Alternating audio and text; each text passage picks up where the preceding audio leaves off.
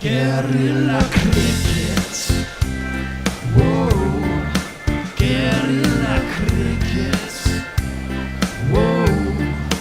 Guerrilla. Take guard, man the barricades, patrol the cover boundary. At last the time has come, this is a cricketing emergency.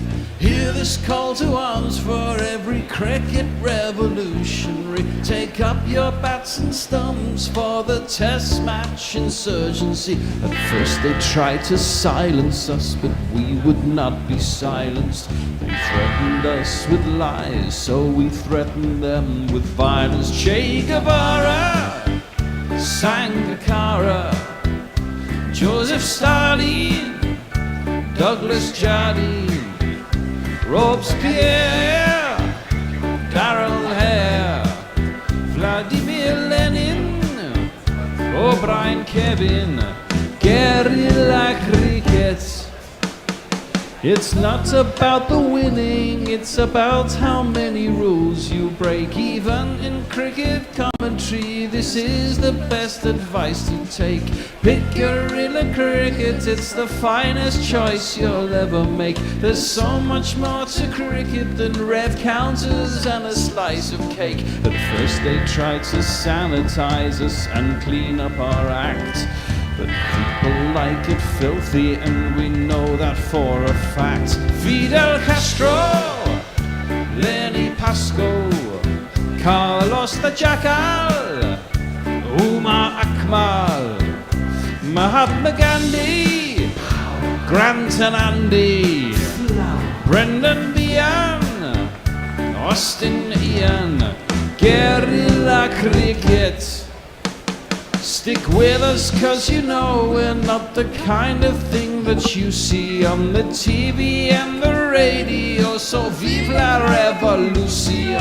First they tried to buy us, but we would not be bought. Okay, we were, but then we ran away, and we will not be caught.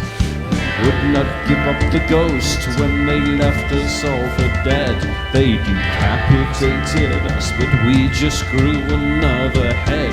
Chairman Mao, Jamie Howe, Ho Chi Minh, Asif Din, Václav Havel, Graham Saville, No Surrender, Percy Fender, Che Guevara, Sangakkara, Joseph Stalin, Douglas Jardine, Robespierre, Darrell Hare, Vladimir Lenin, O'Brien Kevin, guerrilla cricket. Well, Harry Brooks said that he was very happy with the way England batted in the first ODI, which seems only yesterday. In fact, it was the day before yesterday. I kind of beg to differ. They were quite good until they lost their second wicket, and then they were spun into extinction by part-time spinners. Would you believe 9 wickets fell to slow bowlers? And I'm wondering if in an ODI that is some sort of record. It possibly could be. England are so happy with their batting that having won the toss today, as they did on Thursday, they've decided to field because they're obviously scared. I am Gorilla Hendo, and I welcome you all to our coverage of the second ODI from Headingley, wherever you may be in the world. We're in Sydenham, South East London. There are only 2 of us in the studio today. Everyone else is scattered far and wide. Ditch has raced back from making the tea. He's in position, and in position in Melbourne, Australia, is none other than the keen supporter of Australian cricket. It's Mog. Morning, Mog. Marnus Labuschagne is a genuine hero. He really is. I totally agree. Now, I don't think you were actually broadcasting, were you, on Thursday? But did you get to see much of the game? I did a single commentary stint. Oh, did you? Sorry. Where I predicted England wouldn't make 370. At that point, everybody else was talking about 400 plus. Oh, really? So I just like to remind everybody, you were wrong. I was right. Yeah, you're brilliant. You're brilliant, Mog. That's why we have you on. You are the font of And all my good knowledge. looks. I did point out though, Mog, that when England were about 275 for 2 or 3, that I was on the last stint, and England always lose lots of wickets for no runs when I was on. And guess what happened? I don't think It's they were your fault. quite as bad as 275 for 2. They were about 220 for 2, if I recall. Well, I couldn't quite remember. but yeah. When Will Jacks went, I think it was. But I was on commentary, I think, and Messi Jez was suggesting that in the last 10 overs, England would get 90, which would have taken them to about 360. He did indeed. He was nowhere near right. And I did say, another wicket on 2, and we could struggle to get to 300, and we did just about get to So they 300. ended up getting 9 in those last 10 overs. Yes, it felt like that. That's what it felt like as an England follower. But anyway, the teams are finding their way to the middle. I will bring you some team changes. There aren't many team changes, certainly for England. Not surprisingly, after wrecking himself completely with 6 overs, Jofra Archer is not able to take part in a game 2 days later.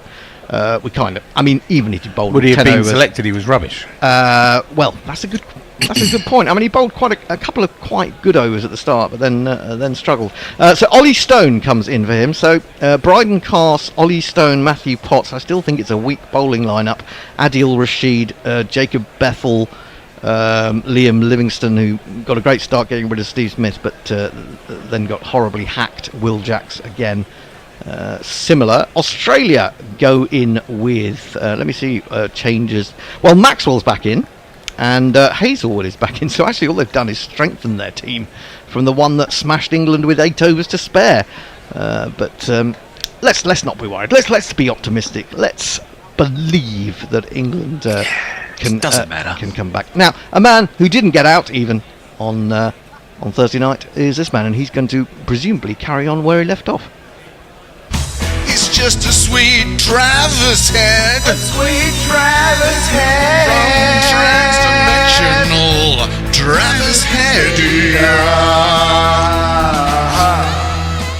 Just before they started, I should say, Ditch is. Did I say? I mentioned Ditch. He is alongside me. Hopefully, you can see him on the screen. Hopefully, you can see Mog. You can see that we are gentlemen of a certain age. I'm quite difficult to miss on the screen. I kind of fill it up. You're sort of Speak for your fucking self. You're sort of panoramic. We're all panoramic, to be honest. There isn't a wide screen wide enough to get us all in, to be honest. The countdown has begun. Interesting to see what sort of crowd we get at Headingley today, because, of course, it's a big day of Premier League football, isn't it? It is. It's looking a bit Donald Trumpish at the moment, the crowd. Oh, yeah, I see what you mean. I see what you did there. 2 slips. Matthew Potts is going to open the bowling. He's not going to be bowling, funnily enough, to Travis Head, who's just going to watch from the other end. This is the man who's going to face. He's not Jeff, he's not Mitchell, he's not Rod, he's not Daniel, he's not Jack, he's not Jamie, he's not Lisa, he's not Paul, he's not Adrian, he's not Anshul, he's not CJ, he's I don't think it is. It's no. not Dean, he's It's, not Harry. No, it's at Darrow Short. Yeah, cancel that. Cancel that jingle. He just didn't look as he walked up the pitch. He just didn't quite look Marsh-like. Anyway, it is Short. Matthew Short's going to face up to Potts, who is in. He bowls. Oh, he's beaten on the inside edge.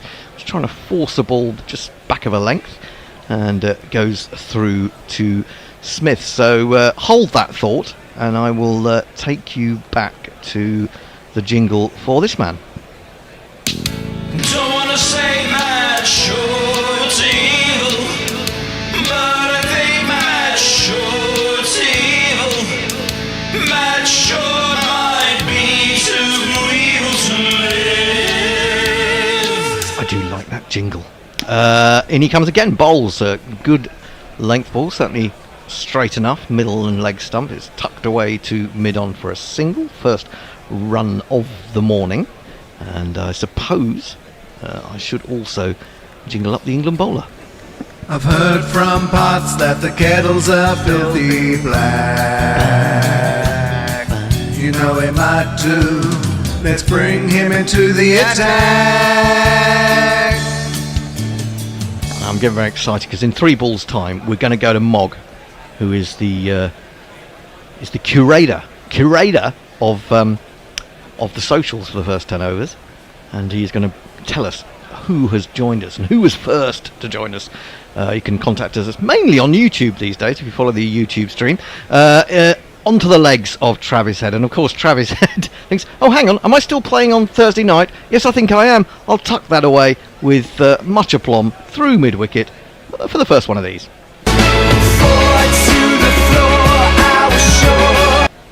Oh That's a dear. good sign. I think we're going to be in for a very long morning. Well, yeah, I'm just wondering whether Australia can get 580. England will just fold.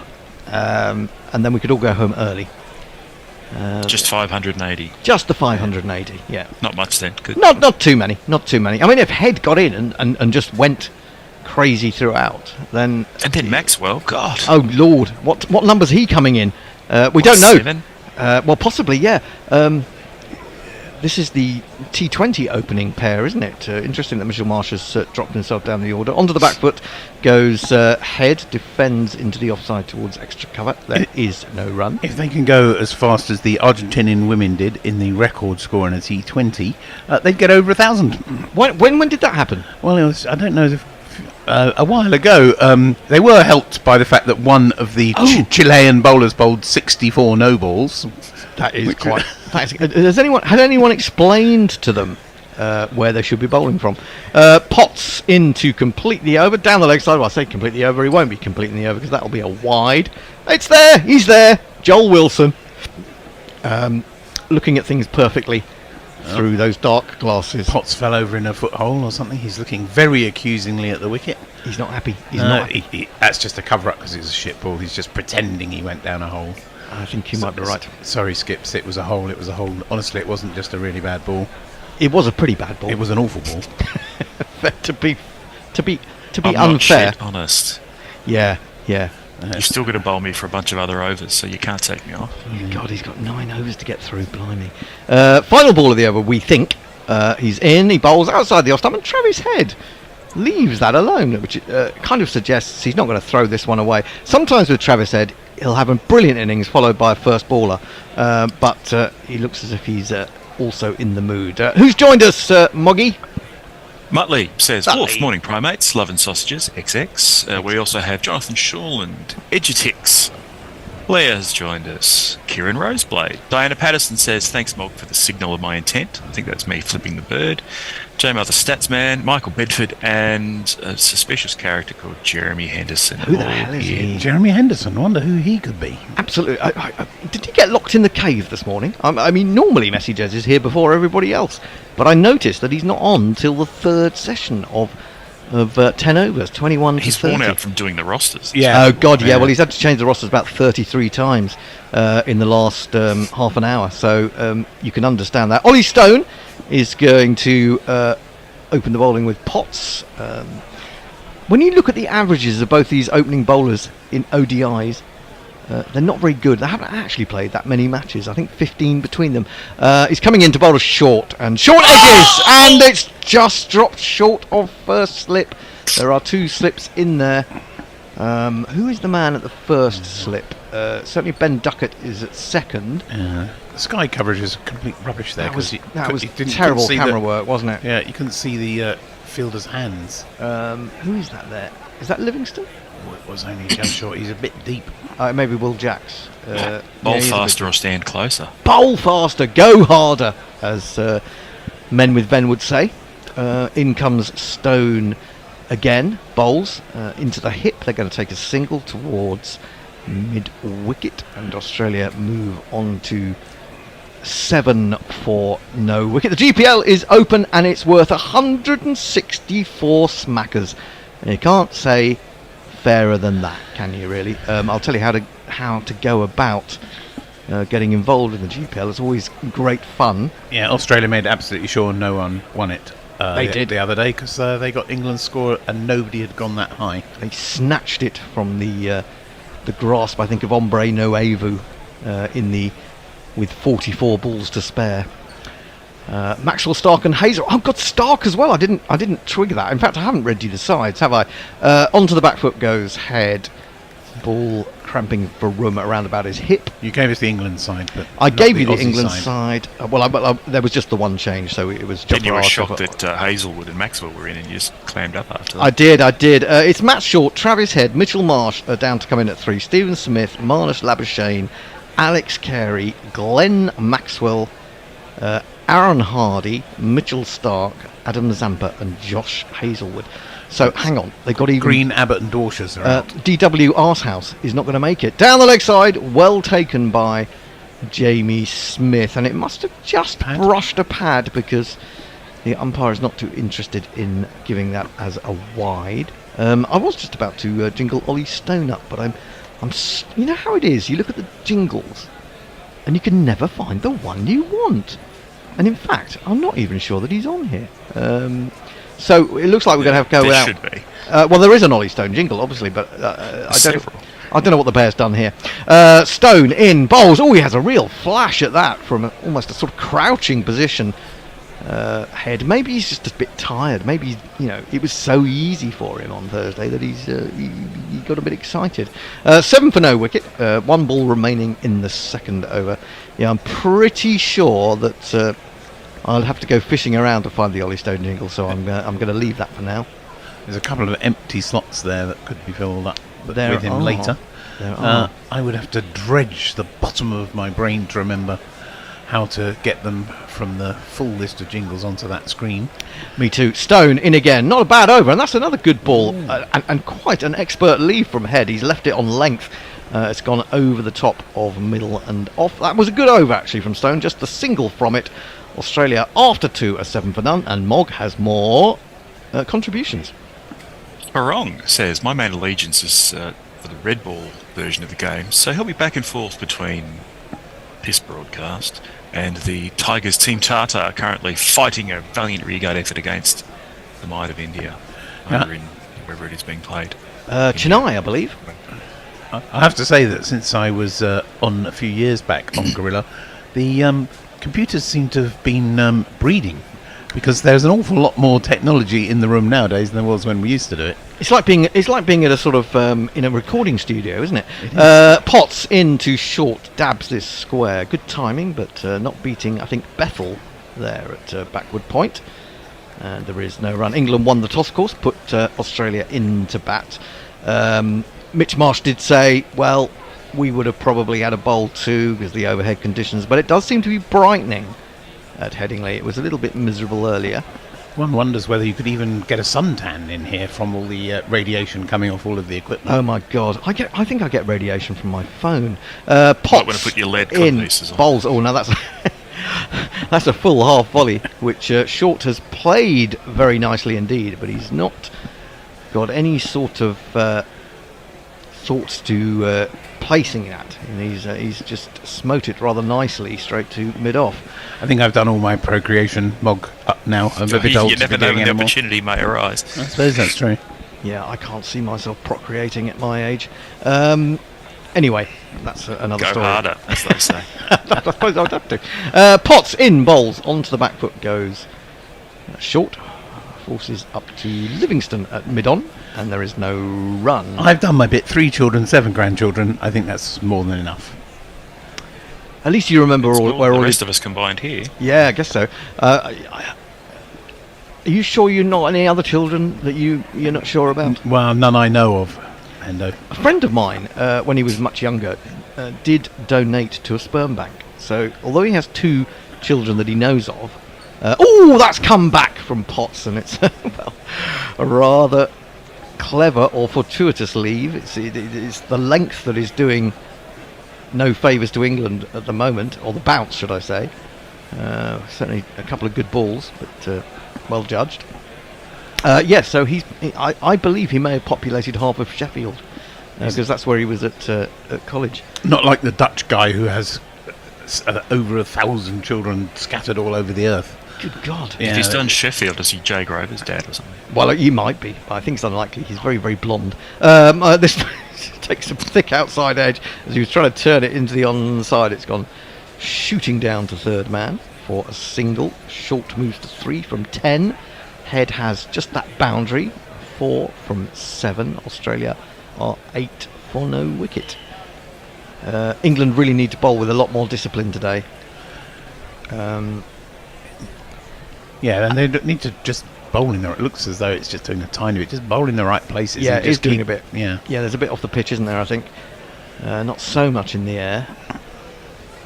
But really, you kind of got fed up. In that last partnership between Head and Labuschagne, watching it as an England follower, you kind of found it hard to believe how many 4 balls were being bowled. Well, they'd just given it up, hadn't they, completely? Pretty It was much. rubbish. Potts in again to Head.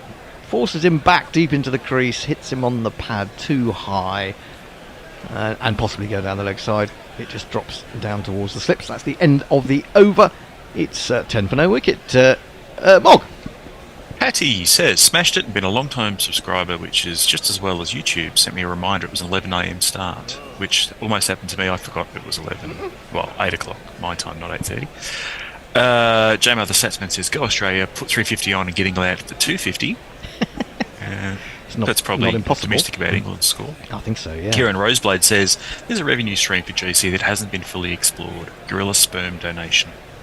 Yeah, but I don't think you can do it over a certain age, can you, anymore? I don't know if you ever could. Only if you do it privately, I think. I'll have you know that I'm still powerful and potent, and I will be mailing you stuff any day now. I don't think I want to intercept that package. Outside the off stump from Stone, and allowed through to the keeper. Yeah, with my ancestry, Hendo, you could get premium rates. Yeah, you've got. I mean, you are related to everyone, aren't you? Yeah. We do know. So that. basically every royal family that's ever existed, even some Mesoamerican ones. Yeah, it's amazing. pretty much. Yep. Yeah. It is weird. It is weird. We're all descended from Ditch, or his family. Stone in 2 slips, waiting too wide of the off stump, and short aims a cut at it. I mean, it was the kind of ball that deserved to be put away, but he missed it completely. Goes through to Smith, and there is no run. So it's not a bad start from England here. Just the 8 runs on the board, and we're into the 4th over. Yeah, I'll have to see if I can get Cousin Taylor to do us a couple of jingles. Oh, that'd be fun. Yeah, Taylor Swift. Indeed. Cousin Taylor Swift. Could you, I'd rather than doing a couple of jingles. I mean, I would just mind if she would perhaps become a Sling Patreon. a few dollars. Yeah, Stone in again. Good line, good length. Brings short forward in defence. Not much you can do with that. This is impressive so far from Stone. Well, she is Gift into a studio down in Canary Wharf, maybe. Could you do that? Yeah, why not? Actually, there was a shop at the end of my road that I think used to be a dog parlour, and that seems to be up for rent. That would be handy for me. It would only take me 5 minutes to walk. So if anyone would like to finance that, and then you get the bear going, "Ow, I've got to come all the way out and sit down." Hits the pad of short. There is Adil Rashid on the 45. Of course he is, but they're going to get a leg by. Yeah, Bear wants a little unit in Forest Hill, really, doesn't he? Bear needs a sort of a big shed at the bottom of his garden. I mean, he may have a big shed at the bottom of his garden, but he needs one where he can literally, I don't know, just walk to drink and vape and be a very happy man. Anyway, 9 for no wicket. Australia won the last 6 ODIs v England. That's getting worryingly. They run some ridiculous, isn't it? Yeah, but they've also won some ridiculous number in a row anyway, haven't they? Have they? 21, I think. Oh, really? Have they? 21. Driven up to mid-off by Head. Head's a bit annoyed with himself. He's hit 1 boundary and he has only got 4.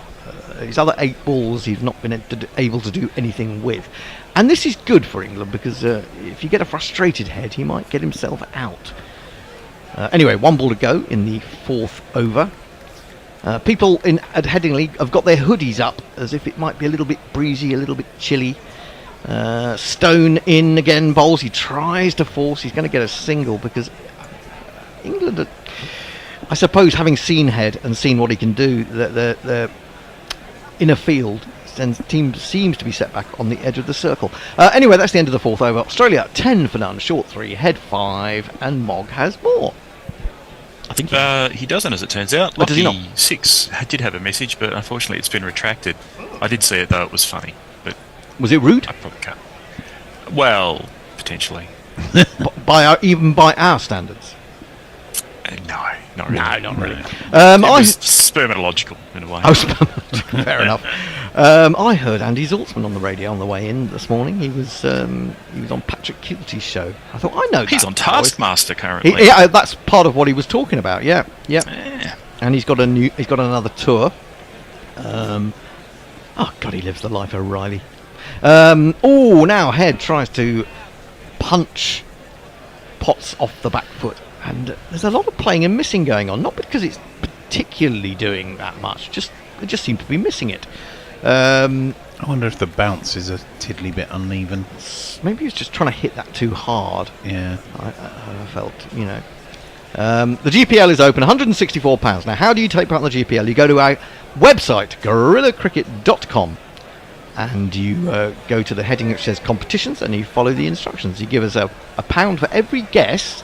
Potts in again, driven but not timed, inside half of the bat from Head, up to mid-on, no run. You pay us £1 and you estimate how many runs you think will be scored in the day. That is the aggregate of both teams, so we don't find out until right at the end who wins, and it gets really quite exciting in those last few overs if we've got a lot of people taking part. If you get the number of runs on the nose, you get whatever's in the pot. It starts at £164. The more people that enter, the bigger it will go. Russell Warren is one of the umpires. Joel Wilson is another. No! That's the Travis Head we remember from the other night. From almost out of nowhere, he goes deep in the crease, lifts this one absolutely dead straight. It's gone all the way for one of these.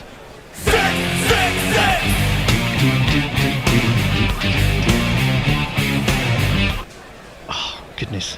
What a shot. I do like watching Travis Head. Thing is, as an England supporter, I don't really get worried by these bilateral series. I mean, obviously, if you were to lose 5-0, I'd think, ooh, that's not so good. it was in the I really slot. only get wound up in World Cups and things. This is I thought it was a slow ball. It certainly seemed to bounce and dribble through to Smith as it was left by Head, but the speedometer is saying it was 83 miles an hour. So yes, please take part in the GPL. We need money. We're looking for a new studio. We have to sell up here. I think I managed to put off the latest people that came in the other night by telling them that there were 2 cats downstairs. Thinking, actually, of course, this is driven by Head. Again, it's only off the inside half of the bat. Totally mistimed. I do feel, apart from that 6, that he is just trying to hit the ball too hard at the moment. It's only timing 1 in every 7. Yes. That's absolutely right. Yes, I did tell the prospective buyers of this flat the other night that, 2 lovely cats downstairs. And then the bear sort of chipped in, thinking that especially, I mean, this is stereotyping, but the female member of the couple might take the fact that there are a couple of cats. Yeah. And then she said, being a childless cat lady, you mean? Yeah. Final ball of the over. I'll come back to that. Potts in, bowls. Oh, it's a horrible slash, but he's going to get away with it. He was aiming that over mid-wicket. It's taken a thick outside edge. It's flown over short third man. And that's pretty unfortunate for poor old Matthew Potts. It's gone for one of these.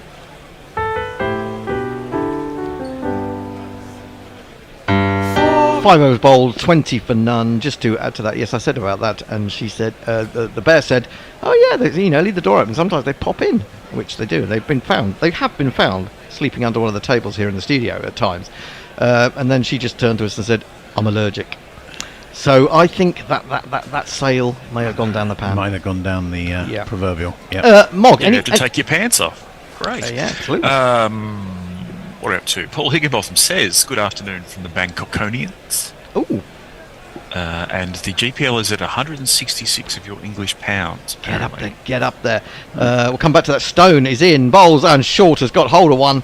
And that has gone all the way, just slightly offline. And Short does like to pick the ball up to square leg and mid-wicket. And he's picked himself up a nice, juicy one of these. Damn! That 6 is on fire. Too short to short. Too short to short. Absolutely right. He likes it on the hip, doesn't he? Headingley's filled up a lot since the start. Yes. Yes, well, they're tardy Yorkshire folk, aren't they? In comes Stone, bowls, driven, a full delivery. But up to mid-on, there will be no run. It hasn't looked that easy if you've, pitched it up a bit, as long as you don't put it on half volley length. But when it goes short, it looks as though it's coming off at a nice little pace to be just smacked any old way. Yeah, trouble is, of course, how quickly the ball can lose its hardness. They still use two new white balls in ODI cricket. I've got a feeling they do. I think they certainly were the last time I was heard about it anyway. England stay with us. Oh, Two slips. yes! That's been left No. alone by Short and is wrapped him on the pad. Stone's very interested in that. The umpire, I think, has made a good decision there because there is a temptation to give those out simply because of the shot or lack of it. Yeah. I think it might have just been going down the leg side or be a bit high. Brookie didn't think it was, but he's reviewed it. there are two reviews that each team has, and Russell Warren was the man who gave it not out. And Brooke has gone upstairs. It is a bowler's review. That was out, that was out, that was definitely out. Was that definitely out? I don't know. Oh, Wait. well, it's just hit above. He's not moved. He's stayed in the crease. It's hit him just about the top of the pad flap on the back leg. And it might not have been still rising when it got there. It was quite short, but I don't think it was that quick. I don't know. I think you might get away on clipping the top of the stumps here. Umpire's call. Which would be okay for England in one sense because At least they keep the review. they keep the review. But if this is going over, England are going to feel very upset. Well, Brooke- I fear. Brooke initially thought it was going over. He was in the slip somewhere. My expert eye thought it was going over. But you do see umpires give those simply because, well, if you can't be bothered to play a shot, you should be on your way. He's gone right back. Oh, it's missing, and England have lost a review. Oh, it wasn't missing by much, though, was that's it? That's very unfortunate from an England perspective at this stage. And Russell Warren is proved right.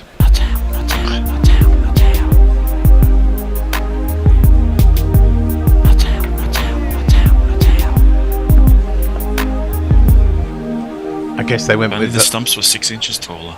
If only. Well, about 2 inches taller, actually, in this case. Oh, yeah. But, God, yeah, I mean, you see the sideways on view, you can see he's tall, isn't he? He is quite a tall man, yeah. Still keeping the two slips in. He's in again. He aims a drive at that one on the up. Maybe a little bit discombobulated by that review and appeal. Fails to make contact, goes through to Smith. There is no run. Ollie Stone bowling well. A little bit unlucky so far. None for 8 off his 2.4 overs. England's bowling hasn't been that bad. They Aussies played 2 or 3 very good shots, but actually there's been a just short of a slip, hasn't there? There's Yep, that's just true. missing LBW.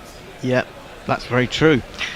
Stone again in to Short, and Short comes forward to a very good length ball and then leaves it, almost allowing it to sort of pass between bat and pad.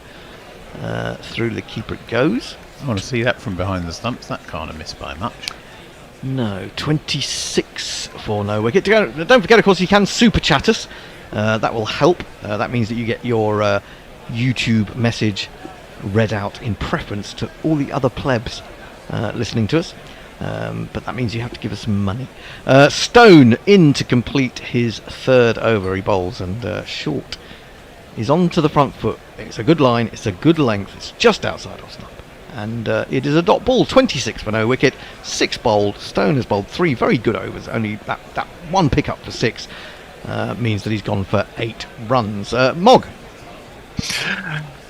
Tony Bishop, international jet-setting man of history, says Bijou Desres in South London, suited gentleman of cat lovers of a certain age, also fond of cricket. Yeah, it would, in fact. That would be ideal, really, wouldn't it? J-Mar, the statsman, says the Brisbane Lions have won over the Geelong Cats, which is good because Geelong deserve it. Is that That's Australian an AFL rules? reference. Yeah, I'll confirm Are that you a fan of myself shortly. Aussie rules? I barrack for Richmond, but I've rather fallen off the bandwagon after they won 3 premierships in 4 seasons. That's boring, isn't I it? wasn't expecting to see any more. It's a bit like in my Surrey in the lifetime than county it is championship, isn't it? It's disgraceful. Or Man City in the Premiership. No, Man City in the Premiership, absolutely. We have a change of bowling, the first of the morning. I'll jingle up the new bowler. It's short and it's pulled by head. A diving figure at mid-wicket cannot flop on top of it, so it has run away to the mid-wicket boundary for one of these. Now my innings going, great guns, I hit the ball, 4 runs, I hit the ball and it went for 4 runs. One of my favourite is this one of yours, Mog? Stick your hopes of victory up to Brian I think it is. Your hopes and Yes, it is. flying at half mast. When the driving comes a calling, all your fools will be falling. Stick it all right up your Brighton course. Outside the off stump. And he jabs at that a little bit, does Head, and drops it down off an inside edge onto his toe and then hops around in some pain. Goes for a little walk to try and walk it off. That's another one where they've had a bit of luck, isn't it? That could have easily just gone down on the wickets, couldn't it? Yep. Oh, that did hurt. That did hurt. Well, the thing is, they don't wear proper boots these days, do they? No. They don't have the steel caps in the toes. Brydencast in again. Oh, he tries to pull this one and he hits over the top of it. Goes through to Smith. There is no run. 30 for no wicket. Halfway through the 7th over.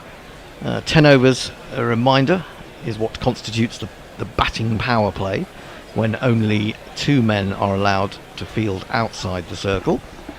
Then we go to 4 men for 30 overs, and then we go to 5 men for the last 10. So I think Head has got 4 boundaries and a single in his 19, is that right? He doesn't bother with running, does No. he? Cast is in again, right up over the wicket. That's a half volley, and it's nicely played by Head.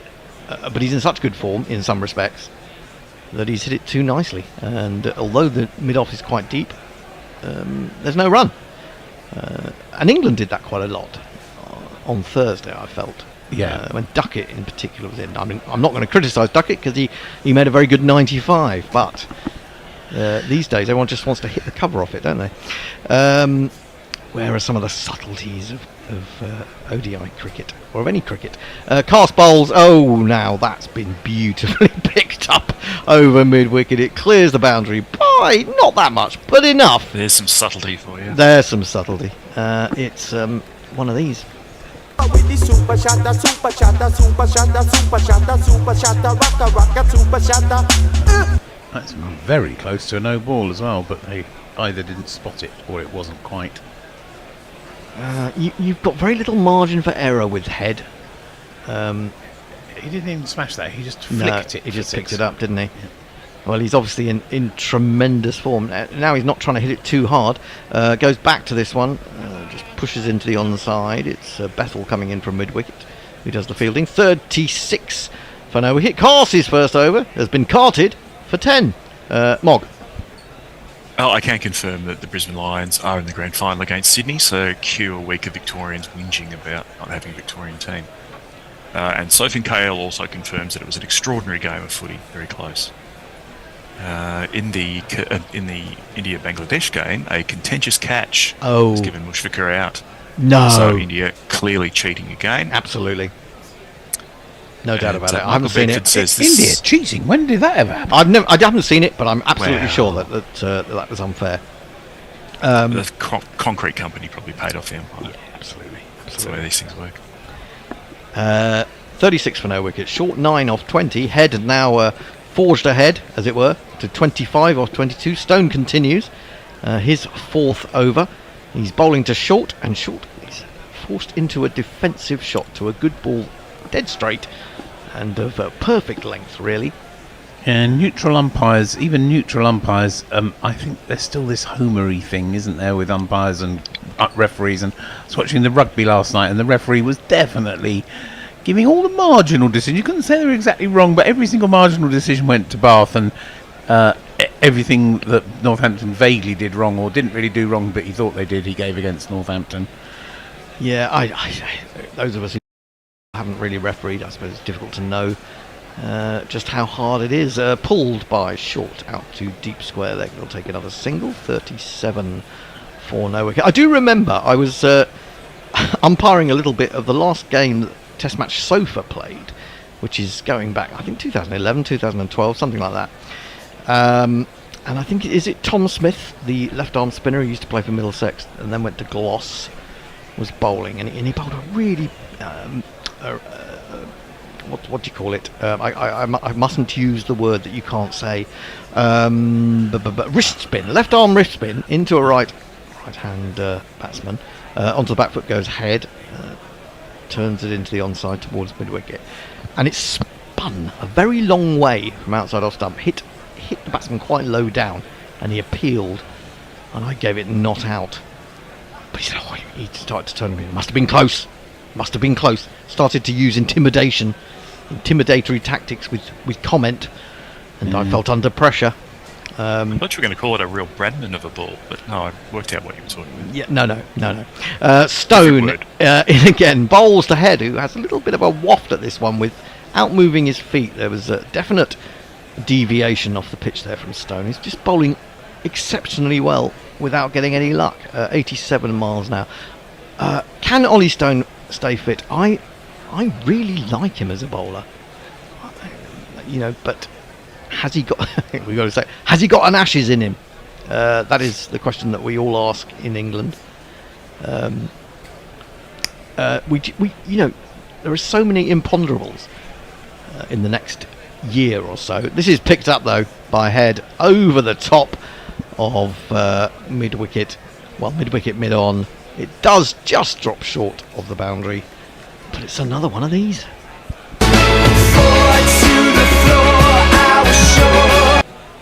That was pretty much the same shot as he got the 6 with, wasn't it? Have you noticed how much better he seems to be playing now? He's not trying to hit the cover off it. Yeah, absolutely.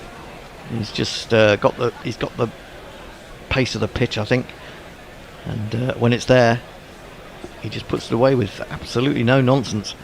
I think I might try a bit of round the wicket to him. Good point. Stone stays over the wicket though. Bowls. Oh, now what has he done there? He's trying to whip that away. Got that very low on the bat, maybe on the toe of the bat. It's dribbled back to the bowler, and Head seems confused by it himself. 8 overs bowled, 2 more in the batting power play. Australia 41 for none. Mog. J-Mail, the Satsman, says, I wish I could super chat, but don't have any money. So instead, you just make several people tune in and make them do the super chat. Do that. Find the richest people you know, and ask them to do your intimidate them even. Yeah, absolutely. All for that. I see Bear has repaired the table as well. Has he? I didn't know it was broken. Yeah, well, the screws that it must have been repaired some time ago that had been the original repair had pulled out, and Bear has pushed them back in again by the looks of it. Did one of us sit on it?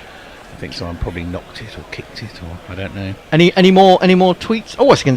Yeah, there's someone called Grubby78 saying, "Terrific to see you're on air, lads." Yeah, it has a whiff of mockery about it. It does, doesn't it? Cheeky bastard. Quite frankly, he could go get fucked. This one comes in slightly to Short, who is struck high up on the pad. Maybe the thigh pad just drops out into the offside. He's only got 10 from 23. Head has 29 now from 26, and Australia are 41 for none. Grubby, do you fancy coming in? Come on, you know you can spare a couple of hours. Yeah, because otherwise today you've only got one opportunity today between overs 21 and 30 in this first innings to not have either Hendo or myself on the microphone.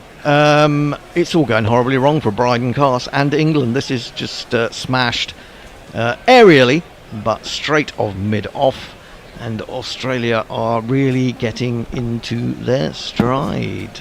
Cars's international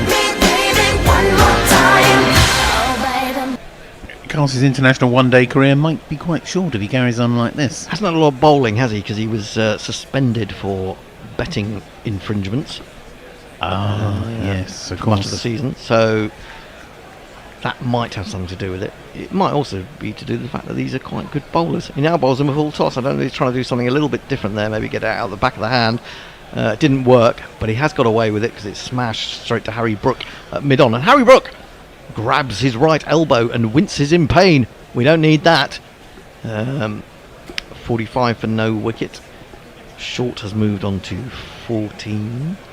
Yeah, I thought towards the end of the Australian innings the other night that Brook was conspicuous by his absence. it was kind of going on around him, wasn't it? This is tucked away through square leg by Short. It was almost as if he said, I'm going to pretend I'm not really here, and this isn't really happening. He didn't really try anything at all, did he? Just kind of, well, we're going to lose anyway, let's just put these guys on and let them banked all around the ground. Let's leave the field where it is, let's not really do anything. And then I can go off and I can use the Brendan McCullum excuse that we're very happy with the way we're batting, this is the way we play, blah, blah, blah. To be Powerful fair, leadership skills, right? Absolutely. To be fair, I didn't read the whole article, so I may just be going on the headline, and that may be unfair. I may be like most people on social media, missing the nuances. Cast into the left-handed head. Oh, he's clipped that away. He could be out.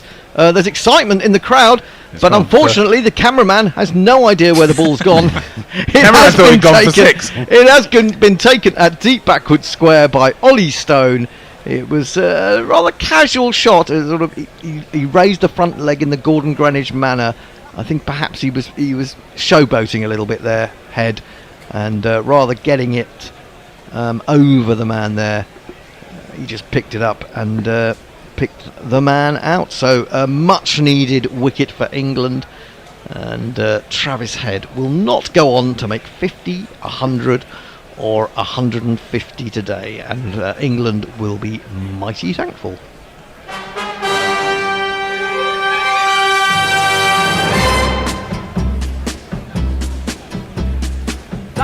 Good God, and does that mean Bryden Cast has got a wicket? It does. Well, I hope everybody's noticed my masterful slagging off from Bryden Cast got a wicket. There was a very swift response from Mr. Cast. He must have been stung by it. Yeah, I mean, criticism from Ditch it's like being swiped by a butterfly, really, to be honest. But he's such a kind, friendly, jolly man. Yeah. Well, I say that he might be a bastard in private. I don't know. Are you a bastard in private? No, I'm usually very nice and kind and lovely, and try and look after everybody. Ah, that's beautiful. That's now, not what you were saying before we came on. Shh. I do believe that Mitchell Marsh is going to come in to bat. Steve Smith, of course. I think didn't Steve Smith come in first wicket down on Thursday? Anyway, it's certainly been changed. Mitch Marsh opened, and now he's down at number 3, and it is indeed the Australian captain who's come to the wicket.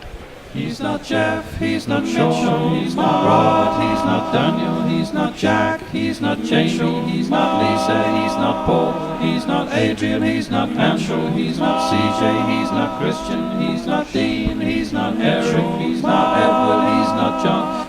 A slip and a leg slip for the Australian captain, who goes back to his first ball outside off stump, just plays it square on the offside. He's not Terry, he's not Brendan, he's not Mitchell, he's not Shaw. Just looking at that, the replay of Head's dismissal. A couple of yards either side of the man. There, it would have gone away probably for... Would it have gone for 6? Maybe not. But it would have been 4. But he picked him out. And that is annoying for a batsman, especially when you timed it nicely. Well, it might at least make a game of it now, of sorts. Well, it might, but then there is a mighty load of batting to come. Yeah, there's a shed load of big hitters, aren't there, in this side today? And not many really threatening bowlers. No, need Rashid to shred them. We do. 9 overs bowled, 1 over left in the power play, 1 over of my ball-by-ball spell. He bowls to Short and gives him far too much width. That's a poor ball from Ollie Stone, and he slashed that away square through the covers for one of these. Now my innings going, great guns, I hit the ball, 4 runs, I hit the ball and it went for 4 runs. Yeah, very good shot indeed. Ollie Stone, maybe he's been kept on for an over too long. Yeah, and that was very wide and very hittable, wasn't it? Yep, certainly was. 50's up for Australia, 50 for 1. Short moves on to 19. Stands there with his bat in the air. 2 slips still, which may not be ideal if you're going to bowl short stuff and be put away over mid-wicket for another of these.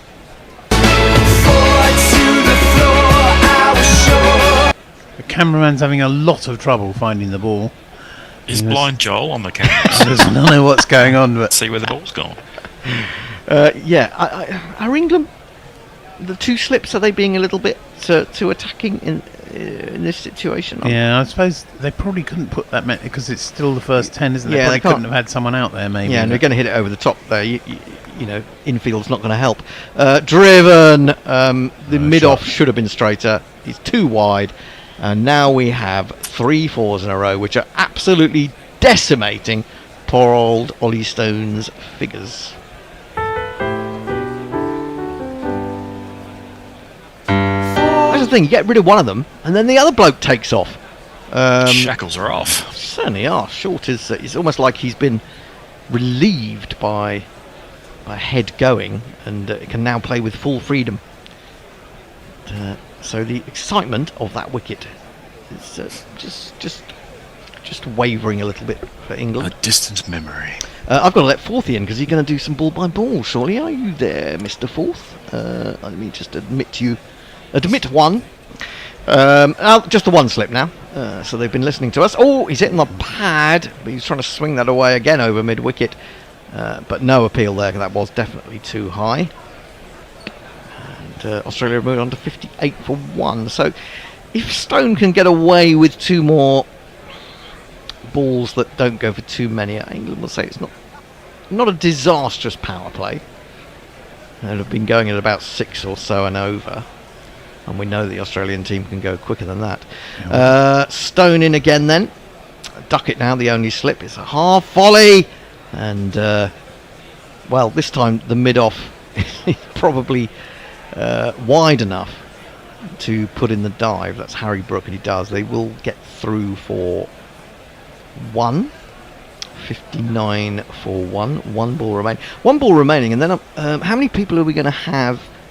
I've got to let Mayank in. Is Mayank here? Are you here, Mayank? You are. I'm going to admit you too. I'm going to have to do something very difficult, which is oh god, now I've lost the rotors. What's going on? So annoying. Technology. Do you know how technology, it turns itself off when you don't want it to, and when you don't want it to stay on, it turns itself off? I don't understand. It only does that to you. It's fine to everybody else. Oh, is it just me? I thought it was. The world's against me, Mog. You know that. Clearly. Yeah. Stone then to complete, I think, what will be his spell for now. In tomorrow, shoot him on the pad. That came back in. Maybe he got an inside edge because I was quite excited by that. But no one's interested at all, so it must have been a very obvious inside edge.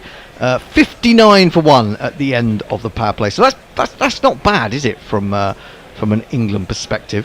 Now, what I have to do is to work out. There are two of you on. There are. What's that? Why has that come over there? I don't. Who knows? That means I'll turn my camera off and see what happens. I think that machine's supposed to be doing 2 screens. I've got to do a 2-person zoom. Tell me out there in the land of God, go Australia. Yeah. Forthy, you'll have to take over me while I'm from. Well, you are taking it from me. I mean, who knows the secret of the black magic box, as they used to say? 2-person zoom in a 2-shot. No, is that a 2-shot or a 3-shot? I don't know what it is. I don't know. I do know that Bryden Cars is about to start his 3rd over. He's got 1 for 15 off his first, while Hendo...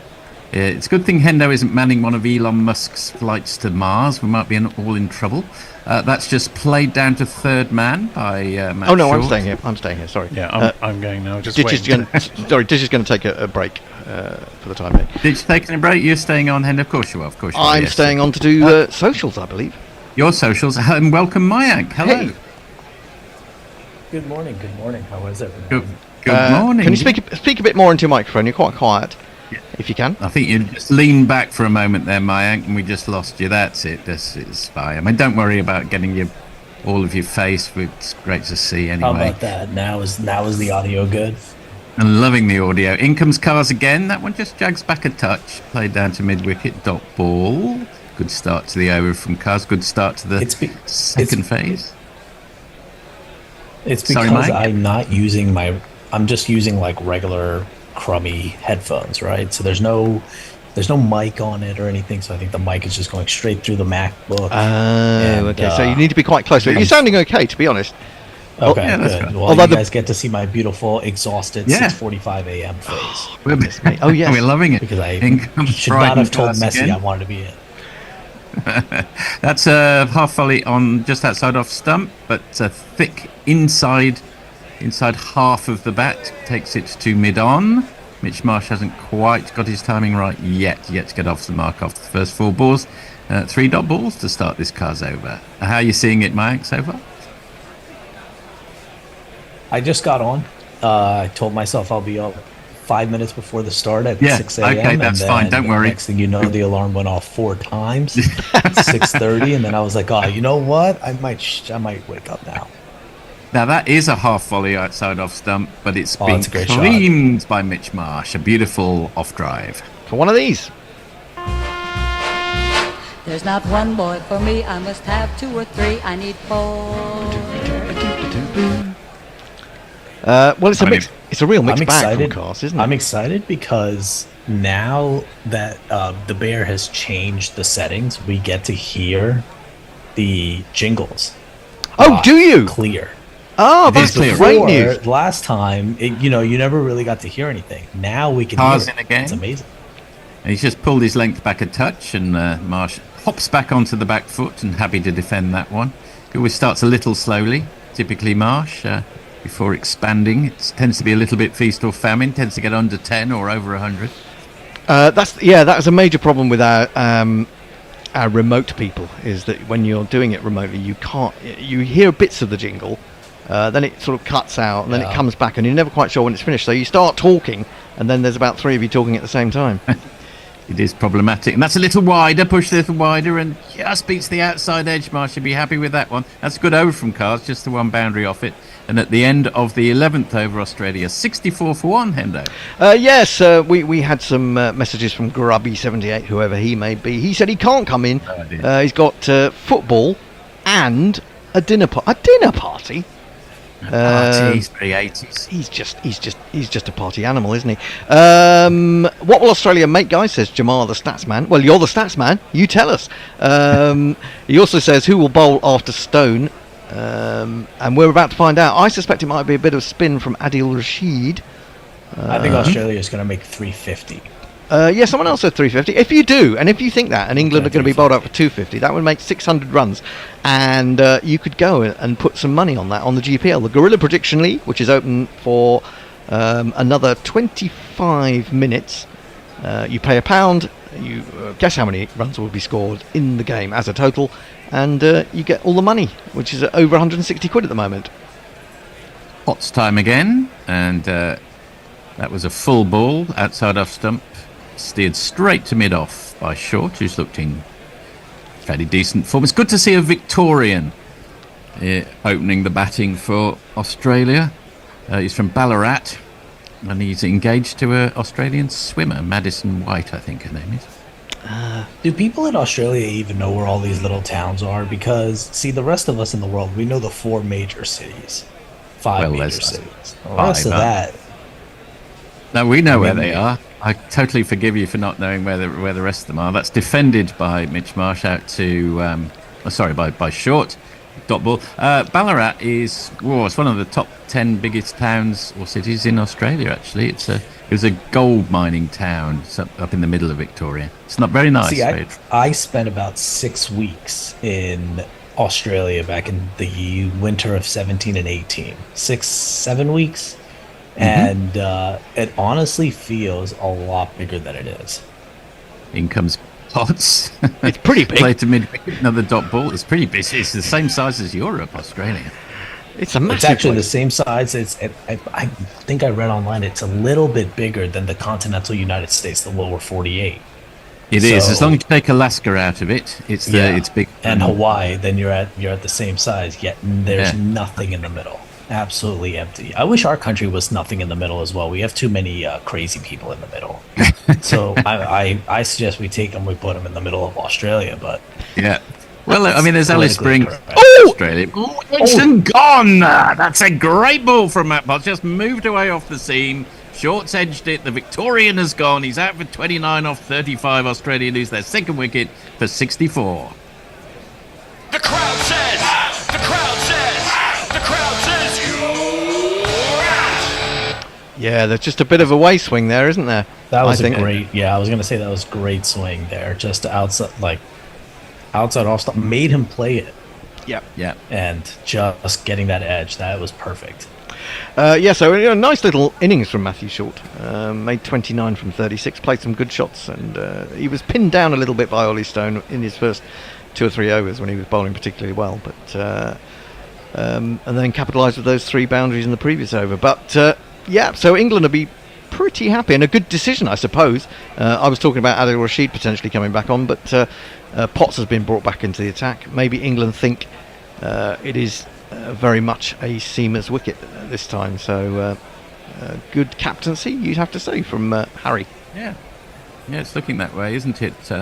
What was that? What did you think of Mayank of Harry Brook's captaincy during the first ODI? I don't know whether you caught that or got any. Well, I mean, there's been so opinion on much. There's honestly been so much talk about his captaincy. I honestly wasn't even paying attention to it, and I think that is a mark of a good captain. You don't notice, right? Yeah. If they are in the limelight consistently, that to me is he might not be the best. Yeah. I mean, it's kind of like 50-50 because it could be for great reasons, it could be for terrible reasons. He was kind of in the middle.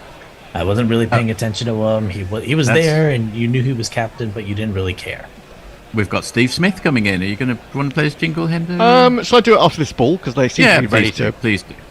Stephen Peter Devereux Smith has come to the crease. Oh, what a name! I know. Well, almost as good as Harry Cherrington Brook, of course. Oh, well, I was going to mention that in a minute, Forthy, but you got in there first. I'll tell you why. Sorry, my apologies. Steve Smith faces first ball from Potts. Oh, he leaves it and it came back, and oh, goodness me, that would have a few coats of paint wide of off stump, but he's oohing and ahhing himself. He didn't expect that one to jag back quite so much. Indeed, he didn't.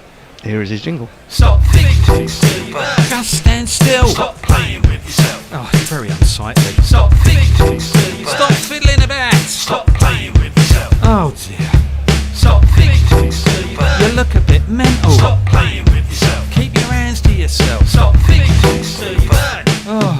Stop playing with yourself. You will go blind.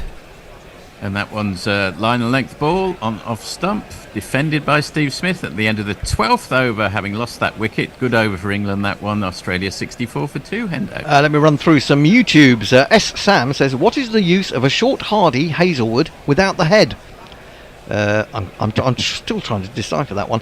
Grubby says, is Mog in a crypt? And he comes back to say, an ossuary? Ossuary? Is that how you pronounce it? Kieran Roseblade says, Forthy, I want the reading of the book directly in the middle of the middle shelf. Then we can guess. It's the best game. I think you were playing this game the other day, weren't you? Sophie in Kuala Lumpur, I'm guessing it is. Sophie in KL. Players off the field in Chennai due to bad light. To be honest, it looks like it's going to piss down. Mayank sounds great, says Messi Jez. I don't think he put any time restrictions on his volunteering. There you go. No, I didn't, which was my fault. Car's in again, and that's been hoiked high into the air. Has it gone all the way? I think it has. Yes. Oh, it's a shot. That was not a good ball. It's gone miles.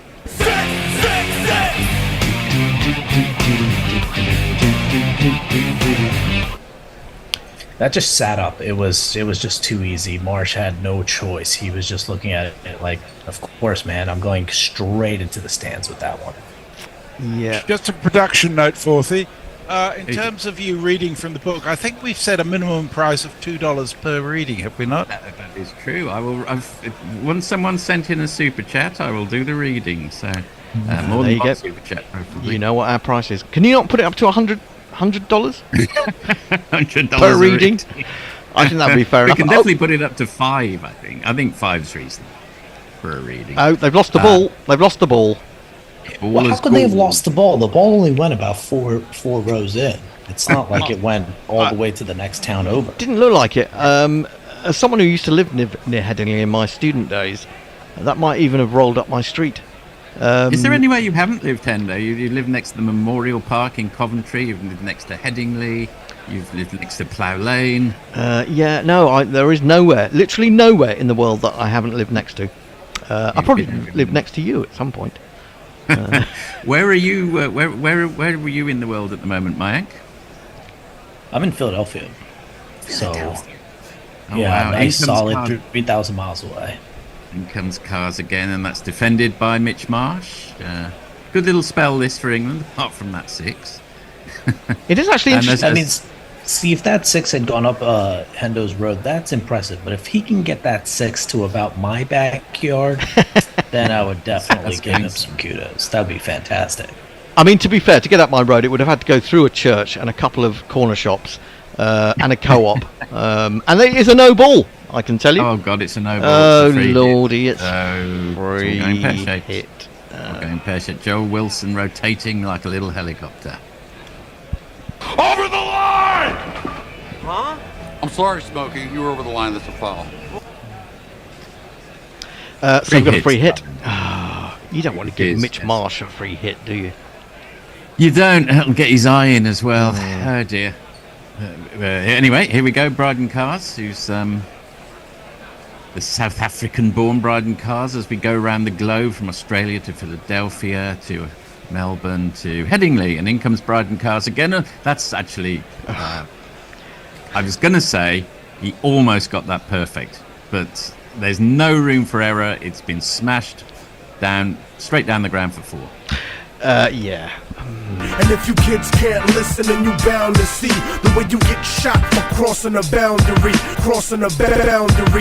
He's almost yorked him, hasn't he? But it's it's so nearly a Yorker. It wasn't. But, it just wasn't good enough, and that's the thing. When you're off just by a few centimeters, instead of it That's being all a it perfect takes. Yorker, it ends up just sitting right up for him.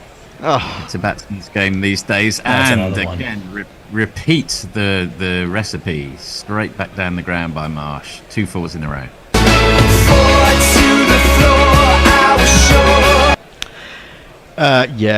This is where it could get away from England. The 4 balls are mounting.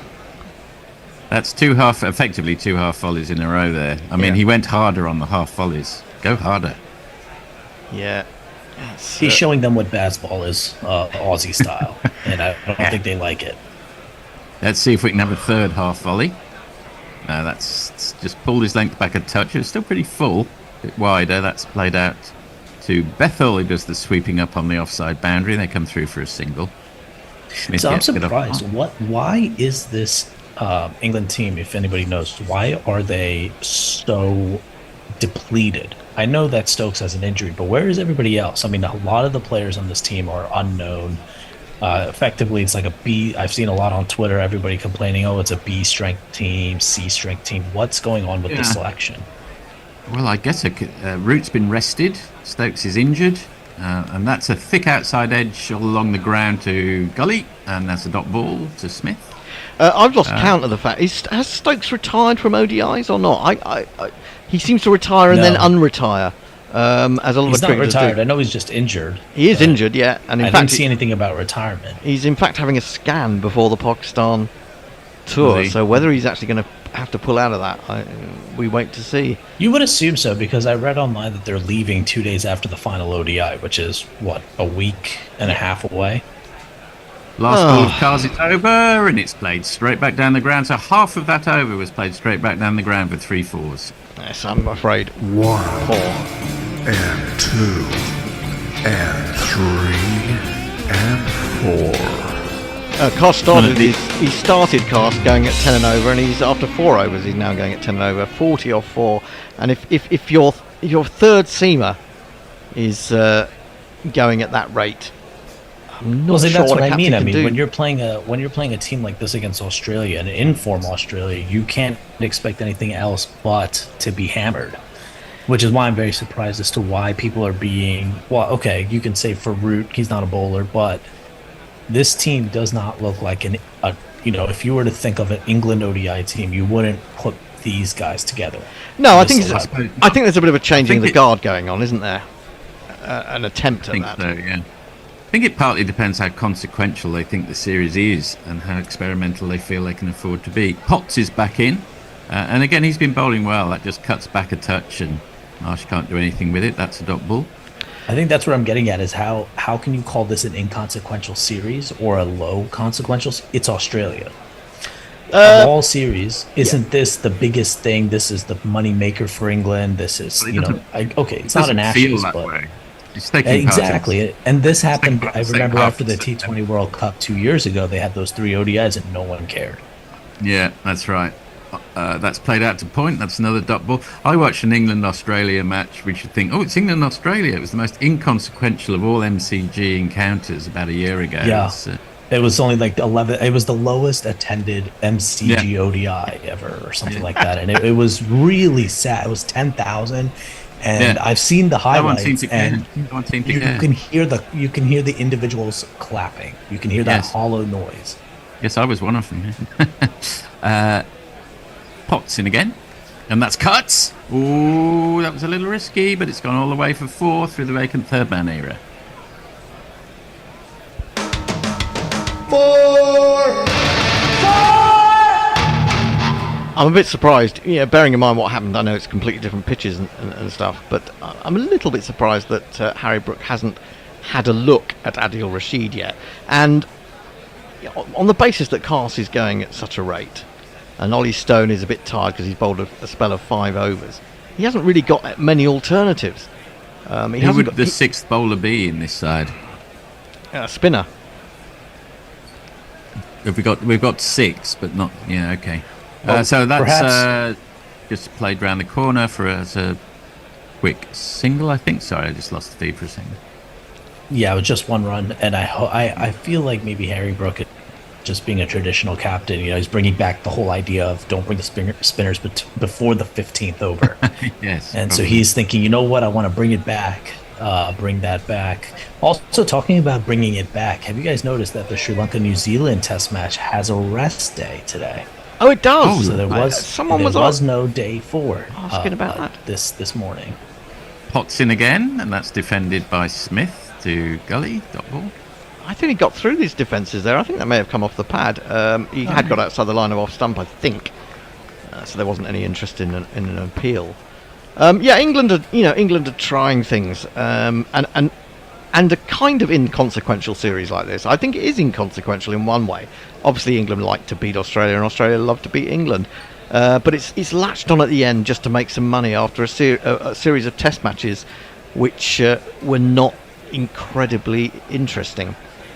Yeah, that's exactly right. Hasn't been absolutely cleaned him up. Potts has smashed the off stump of Smith out of the ground almost, and he's gone. Stephen Peter Devereux Smith is out for 4, and Australia lose their 3rd wicket on 89. Great ball. The crowd says. The crowd says. The crowd says. A lot of people. That was unplayable. I mean, that was just pitched perfectly. Had a little bit of, it looks like in swing. And right through the gate. There wasn't really that. I mean, you could say Steve Smith, he's one of the best, but that was, I think, unplayable. His first ball, wasn't it? Came back from Potts and wasn't that far away from the off stump, and Steve Smith was sort of pursing his lips, and he's been done by 1 there. A surprise, but very welcome for England.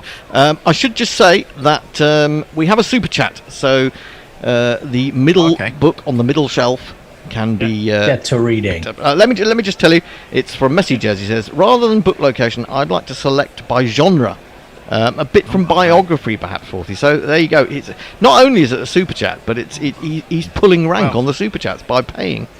There you go. Well, I'm sorry, Miss. I've already lined up this one, and I also you have to send in another super chat if you're to identify the author, and I'll very quickly read the first couple of lines or the name of the book.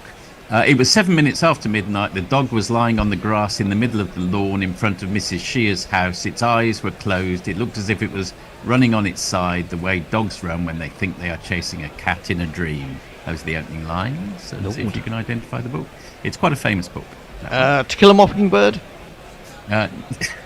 No, not on this occasion, no. That's the only book rather I've more ever heard humorous, rather more light-hearted. We've been joined by Pirate Badshaw for the first time. Says morning old sea dogs or salty dogs or whatever we are. Love this super chat, says Jamar the Statsman to Messages. I think you're being a bit dismissive, Mayank, says Soph in KL, about England. We can't keep playing the old farts forever. Who would you have in the team? Well, we're missing Joss Butler, who's injured. I think perhaps they're being a little bit harsh on Johnny Bairstow. He's I think being being... I don't know, I feel like there's a bit of punishment going on for something. I'm not quite sure what. Also, new management set up, good time to blood some new players. And it is a holding period because, of course, Brendan McCullum is coming in to take over as white ball coach as well as red ball coach in January. You know, you got to think. Well, I mean, you were just bringing it up that they're trying to make some money at the end of the summer because the two test series were kind of boring. Didn't really make a lot of money, not a lot of interest. But they would have known that when they scheduled. Well, they would have done, but I think that's exactly why they have this series. So then, why would why would you then have both of them in the same summer, right? You could have done maybe like. I'm being a little harsh, that's for sure. But you could have had done maybe like a West Indies with an India or a Sri Lanka with a South Africa, something that you've got one, kind of, you know, you're doing it for obligations for the WTC. The other one is blockbuster. Instead, they just shoved both of them together and just said, you know what, we're just gonna have a boring summer. We're just gonna knock it out, and then we're gonna throw in Australia in the middle of autumn. I think that I mean that has kind of happened before, but I think looking ahead to this summer, we all felt, you know, without any disrespect to West Indies and Sri Lanka, of course, and Sri Lanka won that game at the Oval. They go and win. Without any disrespect, you looked at that as a cricket fan and thought that's not overly exciting. And I think the other thing you have to bear in mind is that the European Championship football was on this summer, and there was an Olympics, and so I suspect that cricket felt that even had it been able to get hold of the top teams to play in that summer, it wasn't going to compete much. It wasn't going to compete. You got Wimbledon as well. I mean, obviously it has to compete with Wimbledon. It has to compete with the Open Golf. But I think yes, in general, when you've got a Euro Championships and an Olympics taking up July, August, then it's kind of hard to compete. Anyway, we will get a change in the bowling. Funnily enough, Bryden Cars is coming out of the attack. Not before time. And this man is going to show us what he can do. On the 45, and a retreat on the 45, and a retreat on the 45, and in he comes for his first ball, right, and the money is normal, and that's been directed to the sweeper, and that'll be Bethel, and they come through for a single. That'll put DJ Hendo on the decks there, very nice. Mixing. Yeah, the new batsman. Because it sounds like almost like Hendo, you're getting ready for tonight when you're going to be DJing at the local raving club of Sydenham. I will not be raving. I've never raved. I've ranted, but I've never raved. There is a distinct difference. Yes, it's Labuschagne. We might do him after this ball. In comes Rashid again. The new batsman is Marnus. We've got a leg slip and a slip in for the new batsman. Oh, and that turn. That was a beautiful leg break from Adi. He keeps floating on a night beam with an average that is obscene. His name is unpronounceable. Yeah, talk about unplayable. That pitch middle and left him. There's no way you're getting even an edge on that one, and that's Fuller on. He's done it again. That really was a great ball. He's absolutely on the money straight away. It was exactly the same as the one before. It's pitching on the stumps, then just you have to play it. That goes right past his bat. Could have been an edge any day of the week. He's lucky to still be there. He's lucky to have naught. Labuschagne, naught off 2. In comes Rashid again. What will it be this time? Will it be the googly? No, it's an innocuous ball on leg stump, which has been flicked off his toes by Labuschagne. They come through for the single. I think that was the one. Happy to get off strike. That was the one he was trying to sort of shoot out the front of his hand quicker. I suppose it would have been too obvious to try and bowl the googly after those 2 big leg spinners. Yes. So he tried something different. He's also a very benevolent man, so he was like, you know what, you're on naught. I'll let you get off the strike. Ooh! Oh my goodness! Well, look, that's a big full toss. It's a big sweep from Mitch Marsh. Did you get contact on the pad? It's a little hard to tell from here. There don't seem to be a lot of interest in reviewing it. It's gone directly behind the keeper, and they've come through for at least 2. It's been given runs. Has it been given as runs? I think it's been given. Labuschagne was already on. Who was this? This was Marsh. Sorry, that was Marsh. Marsh. I thought it was on 24, and now it's on 26. Okay.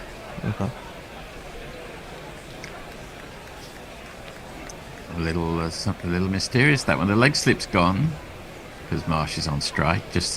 And a thick inside edge squirted out to mid wickets by Marsh. And at the end of the 15th over, that went very fast. Australia 93 for 3. Right, some tweets or some YouTube contributions. Of course, you've got 3 minutes to get on the GPL.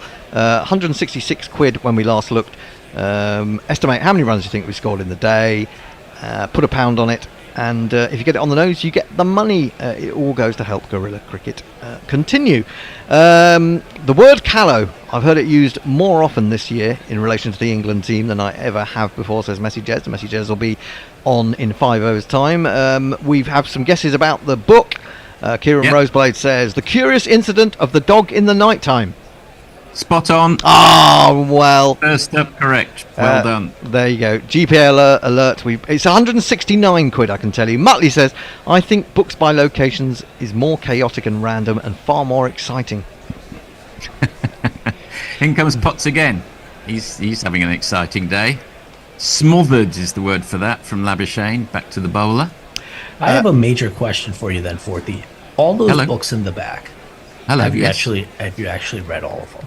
Oh, I'd be lying if I said that I've read everyone cover to cover. Some I give up on. They're just a bit rubbish, but they remain on. So you're a fraud. You're a phony. You put all these books there. You look well read, and yet you don't know all of them. Doesn't everybody do that? Every time anyone's on Zoom these days. I wouldn't know. I've never had a bookshelf. Oh, right. Okay. I'm not one of those people.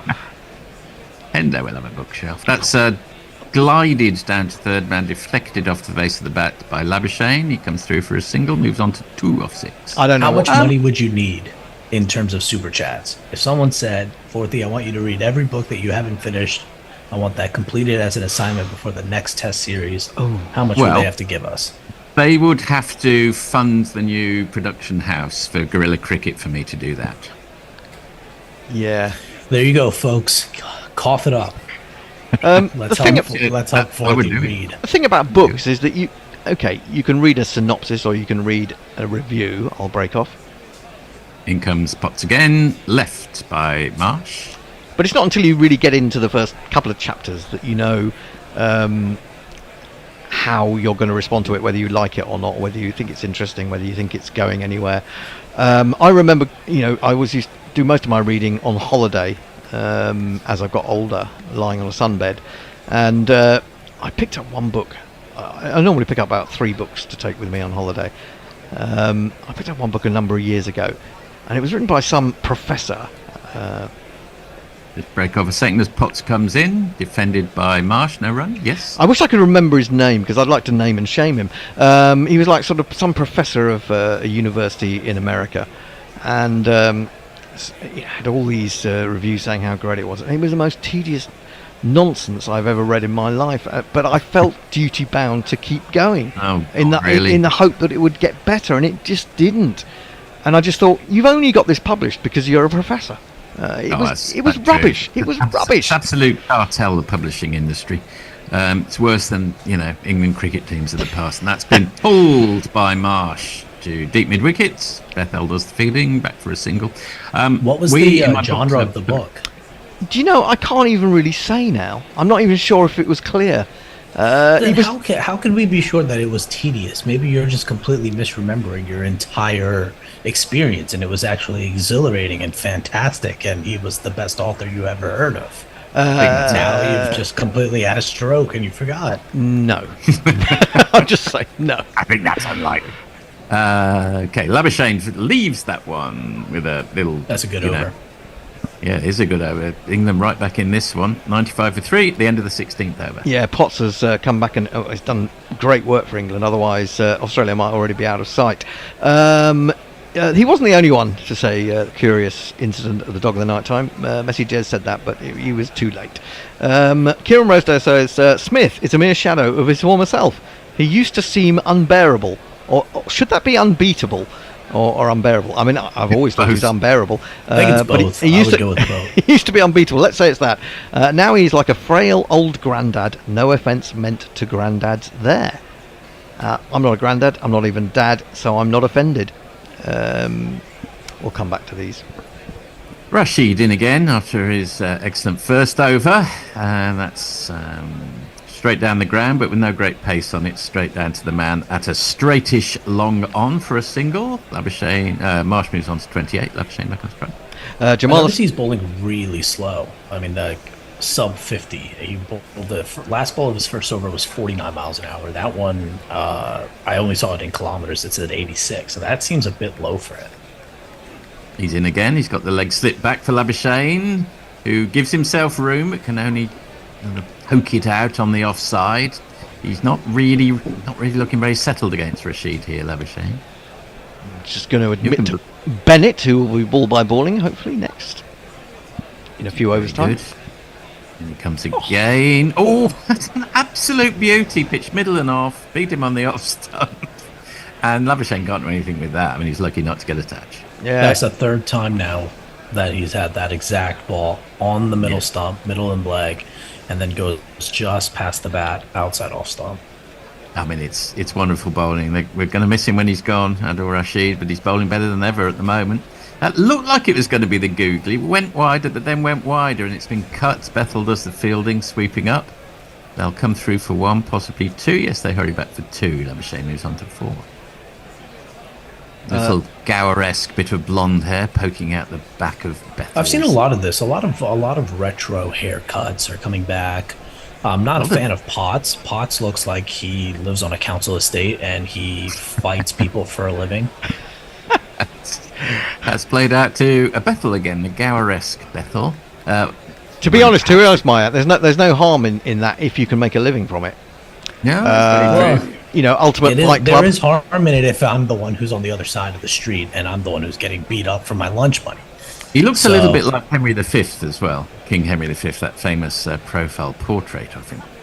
And that Marsh stabs down on that one, hooks it out to mid-wicket, stop ball. Well, that over went by an this might be my Americanism, but the only Henry we know is Henry VIII, and that's really just because of his infamous... Well, Henry V did hand their asses to the French when he beat them at Agincourt. Very famous battle, of course. The French. Don't get me started on the French. No, well, exactly. I won't. So is it 17th, 99 for 3? Yes, let's do some tweets instead of talking about the French. Jamal the Statsman says, surely Australia have to bat the full 50. I think they will. Disinterested hand job. We may have heard of him before, but says, people with American accents don't read. Pirate Badshell. That's true. In my opinion, that is true. Pirate Badshell says everyone's got an ever-growing stack of unread books. I think that's probably true. Soph in KL says perhaps Forthy is a practitioner of Sunduku. I'll come back to that. Thank you. That looks like, is that Ollie Stone back into the attack? Yeah, it is. Yeah. And that one's just been deflected down to point. Cars and Stone a little bit similar as they come to the crease and bowl, but Stone's a sort of slimmed down version. Stone's also got a terrible haircut, by the way. I don't know what it is. Maybe it's because I'm getting old and I'm looking at everyone. Maybe I'm becoming more like my father, who also has a problem with haircuts. But these guys, they need to go to a good barber and they need to get themselves sorted out before Pakistan, because that's just, if he's going there, man, come on, fix that. His hair, actually. I don't mind any hair. He looks like a footballer. He doesn't look like a cricketer. Oh, okay. Stone goes slightly wider on the crease, defended by Marsh, who's playing reasonably circumspectly. 28 off 25. I thought that was a good ball. He just got that to tail in a bit off the pitch. Yeah, it was a good ball. Both Stone and Potts and Rashid have all bowled well. Cars has been the weak link. Do you think that... I think that just comes with that inexperience. These guys are still very new. And when you're up against a team of this caliber, this is a full-strength Aussie team. It pretty well is, isn't it? No Cummins, of course. Yeah, big, thick side edge down to long leg. They come through for a single. Labuschagne moves on to 7, I assume. Yes. No, hang on. No, Marsh moves on to 29. My apologies. Yeah, I'm just wondering. Potts has bowled 6 overs, 2 for 23, so he's trying to keep someone in reserve with Potts. I just wonder whether he might have kept him going rather than bringing Stone back. Who would their fifth bowler be? Well, it's spin. You'd have to go to Bethel or to Livingston or to Jacks. That's pulled, but straight to the man at mid wicket or along the ground. Labuschagne shaking his head. He's He's not feeling he's middling it. He's not feeling he's in. You can read him fairly easily. He's not content out there. Because the thing is, they've been very top heavy. So the first two openers now have, after Stone's over, they'll both have done 6 overs each. But you're still within the first 20. Yeah, so if he has to go to that 5th and 6th bowler now. So yeah, I agree.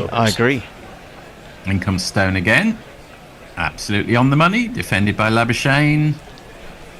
They know they can accelerate, and they're 101 for 3 in the 18th. There's no need to panic or anything, but this is a good spell for England. Well, I think they know they can accelerate, and they know that England may be getting themselves into a little bit of a mess in terms of who they're bowling. It's almost like they're going for wickets and not, thinking of what has to come later, and if they don't get those wickets, what might happen. Well, inexperienced captain, of course, in Harry Brook, and that's deflected wide of the man at slip. Third man comes round. There's 2 360-degree pivots out there. Very nicely done by Rashid. Gets it back. At the end of the 18th over, Australia 103 for 3. Yes, let me do some more YouTube. It's got a little bit quiet, but coming back to that tweet from Soph in KL. Perhaps Forthy is a practitioner of Sundoku. That's Tsundoku, which is the Japanese word for the practice of buying more books than you can read. I am definitely an expert at this. Lol. Muttley says, I've sent my lair pic to Blue Sky. What does that mean? I don't really understand what that means. He also says, you're a cat dad, Hendo. I certainly am. I am definitely a cat dad. I'm a childless cat dad. How many cats do you have, Hendo? I only got one, but I will talk to any cat that I can find. That's nice. Oh, hang on. That's me. I was just having a look at the rotor to see who was on next. Yeah, Bennett's going to come in. It was just defended. It was just a dot ball. We got 3 remote people, so it's going to be fun. It could be chaos. And Ditch is going to come in to do jingles. In comes Rashid again, and Marsh is a little bored with just defending it and plays it, but can't get it past the sweeper.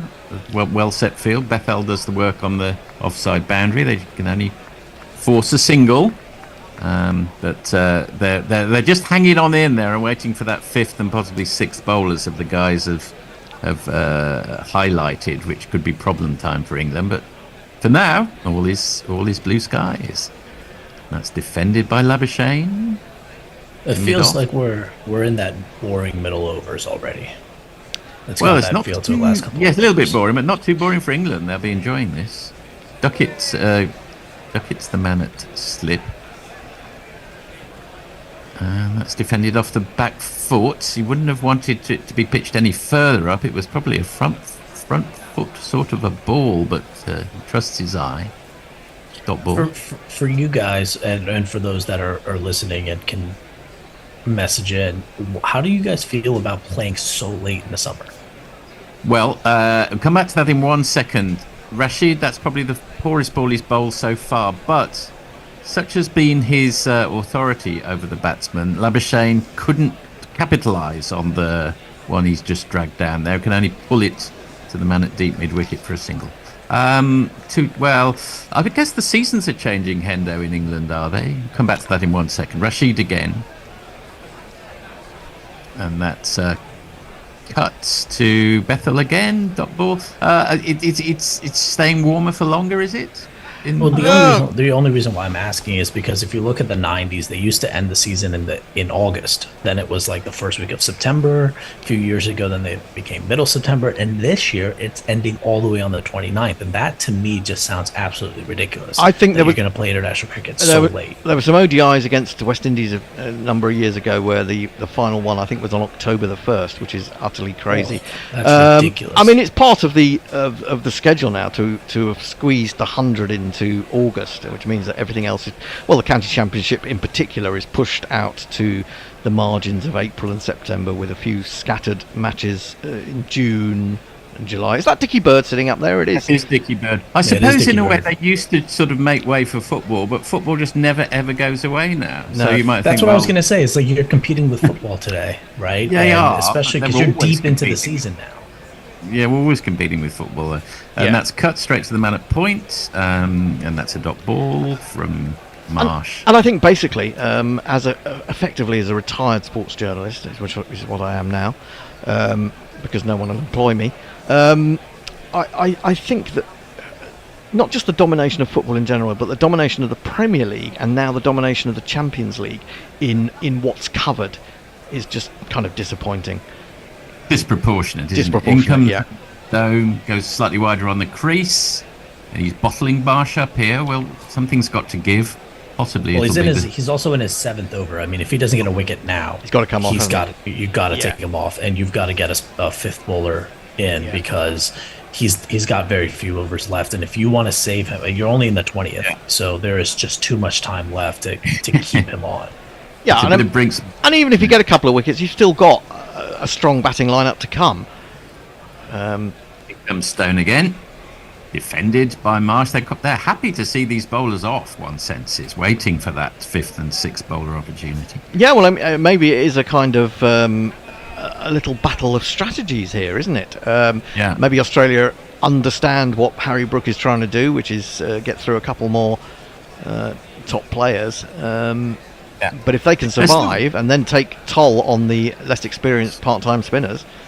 Very true. I mean, they're still valuably economic overs, but nonetheless, trouble could be brewing. In comes Stone. It's defended to points. Stop ball. Yeah, about 15 overs, 16 overs in, that run rate was 6.3, 6.4. Now it's 5.39. So they have pegged it back. But from an Australian perspective, you still got Mitch Marsh. Labuschagne hasn't gotten his, timing right. But give him 2 bad balls, maybe 3 bad balls, and he will just be back onto 100%. So I think that's what they're waiting on is let's see off Stone, let's see off whoever's on the other side, if it's Rashid or somebody else. And then once you get that 5th bowler in, you get potentially that 6th bowler in. They won't be experienced. They might have a couple of bad balls. Boom, you're back in. You get that run rate back well over 6. Indeed, and particularly with Maxwell as the ace up your... Oh, that's what I'm looking forward to, is seeing how Maxwell plays.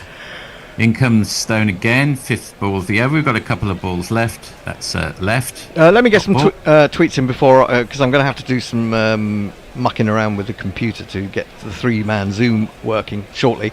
Disinterested Handjob says, I like to think all books I buy and never get around to reading are there for once the end times bring down civilization. I think that's probably true. Pirate Bradshaw says the commercialization of sport has created an environment where they are all competing for the limited attention of a finite audience. Break off. Yep, last ball of the 20th over, and that's played out to deep mid-wicket for a single. At the end of it, Australia 107 for 3. Hendo, have you got the rotor there? I'm not sure if I'm staying on. No, we're waiting for Will. Will, are you there? Can I see Will? I haven't admitted him. I am going to. I think Hendo. It is indeed. I think I missed the admit. I tried to press admit and it didn't work. I'm just going to finish off Pirate Badshaw's rather intense tweet. It says, ultimately, like all extractionist economic structures, it will implode, but the sports with weaker sports spaces like cricket will suffer more than football, which might end up as the only sport. Oh my God. I hate to Cassandra. No. So much doomsaying. It's not funny. Bennett, over to you. Hello there. Hi there, Hendo. And Messi, is it going to be Messi and me? Anyone else on the... Will. Will. Hello, Will. Hi there. Here's Will. I'm just going to try and do the 3-person Zoom. Hang on. Not at all. I think we've got it there. There we go. Greetings, everyone. Apologies for the slight delay. It's Bennett Olgasegram here. Keeping me company for the next 10 overs is Will and Messi Jazz. Greetings wherever you are. Exciting game here. It's Adil Rashid bowling outside the off stump, short on the back foot. Goes Mitch Marsh, punches it towards the deep extra cover area, and the batters go through for a quick single. Interesting stage of play here, Will. Yeah, I think it's that thing. ODI cricket's kind of interesting. They I think the way that the power plays work is quite sort of different to T20s. With T20 you kind of have a wide variety of bowlers. Absolutely, and this one is on the back foot. Labuschagne pushes it again towards the extra cover area, and the batters go through for a quick single. In case you joined in, England won the toss, invited Australia into bat first. Australia steadily cruising along at 5.5 and over. In the 21st over, 113 for 3 Rashid balls. This is slightly overpitched, and he plays it on the onside against the spin, past the short mid-wicket area, who couldn't stop that. And Marsh moves steadily on to 38. Looks like Marsh is building his innings here. A bit of aggression and a bit of steadying the ship, Will, you reckon?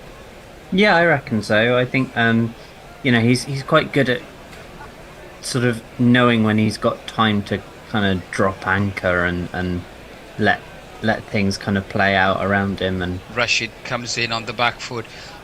This time Labuschagne trying to work the ball away.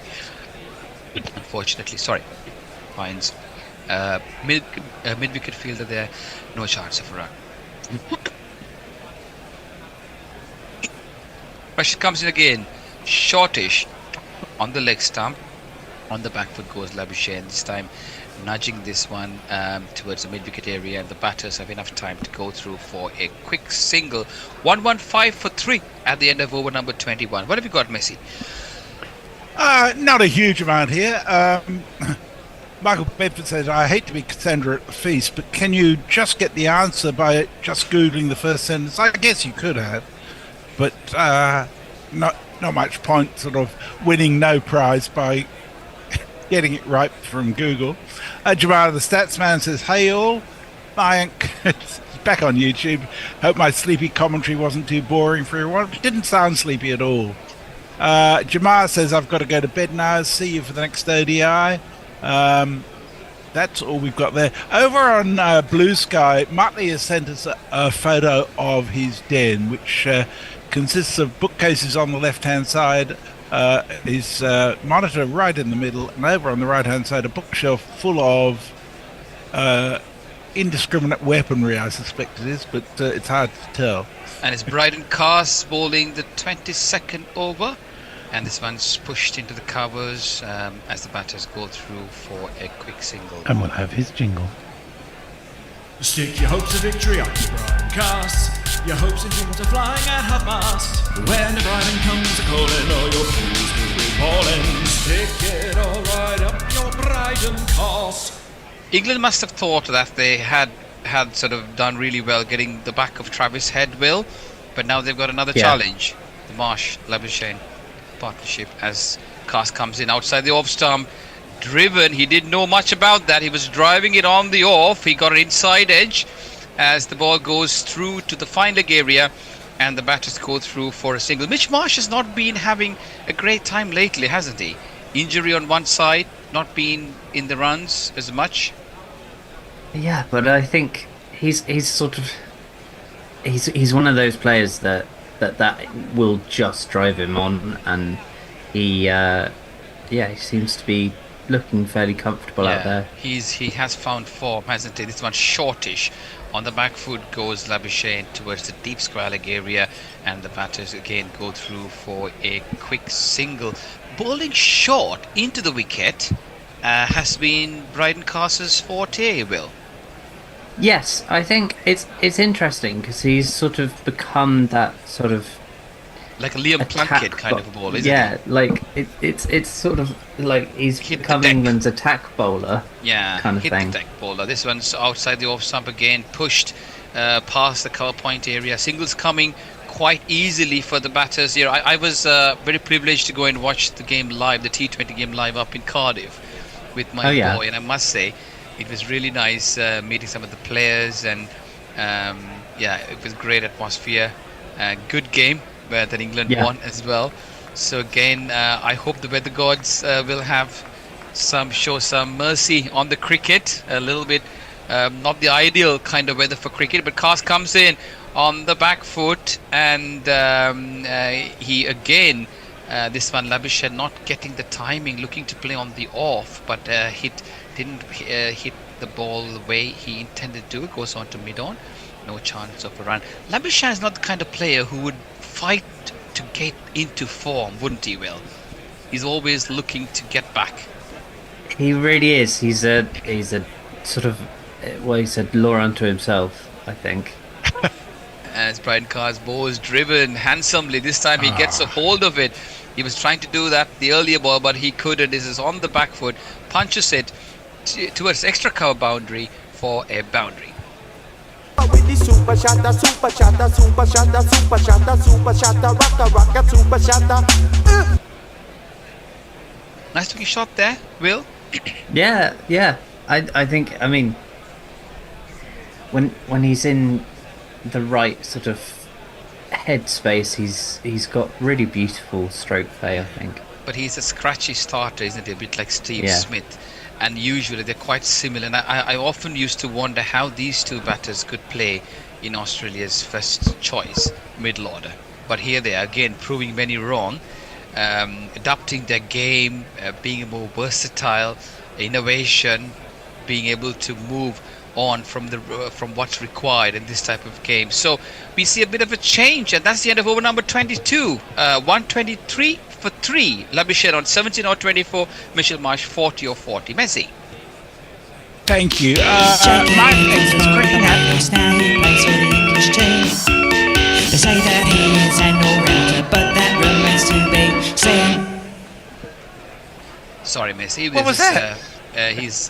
Did you give an introduction to Bethel? Did you over in the studio? Oh, is that was a change of bowling. Bethel's on. Okay, right. Sorry, Jesse. Messi will come back to you. So Bethel. That's okay. Just give us a bit of a signal if you can from the studio there when you do come in. Please. Well, you said a bit of a change, so I thought that's what you wanted. Oh, sorry. Okay, sorry. Yeah, this one's Bethel, Jacob Bethel, the newfound all-rounder who had a brilliant knock up in Cardiff. So he's just coming in. We missed a couple of balls there. We'll pick up on that. This was on the leg stump, nudged away towards the mid-wicket area. No chance of a run. He's kind of a tidy cricketer, isn't he? He's an excellent fielder. He bats really well. I like his left-armers. What do you think, Will? I really like him. I think they've really found something up there in Birmingham, and I think he could be really special. He's left arm round, and this once again he's bowling on a leg line. He's got a nice little leg slip, like a shortish fine leg and a short mid-wicket bowling to his field, bearing his pace. He's bowled 4 dot balls, but can you believe it? He even outbeat Liam Livingstone into the 50 squad before Butler's injury paved the way for Livingstone to come back. This one's a nice looking shot, over pitched, swept beautifully into the vacant deep square leg area for a boundary.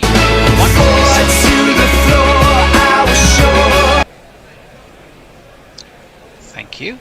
And yeah, Bethel, it's only 20 by the way, Will. So plenty of time. I mean, it's one of those things. I just really hope that they don't pile the pressure on too much, which seems to be the thing.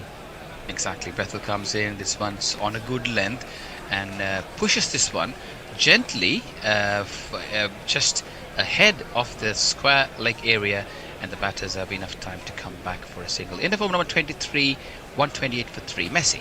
Sorry, we didn't give you the chance. I do have to. That's all right, man. I do have to say that the one thing I can't stand about Bethel is that shit show of a haircut. It's just awful. Mike says having such a weak base compared to football has always been weird to me. Cricket has such potential to become a benchmark of a sport, especially in the T20 and T10 format. T10 I detest.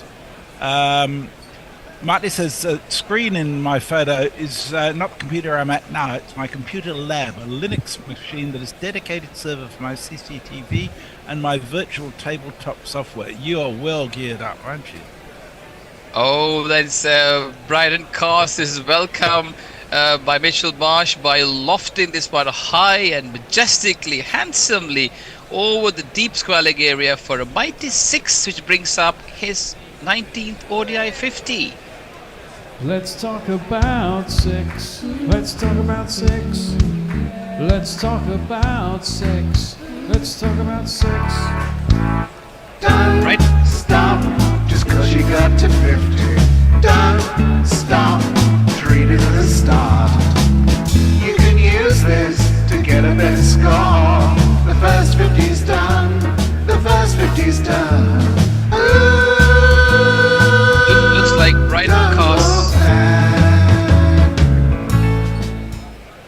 looks like Brian Klaas is flirting with danger, Will.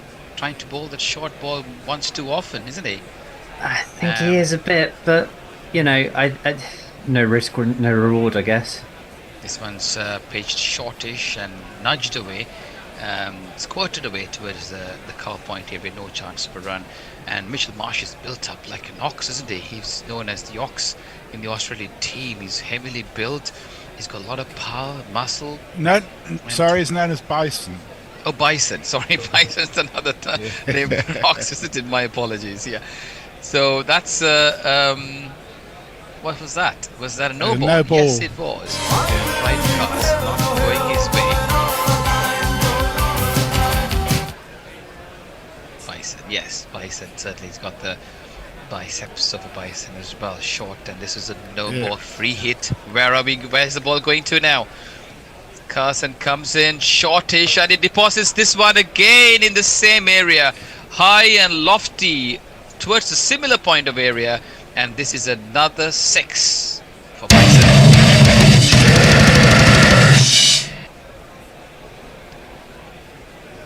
Yeah. He's not doing well today, is he? He's copped a real battering. He has indeed.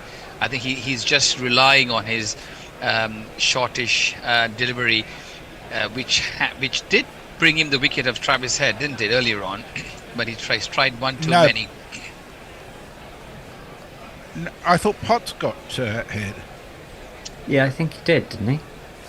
Yeah. Oh, Pot did. Sorry, Pot did, but he did. Yeah, it was cast. It was quite similar way. No, Travis Head was. Sorry. Ball cast. Yes. Yeah. So sorry, you're cast right. it. That's You're okay. Brighton got the wicket. No problems. Yeah, this is a keen battle here. Mitchell Marsh looking to have won this early stage of the battle. Will 52 or 58 balls the partnership? I think it's one of those things with this, particularly this sort of Australian middle order. Once they dig in, it's like getting a tick out of your dog, I guess. Brian Carr's balls on the back foot, nicely nudged away to the wake and mid-wicket area. Clever batting by Mitchell Marsh. They go through for a single. He had a couple of 6s there, so not looking to be greedy. Run rate steadily moved up to 6. And Mitchell Marsh playing very sensibly, looking for the long haul. This is the beauty of the Australian team, right? They don't depend on just the one player.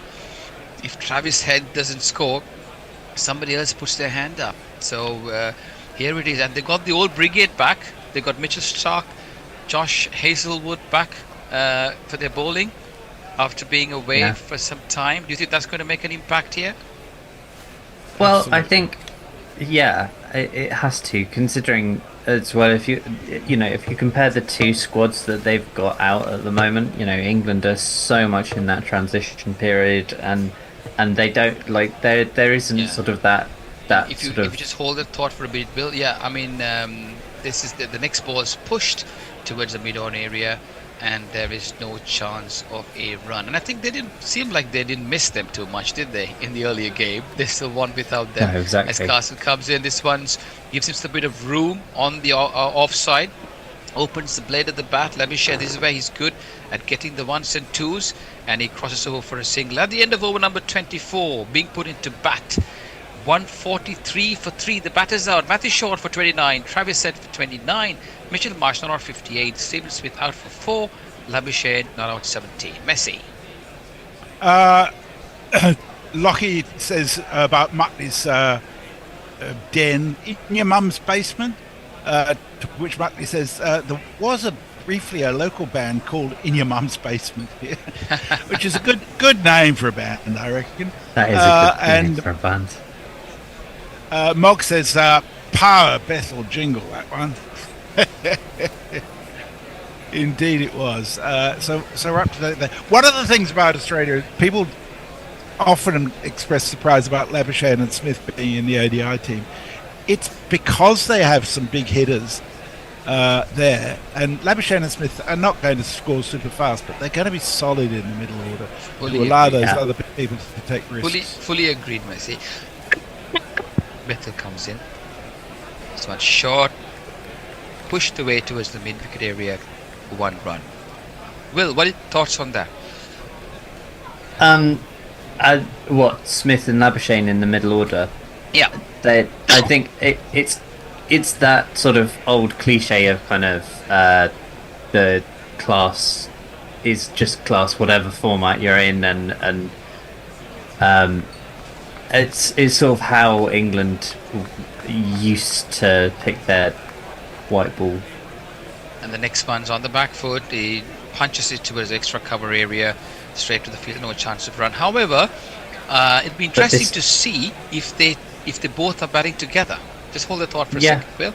As Bethel comes in, left arm round again, a nice sort of a slowish leg line. This one's pushed past the bowler towards the towards the long on area for a single. Go on, Will. But I was just going to say, unlike when England were picking the likes of, I don't know, Alistair Cook and Andrew Strauss, this actually works for Australia. So I think, as Bethel comes in, well, you will see short, and he spoons this one on the back foot. Labuschagne looking to hit this ball over the short mid-wicket area, and unfortunately he couldn't get the elevation that he was looking for. Bethel gets his first wicket in his second over. Labuschagne caught Livingston short mid-wicket off the left arm of Jacob Bethel for 19, and with the score on 145, Australia lose their fourth wicket. Were you playing at? No! Yeah, that was a dreadful shot. It's really, really bad. It was a rubbish ball. It was an even worse shot. And it just goes to show that, the fact that Adil Rashid is head and shoulders the best spinner in the England team, and Bethel gets Labuschagne's wicket, there's no justice in the world. But he was actually bowling quite cleverly, wasn't he? Varying his pace, and he's bowling on a leg line there. And if you see one of those other games where Labuschagne got 3 wickets, it was a bit like that, right? He was bowling the slowish leggies, away, and the batter's going on the back foot, trying to force the pace, and they could. It's a bit similar. So Labuschagne has a taste of his own medicine, is what I would. Yeah, well, that's very true. Yes. Yeah. Yes. So 3 wickets he got. They were just off dollies, and he didn't deserve a wicket in any of those 3 good batters that he got out. So here he is. So Australia in a bit of bother. 145 for 4, but don't write them off. As mentioned earlier, Alex Carey, Glenn Maxwell batting a bit lower than usual. Will, what do you reckon? Maxwell's coming in a bit late. I think I mean, they've definitely got time in the game, and if Glenn Maxwell decides that he wants to have a smash, then he'll have the smash, whether there's 15 overs or 2 overs. Carey, who's come in, has got a good healthy average of 32. He's had a century to his credit. He's fallen out of favour in the T20 side. Josh English looking very good and established there. The T20 format, he's got something to prove. Not had many runs lately, but Jacob Bethel, what's this young man proving to left arm over? And this one's bowling from wide of the crease, the first ball. A bit of a going down the leg side, and Carey comfortably sweeps it towards the fine leg area for a single. There's something they see in this boy, don't they, Will? For them to pick him ahead of Liam Livingstone. Well, I really hope that it doesn't sort of put that pressure on. I don't know. It's happening to Archie Vaughan down at Somerset at the moment. Jacob Bowles, on the back foot, and this one's pushed away, pulled or gently into the mid-wicket area. He was trying to get the elevation there again. Good piece of fielding by Matthew Potts at mid-wicket to prevent the ball from passing him. Good over by Jacob Bethel. End of over number 25. Run rate 5.84. 146 for 4. Messi. Parrot Badshaw says it's clear the median Guerrilla cricket listener has a small Linux home lab. Mine runs a jellyfish container. I tried Linux once and I thought it's not worth the fucking trouble, to be honest. Frank Rockefeller says England in the driving seat. I wouldn't. I reckon it's pretty even at the moment. Lockie 6 says England doesn't appear to know that every wicket they take brings them closer to the doom that is Glenn Maxwell. And Frank Rockefeller says Marshall is good, very good. Mog says I've got an old EEPC that runs Linux. There you go. That doesn't surprise me in the least, Mog. You've got gear coming out of your ears too, haven't you? Yes, welcome back to Adil Rashid. This is outside the off stump, and he's brought in every time a wicket it goes on. Is it to try and put the brakes on the experienced campaigner? What will England do without him in the ODIs and the T20 format? Will I know. We'll have his jingle quietly underneath. Sure. He's the best that we've had in, I don't know, well, most of my memory, I would say.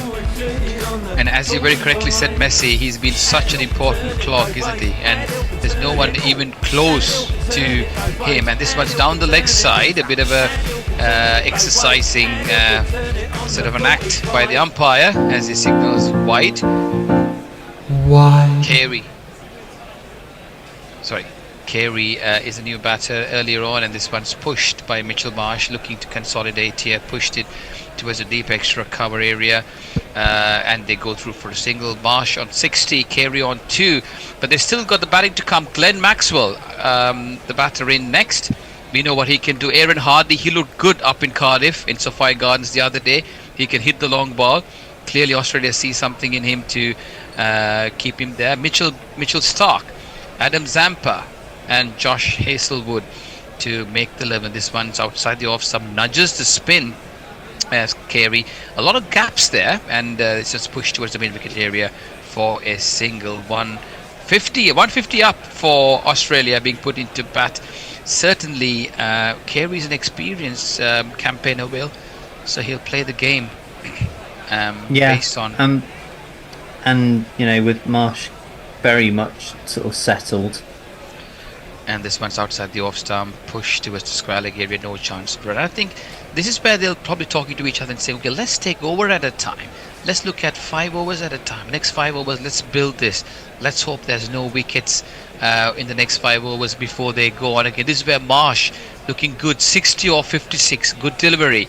And they might be thinking, let's just play Adil Rashid off. It's a good delivery on the front foot and pushing it back, no chance of run. This is where Harry Brooks probably thinking this is a chance to get in a wicket, bringing in Adil Rashid.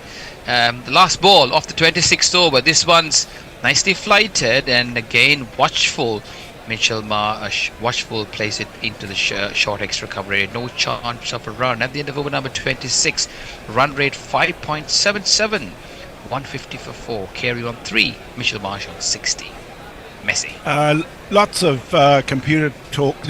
Muttley's saying he's been tempted to get a Raspberry Pi to run as a dedicated server, which reminded me of the Ronnie Corbett or Ronnie Barker, the BlackBerry skit, which is brilliant in the Greengrocers. If you haven't seen it, look up the BlackBerry skit. It's one of the funniest things. Mog says, I'll tell you what, Messi, I've got far too many silly little drum machines and synths lying around. Every self-respecting muso does, doesn't he? Or she? And yeah, more stuff. Ronnie Corbett, says Matt, it was. 27th over, Jacob Bethel, the young 20-year-old from Birmingham. He comes in. This one's nudged by Alex Carey towards the fine leg area, and the batters go through for a single. Interesting passage of play here. Australia looking to consolidate. England looking to get a breakthrough. Jacob Bethel looking promising, looking quite mediocre, but is bowling well within himself, keeping the batsman thinking with some clever variation of pace and line. Left arm round the wicket to the right hander. This one she's given him. That's a good call. It was a good delivery on the middle end leg, and Mitchell Marsh looking to go across the line, paying the price as the ball kept low and nice and straight. For me, that looks plumb on, straight in front. Australia in trouble. Mitchell Marsh not even reviewing it. Looks as plumb as ever will. Australia 5 down. England paying the dividends.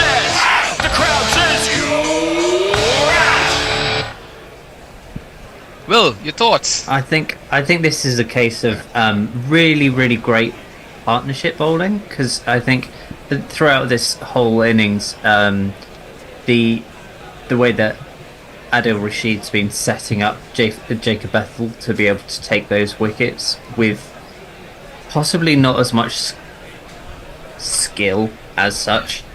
I think it's a really amazing thing, and I think that's kind of credit to both bowlers.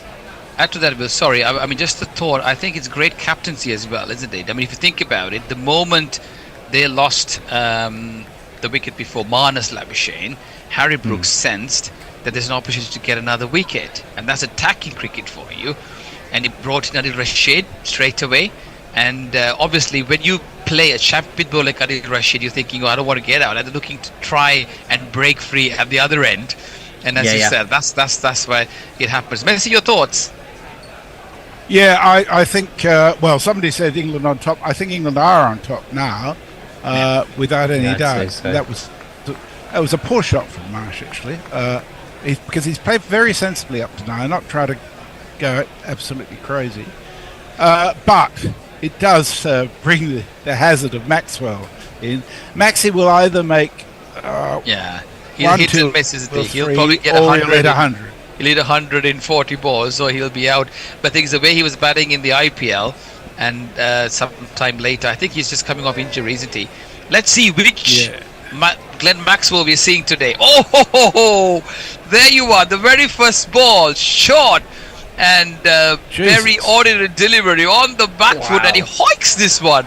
It's not even a proper cricketing shot by his standards. He hoiks this one over wide and long into the mid-wicket stands, and he says, welcome to Jacob Bethel. Hello, 6.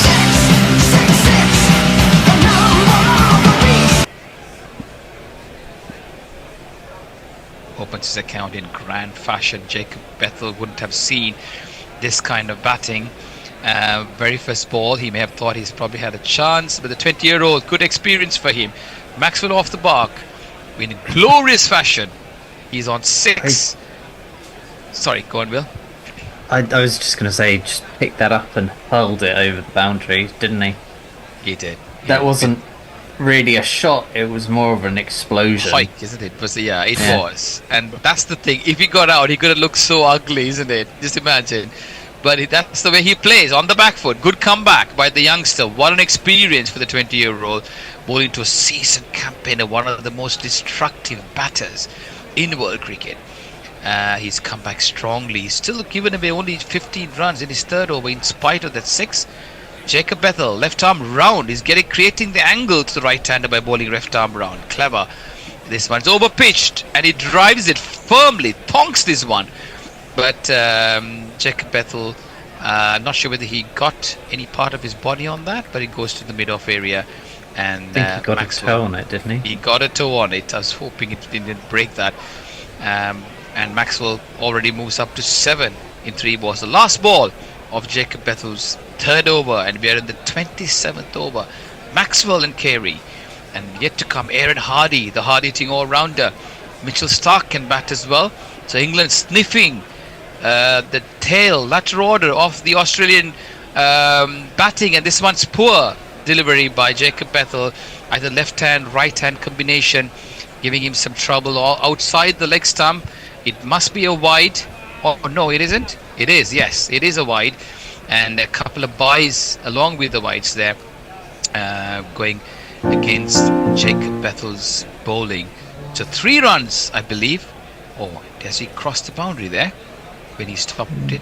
Well, no, he didn't. He was. I don't think he was touching. He wasn't touching. Yes, Adil Rashid there doing the fielding. So 3 more to the total there, to the extras. Never mind how it comes for Australia. 161. This one's a good delivery and pushes it gently towards the mid-wicket area. End of over number 27. Carey on 4 of 5. Maxwell 7 of 3. Bethel 2 for 19 of 3 overs. End of over number 27. 161 for 5. Messi. Frank Rockefeller just says good riddance when it comes to the departure of Mitch Marsh. I've also just posted a link to the Ronnie Corbett Blackberry sketch because it's 2 minutes 52 seconds. You will not regret watching it. It's so good. It's one of the great sketches. Yeah. And that's all we've got on social media at the moment. So please do contact us. Let us know where you are. It's always really nice to know if we've got people listening around the world too. I know Exactly. Soph and KL is with us. I know we've got, who was it? Some people in Thailand, was it? Bangkokians, maybe?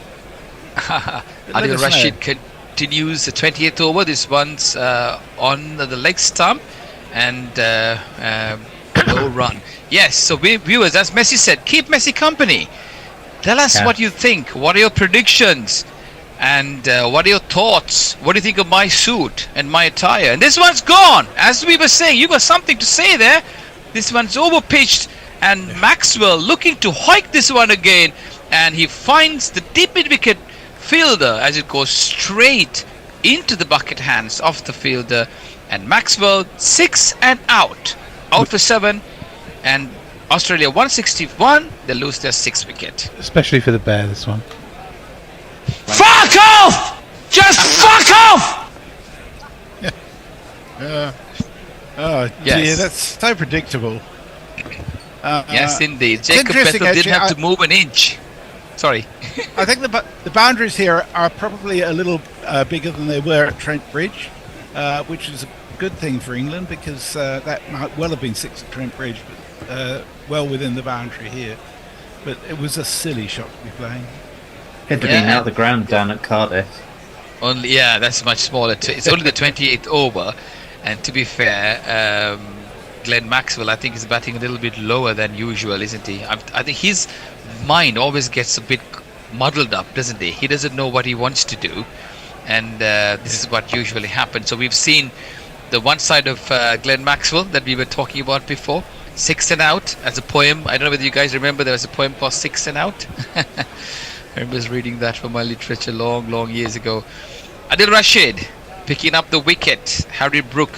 What do you think of Harry Brook's captaincy, gents? Messi? What are your thoughts? Well, I thought his captaincy in the first ODI was very ordinary. I just thought there was no energy about it, and he, especially the last 10 overs of the Australian innings, I thought it was pathetic. You know, the fact that he left Archer unbowled for 4 of his 10 overs, not even trying to get a breakthrough. We could have a jingle for the new man. I thought it was... Go for it. Oh, great. Thank you. If I must read myself a gator, how is his name? He's not gonna fail. He'd rather be hammering the nail on your coffin. Adil Rashid bowls the new man, and that's hit him right in front of the wicket. And Adil Rashid thinks he's got his man. They've gone up straight away for the review. So unless otherwise the batter had got an edge, I think that looked really plumb in front. What do you think, Will? I mean, I'm notoriously terrible with LBWs, but I think that got a nick on it, to be honest. Yeah. That's the only thing that's going to save Aaron Hardy. Have they definitely gone up for it? No, I don't think they have. Oh, they haven't. Apologies. They haven't gone up for it. So clearly there must have been an apparent nick there, which obviously we couldn't see from the replays here. So, an interesting looking reverse sweep off the second ball after being nearly caught plumb in front. Aaron Hardy showing a bit of steel in terms of his character. What can he do? The fastest to 200 wickets. Adil Rashid has taken 131 innings to get 200. The 2 ahead of him, Saqlain Mushtaq 101 to take 200. And Shane Warne, the great legend, who took 124 innings to take 200. Rashid bowls outside the off stump. Aaron Hardy pushes this one towards the mid-wicket area, and the batters go through for a quick single. Adil Rashid with his tail up. Can he get one more for his team? The breakthrough that Harry Brook, another wicket here to make the inroads into the tail. And it's Aaron Hardy, the last of the recognised all-rounders, like wicket. Mitchell Starc also coming back from injury. Yeah, going back to the captaincy, Harry Brook is his first ODI as captain. So as Messi said, I thought he had an ordinary game in the last one. This one's nicely bowled, cleverly bearing his pace. The legend Rashid, and this one's pushed into the square leg area. No chance of a run. End of over number 28. And the score 162 for 6. Have any of our listeners woken up, Messi? Yeah, indeed they have. Jason Torrey says, love from New Zealand, are we getting the Vaughan free jingle? Cat Martin says, still in Las Vegas here. Mog says, oh, you don't really want to know what I think. Alex Cook is listening in Brunei. Soph and KL says, unsurprisingly given the handle, I am in Kuala Lumpur. The other half, Dave Carps, is listening from Bali too, although he might be more interested in the Chelsea game now. Chelsea are 2-0 up after 38 minutes. Hattie the Batty says, it's great to have Bennett whatever his attire. To which Frank Rockefeller says, must be getting old. I'm not sure if that's what that related to. England need to bring back Martin McCabe, says Jason Toy. And Kieran says Australia in trouble here. Yes, I think they are. Hold on a bit, Messi. Sorry. Hold on, Messi. No, this one's short, but because the spinners get through quickly, I just need to get this away. Short ball on the back foot goes Aaron Hardy and pushes it towards the deep cover area. The batters go through for a quick single. Go on, Messi. You want to quickly finish up that? Cressida Evans says she's listening. Hey, Messi, listening from Salvador in northeast Brazil. All hail the gorillas. Brilliant. Thank you for that. Wow. Cressida. Wow. We've had people from all over, isn't it? Brunei, El Salvador. Wow. This one's overpitched and driven, not that convincingly, towards the long on area. And the batters again go through for a single. Bethel 2 for 20 in his 4th over. And then going back to this captaincy thing, Brooke has captained under 19s, hasn't he, previously? Yes. But I'm just wondering whether it was a bit too early for him. Hold that thought for a second. Bethel comes in, left arm round again, and Hardy drives. Nice looking shot there. He's found the gap there. He goes past the third man area, and that should bring him some confidence as it's his first boundary of his innings. And if you kids can't listen, then you bound to see the way you get shot for crossing a boundary, crossing a boundary. Nice looking shot there, Will. Yeah, definitely. I think that was just slightly too loose from Bethel, and it just gave him that opportunity. I think with the captaincy, Bethel comes in again, left arm round, and this one's better length and line as well, as Hardy respectfully pushes it to an extra cover. No chance of a run. But the captaincy will go on. They obviously see something in Brook, and they're just trying to give him as much time. This one's pushed again. Good angle, good line, varying the pace again. Hardy respectfully pushes it back to the bowler. No chance of a run. Yes, I think, and they need to have a succession plan in place as well, isn't it, Will? Go on. Yeah, I think also with Pope getting the sort of the opportunity in the tests and stuff. This one's on the back foot again. A clever over, pushed back again, except the boundary there. He couldn't get him away. 2 for 25 at the end of 4, and over number 29 we've got 168 for 6. Australia being put into bat in a bit of a bother. Messi, just so you're aware, this is a circumstance that might actually suit Aaron Hardy. He's not got great figures in T20s and ODIs up to now, but he's got a first class batting average of 40 with 3 centuries, so he's capable of batting in a slower fashion quite successfully. And Frank Rockefeller says, find Rubens' portrait in the corner. Where's that? Is that behind you, Will? Sorry, Messi. Hold on a second. Rashid bowls. This one's short and turning in to carry on the back foot, punches it towards a short extra cover area. No chance. Oh, so the batter go through for a single. Go on, Messi. Finish. He also says we don't need Aussies getting confident. Yeah, Jason Toy, Aaron Hardy is a recognised all-rounder for Western Australia. So not many people outside of Australia have come across him before. It's quite true. Yeah, he's more of a bowling all-round, isn't he? This one's over-pitched, nicely played by Hardy. Certainly is looking very well equipped with a range of skills in his armoury. Business to play towards the mid-wicket area, deep mid-wicket area, and they quietly go through for a single. I think this is a time for consolidation, Will. They need to take over by over, make sure they're just piling up singles and twos, making sure they're not losing wickets. As Rashid bowls, this one's on the back foot again, clever by Carey, angling the bat to vacant, loads of spaces out there in the middle, angling it back towards this extra cover area. The field is quite deep there, and enough chance for them to come go for the single. Sorry. I think what you want to do, if Hardy's sort of much more of a kind of red ball cricketer. As Rashid comes in, good delivery, and Hardy respects it, plays it on the front foot, no chance of a run. You've got to just hurry him at the crease, and just don't let his brain sort of I can sense that because we hardly have time to breathe between balls and overs. Well, yeah, exactly. And, I'm going to squeeze it messy and then apologize to people like 1,000 times for cutting it short. And Rashid bowls this one. I need you to. On the back foot, yes, sure. Steers away towards the third man area, passing Adil Rashid, and the batters come back for a comfortable 2.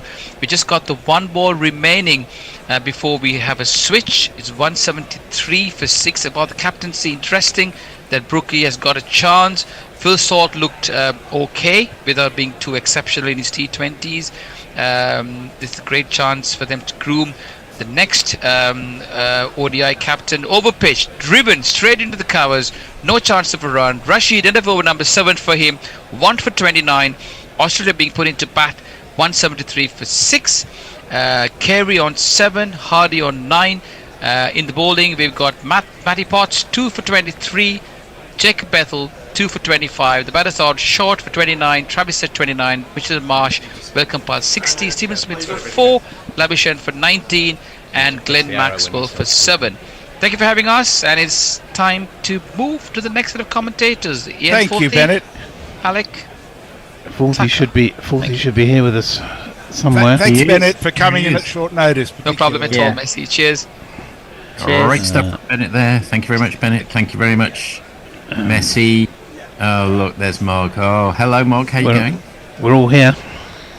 Yeah, and there's Ditch in the studio, anchoring things. Yeah, we just. I think we just had a ball of that Bethel over. No run as well. Thank you very much. So Bethel, 2 for 25 off his first 4 overs. Starts with a dot at the beginning of his 5th. This has gone extremely well for him. And that's swept by Carey, but straight down to long leg there. They just come through for the single. Yeah, and I like the way he fed that 6 to Mitchell just to get him overconfident so he could get out shortly afterwards. Very clever. Yeah, he's not a natural sweeper of the ball, Mitch Marsh. It was a slight desperation shot and he couldn't pull it off a second time. Bethel. No, just pauses for a moment as Hardy backs away. Very good, as the guys were saying in the last stint, very good red ball cricketer, Hardy. Got an average of 40. I think he comes in at number 3 for WA in red ball cricket, but has yet to really make a mark in white ball cricket. But here he is. A slip and a leg slip. That's outside leg, and that's just played off his legs to the man at 10 yards in at deep mid wicket. Dot ball. Yeah, what? Just the single. Sorry, I've missed a couple of jingles earlier. I couldn't find Mitch Mark. I couldn't find Aaron Hardy. No, I couldn't find Glenn Maxwell. God knows why he wasn't there. Maxwell. But anyway, Glenn Maxwell came and went. Yeah, rather irresponsible. Before I could find him, but I have found him now and put him in the cart, so we can have him later. Yeah, swept round the corner to long leg by Carey, who just comes through for the single. He moves on to 9, and I found Potts as well, who was missing from the England team. I'm not quite sure why, but he's back in the list now. Well done. That's great housekeeping. Well, I'm amazed I could remember how to do it. Bethel in again, and this one's on off stump, which is played all the way along the ground down to the long off rather bar for a single. If this is what England are getting out of their 5th bowler, I'd be extremely pleased, because what they got out of Cars was very catastrophic. He's been not just he's been the weak link by a distance, and they'll be hoping maybe they won't have to bring him back into the attack. Last ball of Bethel's over, goes a bit wider, and he's been punished for it.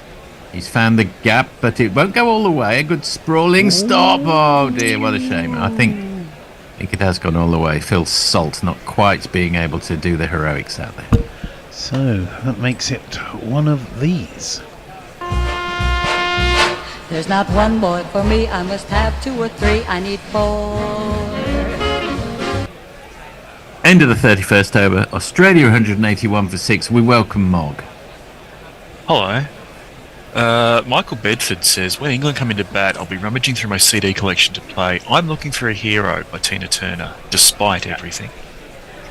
And Pirate Bachelor says, I've just seen a photo of Bethel's hair. Bloody hell. Yeah. It's not great. It's a cross between Tintin and Early Gower. You would have hoped those words would never have been spoken. Yeah, he does have his detractors amongst our commentators. Well, he's bowled well. Meanwhile, Rashid's starting his 8th over. Is he going to bowl through? Hopefully, they'll be hoping they can pick up another wicket or 2. He starts with a dot ball. Hardy very circumspect. He's gone through his whole bag of tricks in this spell today, Rashid. The googlies, the sliders, some classic leg breaks. And he comes again. Ooh. You got a couple Hardy's just guessing there, really. Yeah, he got a couple to massively turn in his first over. First couple of balls went a long way. Labuschagne was all at sea, but anyone would have been. They were unplayable deliveries, effectively. That's the one that turns, but not that much. Oh, and that's the slider. And it's straight to the man who's Harry Brook, the captain. Just cuts it off in the covers there, dot ball. Touching his elbow again. Is that a euphemism for something?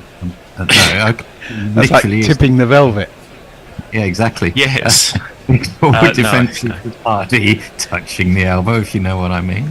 I think there was some suggestion he'd injured his elbow. Okay. Literally had injured his elbow. Oh, it's all above board, right? Okay. No euphemisms from me, thank you. No, God, no. I'll steer clear of that kind of stuff. Rangers of the euphemism. In comes Rashid again. That's the leg spinner, which is played out to Salt, sweeping up on the boundary just for the single. Manages to stop it this time. Yes, it wasn't a great piece of fielding, to be fair. Having got there, he would have hoped to cut it off at the end of the last over, but he did not. Yep. So, I mean, you meant to double the score at the end of the 30th over, and they would have been about 170. I don't think they're going to get 340 here. In comes Rashid. Props forward, defensive from Carey. He ends on 13 off 14 at the end of the 32nd over. Australia 182 for 6. Yeah, I think that rule usually thinks you'll be either 3 or 4 wickets down, doesn't it? Not 6. Yes. Oh, we've got drinks coming out. I can read you out a blue sky message, whatever we were calling those. Mark Zip says, joining you from me set up at the Ithaca, New York LP Vinyl Records and CD Fair, free admission at 10 o'clock, or 10 a.m. Don't forget to mention Gorilla Cricket and get a discount at Zip's table. And he's got a picture of what appears to be 1 billion crates of records. As if it was 1968. Yeah, that's exciting. And we have a super chat. Yes, that's what he said. I'll have to look over there later. Super chat? Do you want to play the super chat jingle? Yeah, why not? I got the super chat jingle there, Ditch. Oh, I'm going to find that. I don't know what that one will be in. Well, I'll read it while you look. Yeah, you have a look, and I'll see if I can Frank find Rockefeller the says, always good for a laugh, off to work with spirits high, and England winning. That's probably optimistic, but there you go. Yes. And, Sophie Kale says...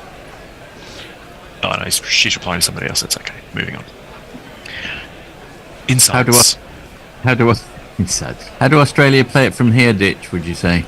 Well, I think they'll just want to bat it out, won't they, and have a go with the last 5, maybe 10, depending if they haven't lost any wickets overs. They're going to play till 10 to go at least, aren't they? Try not to lose a wicket. And then try and accelerate after that. They've still got a bit of batting to come, haven't they? But not huge amounts. I still can't find Hendo might have to come and show me where Maxwell that is. didn't. Don't worry too much. Maxwell didn't read that memo, mind you. I mean, that was Maxwell at his absolute worst. Maxwell's 200 against Bangladesh on no legs, not just one leg, no legs. I think Afghanistan. Afghanistan was quite the most remarkable innings I've seen, I would say, in the last 3 or 4 years. It was incredible. Ooh, we back? Is this live? That's a replay. Yeah. Just checking. I don't want to be tonied. There we are. Harry Potter's Bobo, Caractacus Potts. Oh, it might be one of these. I haven't read that. What you looking for there, Ditch? I'm still looking for the super chat jingle, so yeah. I know where it is next time at least. Okay, well you could hum it or I found it. Do you want me to play it? Yeah, play it. Yeah, because we're still in there. YouTube Prime Super Chat. No shipping, unlike the bucket hat. Yes, it was very sensibly put in a set called Marketing 2. However, I didn't realise there was such a set as Marketing 2. It didn't exist when I used to be here. So it's all Everything's changed. It's all not so like changed. the old days. Not like when I was a boy. Well, The computers took up a whole room when you were back in the old days on the sofa. yeah, but there are a lot more of them now. They're all Central over the place. processing unit took up most of the room. We've To use punch cards. Yeah, a good old punch card indeed. I did my gap year in IBM, and there were people then reminiscing about the golden days of punch cards, where they just moved out of them. We had punch tape when I was at school. Little rolls of tape, and you kept your programs in a little box all rolled up with a rubber band around them. Oh, you'll need to look in your box of tricks, as it's Liam Livingston time by the yes, he might be in here. Let me see where he is. I've got one for him. Here we go. I am Liam Livingston. I play for the Lightning. My one-day kit is blue, but for the tests it's white. He's bringing the mid on up, tempting him, Liam Livingston. I was going to say that he hasn't bowled at all yet. I was wondering what would happen to him. Well, I think he's going to be. These last 4 wickets don't go down, and he bowls anything like. I think he'll be taking up the slack of Cars, one imagines. And he's dragged that one down, but he's sort of got away with it. Cut to the sweeper, Salt on the offside boundary. He can only bowl a maximum of 9. Yes, it would be unlikely that he would bowl. Well, he'll probably just bowl the missing cast ones, won't he? Which is about 4, I think, 4 or 5. Help make up for that carcinogenic smell. Yes, that was a poor spell. Although I did get him his wicket. Was a poor spell, but I always feel. Well, I said he was bowling absolute rubbish, and then he did get his wicket, but I haven't repeated that he was bowling rubbish since. Essentially, the very next ball, I think, wasn't it? It was, I think, yeah. I think he's carrying too much ink, Bryden Cars. Oh goodness, that's a reverse sweep by Carey, right off middle stump, and executed perfectly, in fact. Indeed, it was for one of these. And if you kids can't listen, then you bound to see the way you get shot for crossing a boundary. Saw a little group of Australians, all in their uniform, the yellow caps and the green tops there. Who would sign up for a tour of England at the end of September going into October if you're an Australian? Yeah, they have. Yeah, you might not have got any. Murphy's there guiding them. Oh, and the conventional sweep. Oh, Livingston's interested. He thinks it might have been pad first there, and they've hurried back for 2. They did really well there, actually. And what's the umpire? The umpire thinks he's hit it, I think. Can't see any signal for leg buys there. My impression was that he hit it. Anyway, he's moved on to 19 or 16, so he's moving through the gears quite well, Alex Carey. Got a nice round of boos as he came to the crease for obvious reasons.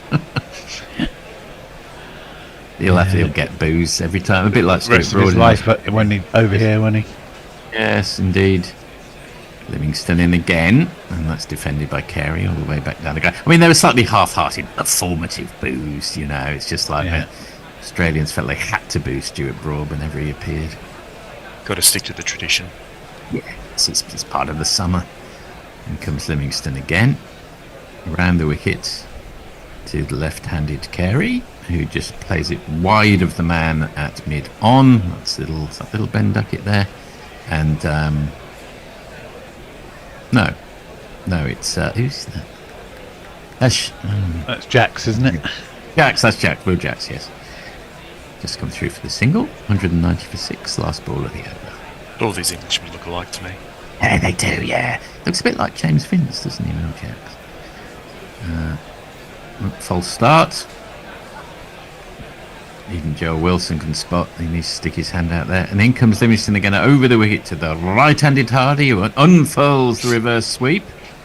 And he has got it wide of the man who's Rashid, and he's got it all the way for one of these. 1, 2, 3, 4. So quite an expensive first over, Livingston. Cars will be rubbing his hands, hoping he'll get back on. Mog, over to you. Guerrilla Cricket has said in very capital letters, Super Chattis. Yeah, so, Super Chattis. Super Chattis. And let me see if there's anything on Twitter. Even though it's a filthy pile Twitter. of degradation of disease. Twitter. No, Twitter remains fallow, and long may that stay the same. Hello, Twitter. It's really fallen into disuse, isn't it? It's like the chap who gets turned into an insect in Metamorphosis and ends up just getting kicked under the sofa and neglected and forgotten. We got another bowling, Wow, another Kafka bowling references. change. Another bowling change, gentlemen. It's Will Jack's time. It might be Will Jacks. Maybe it's Will Jacks. It's probably Will Jacks. Yeah, it's Will Jacks. So I Who guess is it? the planet Will Jacks. No, it might be Ben Duckett. Jack names the planets. That's played out into the offside by Carey. Dot ball. Good start from Jacks. Solid start. Looks a little bit like a murder victim in an Agatha Christie. And that's swept around the corner to the man on the 45, and that's dot ball. So that's a very good start from Jacks. He was Vince a minute ago. Now he's a murder victim. Yeah, I just Really seeing exercising the mind there. A lot of him. He's got a slit, and that one just straightens a touch. He'll be pleased with that one. And he's really hurrying through there. Yeah. If you can't, I think we need this jingle. This isn't a bad strategy. I think we need this jingle. Yep.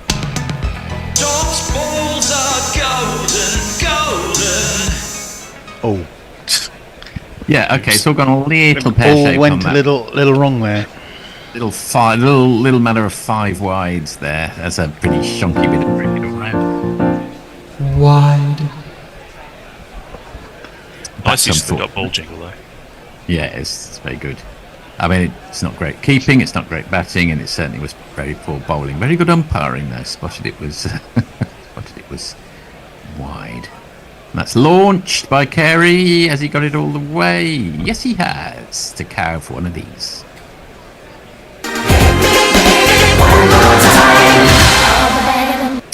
Yeah, they've hit the 200 as well. Have you got a 200 jingle ditch, do you think? Let me have a look. We must have surely somewhere.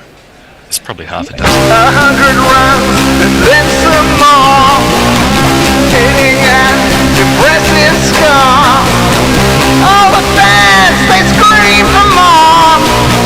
Double century batting man.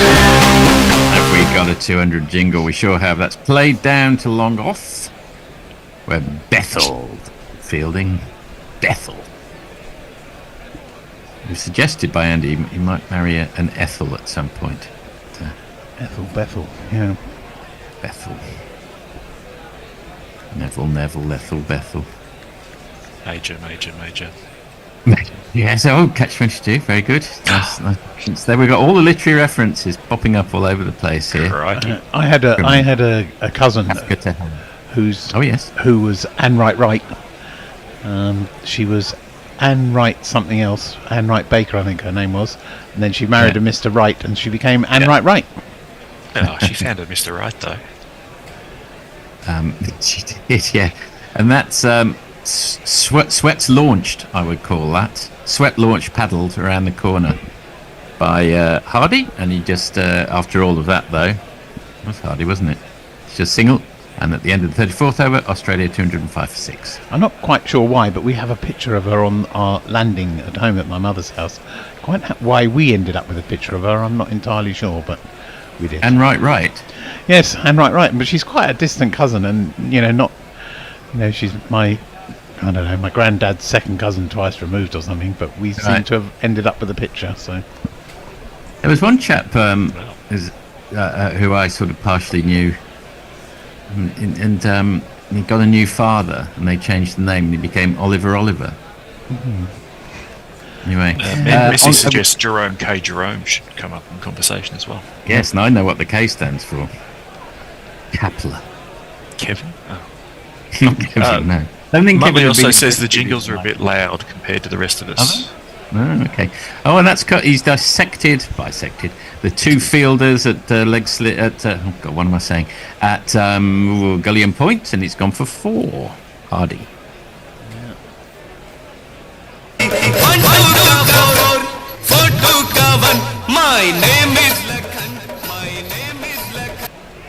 Well, they've got a fifth bowler problem here. Livingston isn't solving the problem that Carr's created, but anyway, that's played out on the offside by Hardy for a single. He moves on to 23. Because the fielders are live, would you say they've been vivisected instead of bisected? Yes, I would say that's quite accurate, yes. I'll try and... the jingles are a bit tricky because I can't get at the overall volume control. So I'll just try and turn them down while I'm playing them. So it's like an arm going inside a drain or something. I can't quite get it. It's right over the other side. I'd have to get up and go over the other side of the room, and then I'd have to guess which volume control it was anyway. So it's probably better to get like a broom or something and just poke at it? Yeah. A digital broom. And that's a full shot from Carey, and it just scoops up. If that had been an old-fashioned silly mid-on, it would have gone straight into his hands, but not surprisingly there wasn't. We normally rely upon the bear for technological things like that, and we've got the two least likely technological people here today, me and Hendo. Least likely. Oh, and he's just threaded the needle between the gap for that one on the offside. Carey between the man close in the covers and the mid-off for one of these. 1, 2, 3, 4.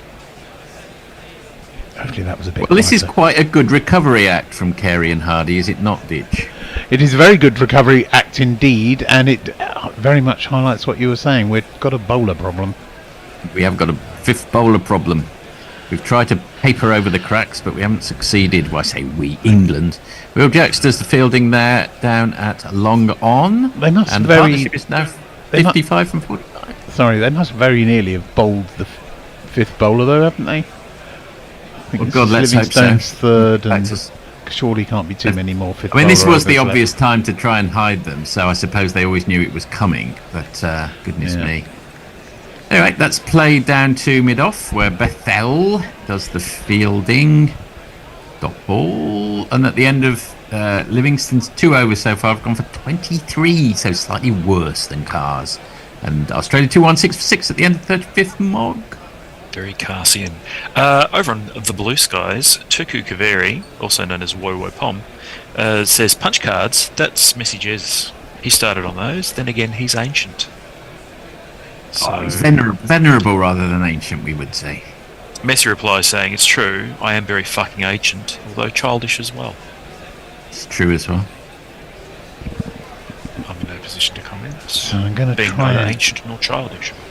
Is I think Messi is the what do they call it in England in Parliament? Is it the father of the house? I think. Yeah, father of the house, indeed. I think Messi is the father of our house.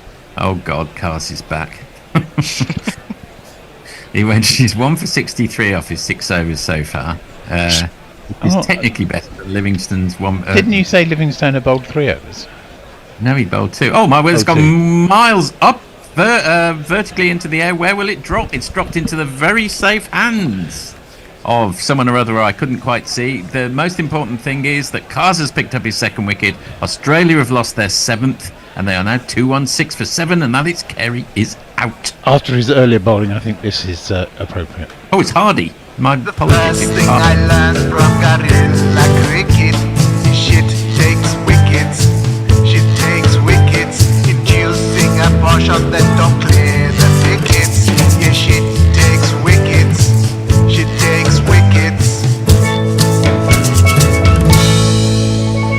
I mean, we say should take wicket. It wasn't the worst ball in the world, but I was really just talking about the whole spell. But yeah, the whole spell is terrible. It's very true. He's got 2 wickets now. He has. Potts is the man underneath. He'll be hoping for a fifer. Just proves it, doesn't it? You know, he's got 2 wickets bowling a pile of shite. Yeah, absolutely. It happens. It happens. Mog, do you want to come in if you got anything you want to tell us? Form is temporary, class is permanent. Messi says, looks as if Ditch is in some danger of falling out of the side of the studio. Yeah, I'm a bit, aren't I? It's just the way the camera works, I think, or maybe I'm leaning the wrong. Perhaps if I lean on the chair this way, do I look a bit better now? Yeah. No, you're fine. I mean, you do you. That's what the kids say. Yeah. I'm just slouching. I'm slouching to my right instead of slouching to my left. Mazda have a slogan for their utility vehicles called "You Do Ute," which seems sort of rubbish on lots of levels. I mean, people who buy utes, they're not attracted by the slogan "You Do Utes." That's something that, I don't know, teenage girls say, isn't it? They might be aiming for the more urban the chaps who think there's metrosexual ute buyers. There's an affectation of being a bit earthy by buying a ute. I think we've got another... Or a Mazda ute, at least, rather than the great big hunking Toyota thing. Over to you, Ditch. I think we've got another missing jingle. I'll have to go and find his jingle. Oh, gosh. I don't know what's going on. It's proving quite a bear hunt today. Yeah. Well, the bears let us down badly. But, God, don't say that. No, he hasn't really. Buoyed by... He's in Coventry today, which is always a good thing to be.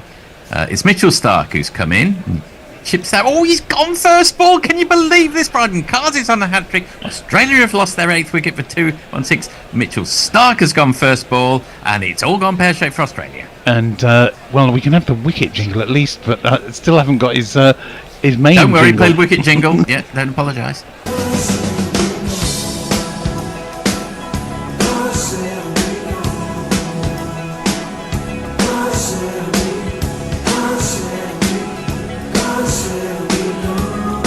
And now he's out, we can actually have his jingle, Mog. Yeah, let's have his jingle. He's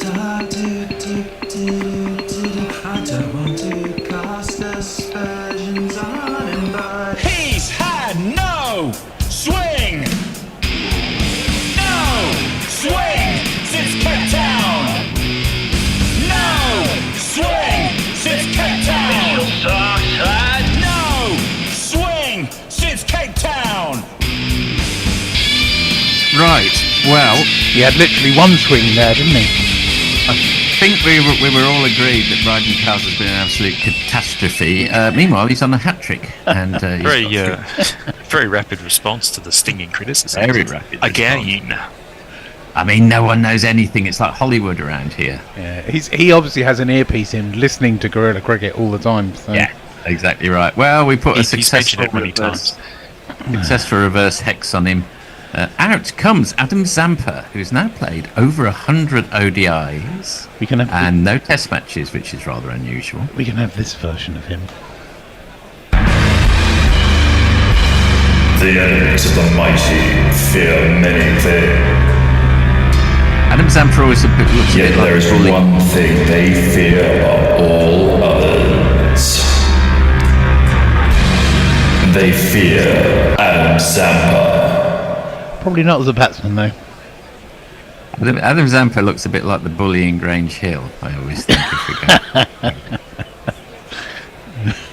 Anyway, this is the hat-trick ball which he's facing. And in comes Cars. What's going to happen?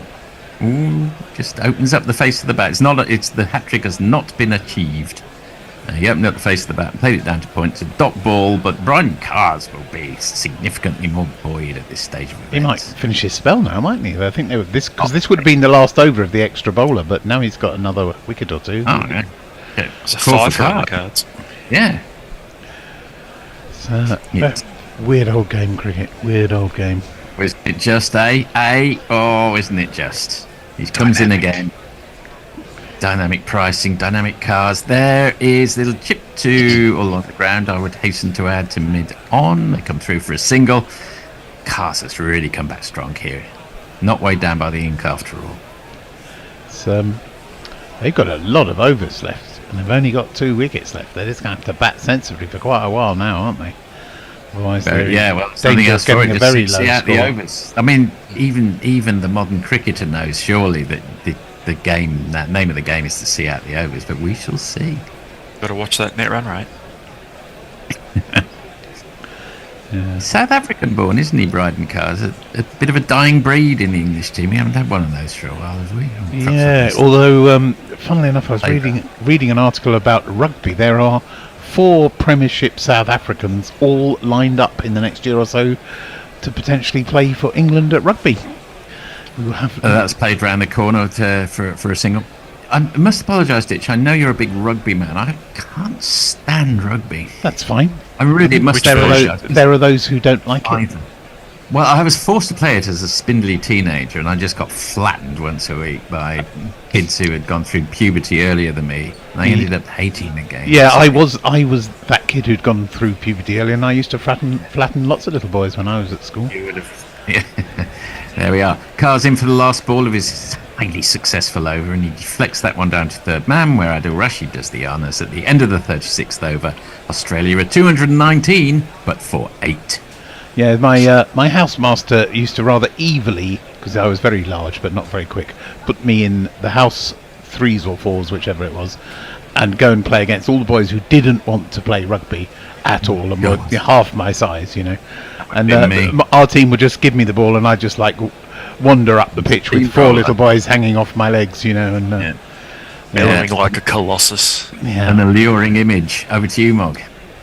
Messi says, despite having previously bowled 100% shite, both of those 2 wickets from Cast involved the ball lifting much more than expected. Leah says, who are these 11 Muppets and why did they decide to dress like the Australian cricket team?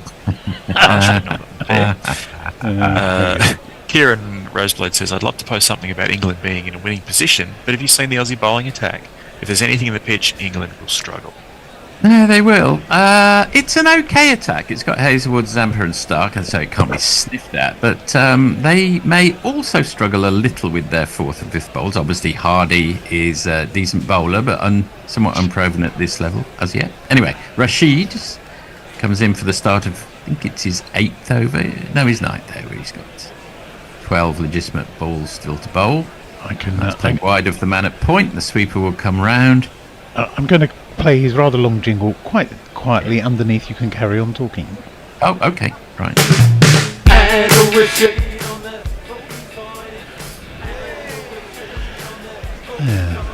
And silence ensues. Yeah, sorry. No, I was just. Why are we playing? I was a little confused as to why we're playing his jingle. Well, because he's only just come back on, hasn't he? I know we've had it. Well, the last over, didn't he? Oh, no, I don't think he did. No, he didn't. Oh, okay. It doesn't matter anyway. It's lovely to hear his jingle again. Always a pleasure. In comes Rashid again, and that's launched. Not very effectively. Down to just round the corner to square leg. Just dribbles across. And Carey moves on to... yes. Is it Carey? Yeah, anyway. 33. Carey moves on to 33. It's ticked over now. There we go. Rashid in again. Up-ish and straight out. Straight out to the man in the gully. He followed it. He was neither one thing nor the other. He didn't defend it. He didn't really hit it hard. He just lobbed it up in the end. I think that was Ollie Stone in the gully. And 9th wicket falls for Australia at 2-2-1. They've still got 14 overs to go. Dude, it's your big chance. Don't blow it. You're probably going to blow it.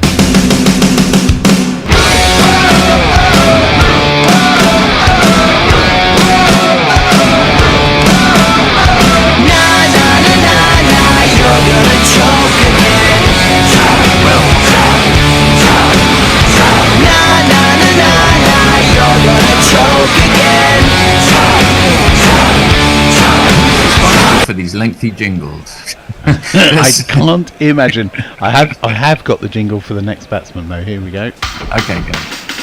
I'm afraid of Josh Hazelwood. I'm afraid when he bowls. I'm afraid of Josh Hazelwood. I'm afraid. Josh, Mog, you don't like many people, including the Australian cricket team. How do you feel about Josh Hazelwood? He's the one I would want to least, I think, in this Australian team. I'm not over. He's overshadowed by the hatred I feel for the Zampers and the Smiths and the Labuschagne. Adam Zampa really gets you going. I can't stand Adam Zampa, little twat. The bully in Grange Hill, I was right. Very good, very good. Was there ever a crossover between Press Gang and Grange Hill? There may have been. There was between the Bill and Grange Hill. Everyone graduated from Grange Hill to be a junior police officer in the Bill in the end. In comes Rashid again. That's just played round the corner. Ooh, Legstick thought he was in business for a moment. But the man on the 45 does the business, and it's Josh Hazelwood facing. A couple of Grange Hillers went into EastEnders as well, weren't there? They also went into EastEnders. That's exactly right. Yes, I mean there's job for life for you there, Bill. The Grange characters Hill. or the actors did this? Well, yes, not the characters, the actors. Oh, that's a shame. Sergeant Cryer was a local in my pub in Beckenham. Was he really? Okay. Yeah. That's a wide down the leg side. I better do that. The total Australia on double Nelson 2-2-2. Wide. Two birds, and that's a big forward defensive from Josh Hazelwood. I mean, I think they know what they've got to do. Hazelwood should support Carey and he can get as many runs as possible. I mean, it's still not impossible that Australia could cobble together, if they got to 250.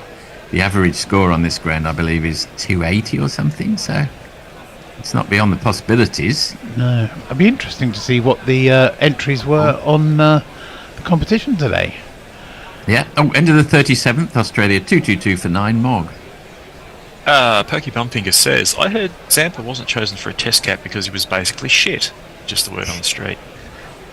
My egg says, I used to flatten a lot of little boys. Don't say that out loud. Yeah, well, yes, there is that. Yeah. And Messi says, Jason Roy, Keaton Jennings and Tom Curran were all born in South Africa. Yes, they were, but they're not playing now, are they? I was talking about people who... Well, I suppose Jennings could be back in the frame. Tom Curran, I think his time has gone. Who was the other one? Jason Roy. I think his time has definitely gone. Yeah, I would say his time has definitely gone. Yes. There's a beach ball being chucked around. They just get confiscated in Australia. Do they get confiscated in the English grounds if people are playfully, thumping the beach ball around? Does the security guards come and confiscate it? Ditch? I don't not.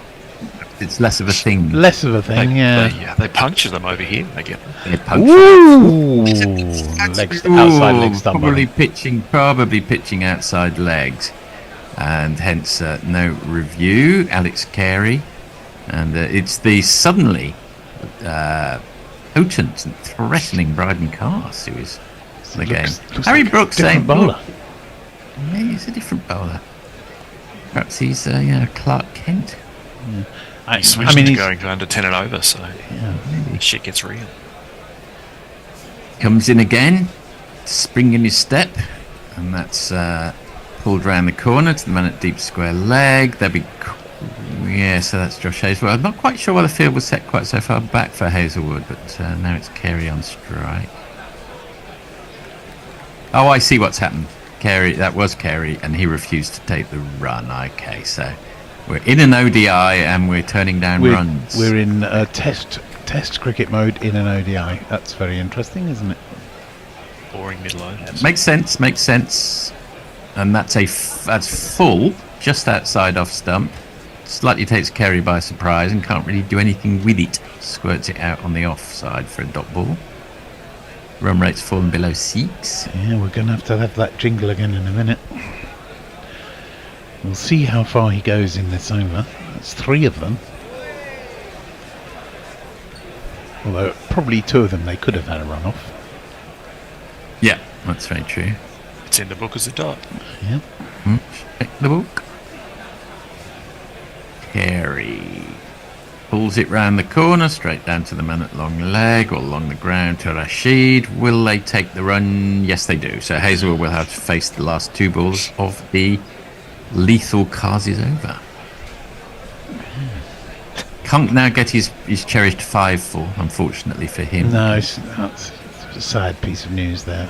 Rashid ruined his day. Can't go up on the Headingley ODI honours board for his Rashid's just not being a team player.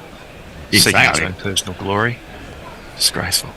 Like that time when Alex Tudor ended up on 99. Oh, that was very unfortunate. Graham Thorpe R.I.P. who prevented him getting. And he's such a nice bloke, Alex Tudor, as well. Yeah, well, so's Graham Thorpe. In comes, or he was, Bryden Carr's in again. 5th ball of his over. Josh Hazelwood just fends it down on the leg side. He used to come and help. He coached my kids a bit, actually, Alex Tudor. He used to come down and help at Dulwich Cricket Club, help with the coaching of it. That's nice. That's nice. Home of Ernest Shackleton. Yeah. And Dick. Not the Ernest Shackleton. Yeah, the Ernest Shackleton. Yeah, the Ernest Shackleton. He was one of the founders of my Masonic Lodge, Mr. Shackleton.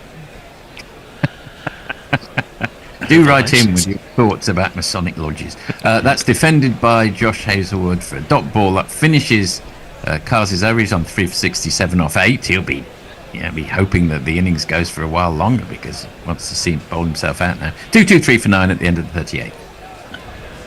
We have another blue sky from Roy Pomegate. Not only is there a father of the house who's currently a Tory arse, there's a mother of the house who was Diane Abbott and was first held by Nancy Astor and has been held by Margaret Thatcher. Mother of the house, yeah, I suppose it would be, wouldn't it? Yeah. She only just survived, didn't she? The current mother of the house. Very nearly ousted, but kicked up a fuss and was allowed to stay. Ted Heath was father of the house for a very, very, very long time, wasn't he? Yeah. In comes Rashid again. He's going to start his last over. And I think maybe Tony Benn was for a bit. But I'm yes, not sure I think it might have been. And that's played out into the offside by Carey. He will eschew the run. Hazelwood's not that much of a bunny that they can't do well, surely. But they really don't want to lose the wicket, do they? So 9 wickets down. I think that's the thing. If it was 7 down, it might be a bit different. That's swept by Carey to deep square leg. Will they take the single? I don't think they will. No. Funny. He's looking try for explaining twos, this isn't to he? an American. It's hard. It's disgraceful cricket. I don't mean Brian in Philadelphia or wherever he lives either. I mean an average American. But also, it does have the advantage with this over is at least he's seeing Rashid off, isn't he? Oh, that's a punched shot. straight down the ground. That's a good shot. That will go all the way for one of these. There's not one boy for me, I must have 2 or 3, I need 4. Actually, it could have been this one. That went like a tracer bullet. Playing well, Alex Guerra. I felt that in the Ashes last year, he rather lost his way after the incident, and it wasn't quite the same afterwards. So that incident had all sorts of implications, not least on Alex Carey's form. He swept that very well to pass the man leg side on the 45, and there's a big dive. Oh dear, oh dear, oh dear. That's not salt again by any chance, is it? He's put in a big dive and managed to dive sort of all over it, and it's gone for 4. No, it's not. 1, 2, 3, 4. So, 2 very welcome boundaries for Australia. Just keeps them in, they're not out of this match. Guess that justifies not taking the single earlier. Yeah, it's pretty poor fielding, to be honest. Again, having got there, probably should have stopped it. Yes. That's defended by Salt on the leg side, straight back to the bowler. Definitely This should have will stopped be... Oh, yeah, I was going to say, no, we've got an over left in us. But Rashid hasn't got an over left in him. This will be his last ball. Classic Rashid figures, standing at 2 for 41 at the moment with 1 ball to go. Absolute stalwart, Mr. Reliable for England for many years now. And that's just nudged round the corner. They come through for the single. They'll be kicking themselves, England, because they won't carry on strike. He moves on to 43, end of the 39th. Australia 2-3-2 for 9. Mog. Scott Harrison says, I often thought soap characters should move from soap to soap. Like Nasty Nick could be a criminal in Manchester, or his character could move up north and appear in Corrie. Yeah. The crossovers Nice idea. between Neighbours and Home and Away. Interesting. Yeah. Pokey Bumfinger says, Sergeant Cryer must have been a right pisshead because he drank a lot round Croydon too. Did he? I'll take your word for it. Yeah, well, that's only a bus ride away, isn't it? Or a tram ride nowadays, of course. Perhaps he just jumped on the tram and went to Croydon. He definitely lived in Beckenham because he used to walk to my local. We're seeing a surprising amount of Bryden cars during our commentary stint. At one point, we thought it was going to be surprising. It isn't now. He's got 3 wickets. That's defended by Alex Carey. No point running for that, Alex. That's first ball of the over. Yeah, we spurred him on with our harsh criticism of his bowling, and he's made a massive comeback. Goaded on like a whip before a bull. Yeah. A bull before a whip. It's not sort of whip. He's almost down to 8 and over now. Who Alex Carey looks like? Hang on a minute. Granit Xhaka. He looks a little bit like Granit Xhaka, which might be lost on my fellow commentators, none of whom follow soccer very closely, football. And that's a big old wide down the legs of Bryden Cars. He's still bowling like an absolute drain. He just happens to have 3 wickets.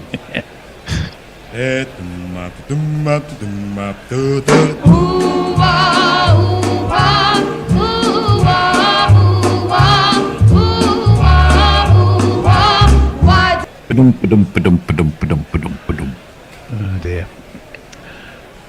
Yes, well, there we go. Okay, Cars in again. And that's deflected. Down to the man at long leg, which is Adil Rashid, who's got quite a lot of cloth coming out of his waistband, more than his usual. I'm not quite sure why. Anyway, he still didn't take the single. Well, it's only the second ball. There was a wide. Yeah, that's true. And yeah, I mean, if he's going to bowl loads of wides, he might as well just stay there and let him bowl wides and no balls, I suppose. What happened to the days of backing your tailenders to be able to hold a bat? Oh, the days of Steve Waugh are long gone, Mog. Probably just as well. He was a prick. Another one. Ooh. Give us your prick 11 if you get a minute. That was Kerry. Sort of played inside that one, stroke ignored it. Anyway, stop. I think he thought it was going to get a lot higher than it did. It's just. Yeah, he tried to play what do you call them? He was going to try and pull it or something. A ramp. Yeah. Oh yes, I think perhaps he was trying to play a ramp. It's like he was just putting his bat up in a speculative attempt to hope something hit it. Yeah, what they used to call in the old days the periscope shot. Periscope effect, indeed. Yes. Anyway, unbelievably, there's still 3 bloody balls of this over to go, and 3 balls of our stint together left. And they think about a run because it was the 4th ball. Yeah. And they don't take it. Not quite sure why. I mean, you do have to score some runs. His point is just staying there, not scoring anything. Anyway. He's just waiting for the 4 ball. He's convinced, or even the 6 ball that he's convinced that Cars was bowled a few 6 balls as well. Early on. Probably going to end up with a couple of more wides and 4 byes on the end of those. Yeah. Well, he's coming up to the end of his 9th over, something we didn't think we'd see after about 3 overs from Cars, that's for sure. And he comes again, and that's played off his legs just to the man at deep square leg. Hazelwood will have to face 1 ball, and that will be the last ball of our beautiful stint together. Yeah, I don't know where Hendo's gone. I think Hendo was rather hoping the last wicket would have fallen before the changeover. Of course, it might still. Hazelwood is so far 0 off 5. He's only phased 5 balls, and he must have been in for about 3 overs, hasn't he? Yeah, probably. Yeah. I mean, they've eat together about, I don't know, 15 or so runs, I suppose. But this is one of the duller patches of an ODI. This that we're watching here. Carls comes round the wicket. Hazelwood launches it and gets away with it. It's gone all the way for 4. Okay, well done, Hazelwood. That was a rubbish last ball too, but it was a bit like the rest of the spell, really, apart from the wickets. Yeah. 1, 2, 3, 4. Okay, at the end of the 40th over in our stint together, Australia 238 for 9. Have you got anything you'd like to say, Mog? Otherwise, we'll hand over to our new team. No, let's just let the new folks come in. Okay, well, welcome. Well, I'll see you for the next match. Bye.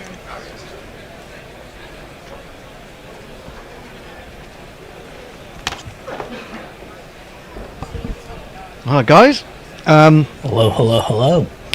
Wasn't incredibly sure that I was going to get on again. I wasn't either. And there was actually a minute where, when that ninth wicket fell, I thought, you know what? Should I go to Starbucks and grab a coffee?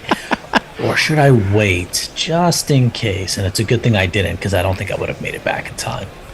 We used to have a Starbucks down the end of the road when we were at Katie's flat, the non-tax-paying coffee conglomerate, as we used to refer to it. Yes, that's very true.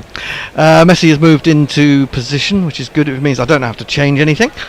What do we think here? Australia's just got to bat out 50. They've got to bat out the 50, haven't they?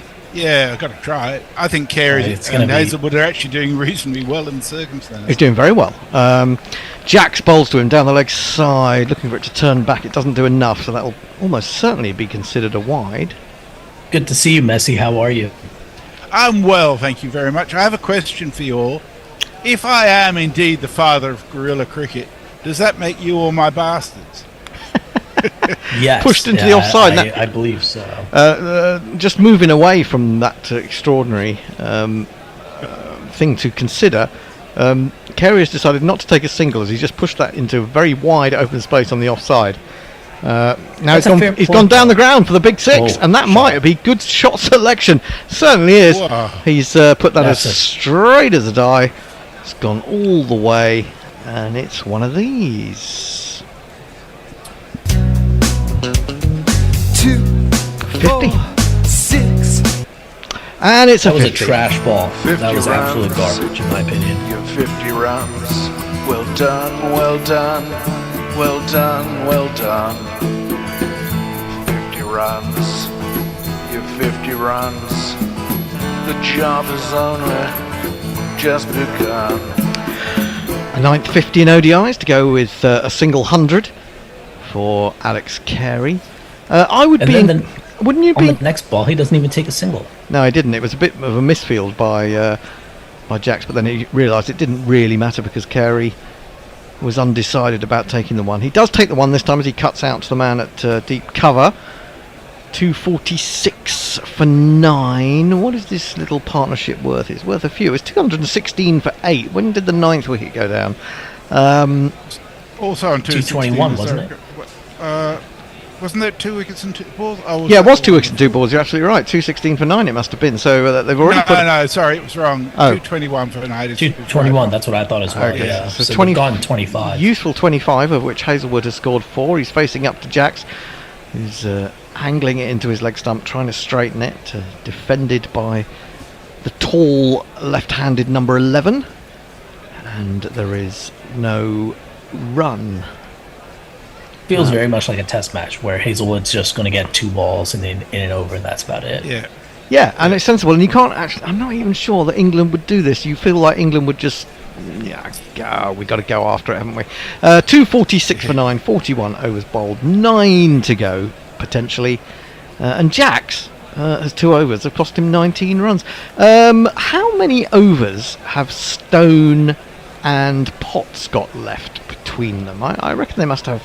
They've got 7, I think. So, I would be inclined to have got them back on by now. Yeah, you don't want to... Yes, they have. Potts has got I would 4, throw a Stone's got counterpoint. 3. Give Duckett the ball, see what he can do. Oh God, you're not another like Hello. Have you just morphed into Farong? That's bizarre. I haven't heard from him in a while. I thought I'd bring his spirit. Oh, he's been on Twitter. He's been on Twitter earlier. Actually, okay. I did see a couple of tweets that were quite funny. This is defended. Cast coming around the wicket to complete his 10th over. We didn't know whether Cast would get as far as a 10th over. He hasn't deserved it much. Not really, no. The wicket column said when you're 3 wickets in, I guess you got to give him the ball, but it's been mediocre at best. Well, at the same time, also he's only conceded 12, I think, off the last 3 overs that he's bowled. So but that's because because Carey's not going to get the strike. True. So if he's not hitting 4s in the first 4 balls, he's not going to hit anything. That is swept away. Not literally swept, but swept off his legs, as it were.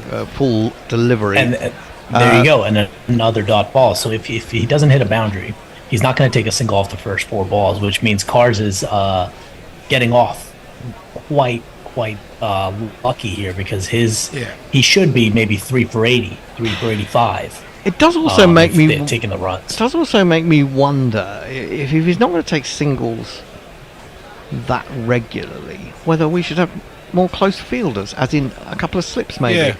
Carse in bowls, follows Carey, who plays a lovely cut shot down to third man, who has to run around. He's quite fine there, but Carey is not interested again in taking the single.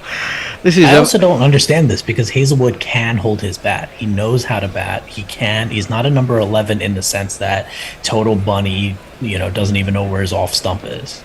So for Carey to act like this it's kind of baffling for me. Yes, I think so, a little bit. Cast down the leg side, poor delivery, doesn't manage to make contact. Carey is, however, going to be given as one of these.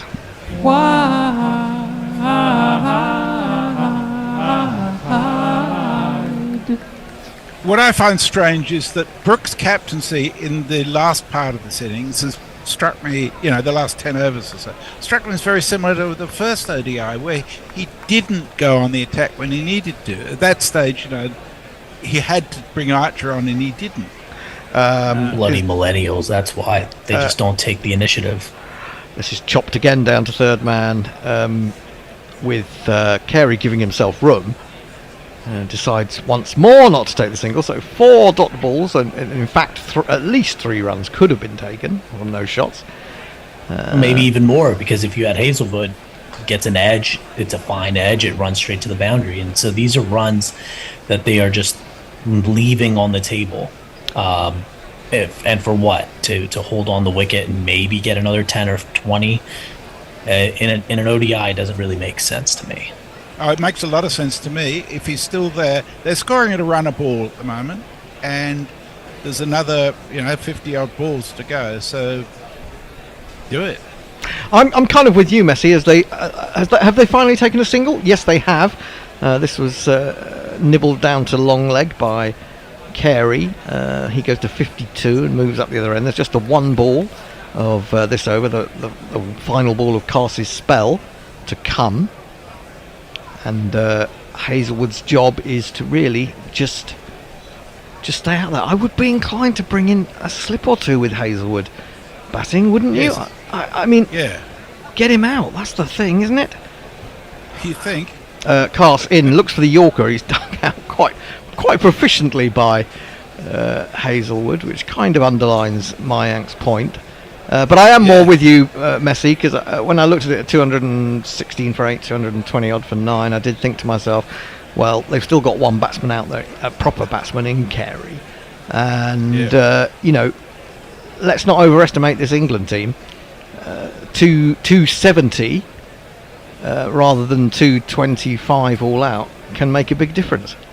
Especially when you've got, especially with the bowling lineup that Australia have got today. Yeah, I was about to say that Hazelwood's got a batting average in ODIs of 18, and he's played 87 matches, but he's only scored 129 runs all up. So it's not a lot of batting being going on there. Well, I wonder how many times he's actually been out then. Well, that would mean he's most likely only gotten a few dismissals. He's only been out 7 times. Yeah, I mean, T20 especially, but also in ODI cricket. Yeah. It's rare that you get bowled out, isn't it? And so lower order batsmen don't generally get much practice of trying to get runs in those last few overs. Anyway, it's going to be Ollie Stone back into the attack. Somehow I seem to have lost the Ollie Stone jingle, so I cannot jingle him up. He bowled very well earlier. He's coming round the wicket to Carey, and it's a short ball which he tries to pull. Either gloves it a little bit, or it takes the shirt, the yellow shirt on his back, and drops short of Jamie Smith. But well, there is no no second run. Stone you've lost there, Hendo. I wish I'd lost a lot more stone. I recall Hendo's kidney stone. Oh yeah, well that's God no. I've got enough health problems without needing a kidney stone right now. Is this live? I'm not 100% sure. That's live. It is indeed. He's pulled it down to one of 2 men patrolling the leg side boundary behind square. I don't take the run. I'll never understand the fact that you guys in the UK you don't use pound, you'll use stone, but then you'll use miles, then you'll use Celsius. I mean, it's like pick one or the other. And what the hell is stone? Yeah, fair point. Oh, he's gone for a big heave over mid-wicket. I think that was a slower ball from Stone. I think it was cleverly bowled. He made no contact, and it bounced a second time on the way through to Jamie Smith. Now, despite the fact that Carter's got 3 wickets, I have to say that Stone, to me, has been the better bowler, as has Potts, really. But we shall see. Can England cut Australia short, or will they bat out their 50s? In again, bowls. He's driven that up in the air. He's hit that really well. He was kind of leaning back. Whoa! That is a massive shot over long off. Fantastic stuff from Carey. He's certainly selecting the right ball to hit, and it's 6 more of these. 6. Was Tell indeed. you what, if at this rate, if they actually continue this, you got 7 more overs, 300 is on the cards. Yes, absolutely. Absolutely. Do you think he was thinking was that a catch in the crowd? No. Oh, he had it in his hands, and then somehow it got away. Stone in again, bowls in towards his hip. He'll take the single from the 5th ball, and he will move on to 59. Australia 255 for 9. Isn't it? As he hit that 6, he was thinking, take that, Joss English. Oh, yeah. Fair point. He was kind of leaning back. He didn't really... It was a shot off the back foot, wasn't it? He got the elevation that he wanted. And the timing you look was... purely statistically, you look at Carr's 3 for 75, and you look at Ollie Stone, none for 38, I think. Who was the better bowler today? Well, it's a tricky one, isn't it? Because... Carse got those wickets at important moments when Australia had sort of rebuilt a little bit. Stone in, looking for the Yorker, finds the outside edge of Hazelwood's bat. Full toss it was. There are 2 men very fine. They don't want him to edge 1 for 4. The one inside the circle, Adil Rashid, did the saving. There was also a man back on the boundary. It's the end of the over. Messi, have we got any... we have. Info. We have. Forthy throughout the line. Who would be in your prick 11? And I started off with Grace, Bradman, KP, Vaughan, Hayden. So Pokey's got Andre Nell, Sean Tate, Coley. Pokey's got Border and Clark. Hadley, Ashwin, KP, Vaughan, Clark, Cronje. So there's a lot of different things. I'm surprised that Ashwin's in there. I'm surprised you've got a couple. And Andre Nell, I didn't know he was much of a prick. The prick side. Alan Border does look like a prick. I mean, he looks kind of like the Roy Keane of cricket. Boycott, Tony Gregg. Potts is on, and Carey has launched this into the outfield, and he's cleared the boundary again. This is some innings from Carey that was short and horrible and rising, and he cut it over cover for another of these. It wasn't a great ball. I'm not quite sure what Potts was doing. That was his first ball of a new spell. It didn't strike me as overly intelligent. No, it was pretty intelligent. trash. I mean, that was short and wide. It was sitting there just waiting to be smashed. This is quite short as well, not quite as short, and Carey goes back and tries to force it hard, half stopped by Potts in his follow-through, dribbles up to mid-on. There was nothing in that at all. It's kind of stuck into the pitch, so it sat up perfectly at just about shoulder height. It was like a baseball shot. He just had to smash that as hard as he could, and he made sure that it came off the middle. Well, he's not trying to hit every ball by any means, but he is selecting the right ones to hit. Potts follows him as he goes down the leg side. It comes off a pad, I think. It's half stopped by Smith and then continues on its journey to long leg where Adil Rashid feels. They decide not to take a single. It was a much slower ball at 70 miles an hour. Potts has figures of 2 for 29. A pricks team. I just saw it go through. Someone said Peter Willie. I don't think Peter Willie was a prick at all. I think he was a... No, that's a play on words. Oh, okay, sorry. Potts in again, pulled by Carey. It's running very slowly out to deep mid wicket. Time pauses for a moment or two. No run. I think he should have taken the single on that one, given Hazelwood 2 balls. 2 balls. Well, but England aren't going to risk. Now he runs the risk of not being able to get a single, and then Hazelwood gets because see, look, now the fielders are going to come in. There's now a possibility that he may be stuck here. Yeah, he's brought 3 men in on the offside and on the onside, but I still think he's going so well and he is in control of his innings that I think he can probably manipulate a single here. We shall see. In comes Potts round the wicket and he clips. He doesn't need to manipulate it. There you go. Kind of goes off a thick inside edge down to long leg, and he's achieved what he set out to do. He's exposing Hazelwood to just 1 run. 262 for 9. This last wicket partnership, 41 runs. This game is going one way and the other, isn't it? It's one of those twisty-turny games, and it's even when we get to the last 10 overs, we'll probably say, I think there's one more twist in this game. It's why ODIs can be fun, isn't it? I love ODIs. I don't understand why people are so keen to get rid of them. It's a great day of cricket, isn't it? So much more satisfying than T20, in my opinion. Well played by Hazelwood. This was full and straight from Potts, but the man at the other end knows too much. He knows that his job is to stay there. England are still odds-on favourites, according to what I just looked at in this one, and I think that's a bit generous. I would say it's more 50-50, but they are odds-on favourites. As I said, at 220 for 9, I thought if they can just hang around on the basis that Carey is a very good batsman and Hazelwood is an experienced player, then they could get to 275, which they might now eclipse. But here's the thing: is at 262, is that enough? It might be. I certainly better than 221. I think 275 would have been. Australia will think they've got a decent chance. Definitely.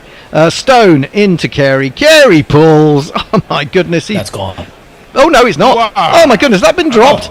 I think it has been dropped by all people. Jacob Bethel. Maybe he was running in and dived to try and take the catch, and in doing so couldn't quite get there, and that's why it spilled out of his grasp and went away for 4. But we need to see a replay of that to know exactly what happened there, because the camera work has been appalling today. The camera work made it look like it was. It was a great attempt. He went for it. Fair enough. Another short one from Stone and Carey. He goes about a yard outside his leg stump and then pulls it fairly straight, but wide of mid on for another 4 consecutive boundaries. Carey is playing a dream knock here. 74 off 65 balls, and a 50 partnership in which Josh Hazelwood has made only 4 runs.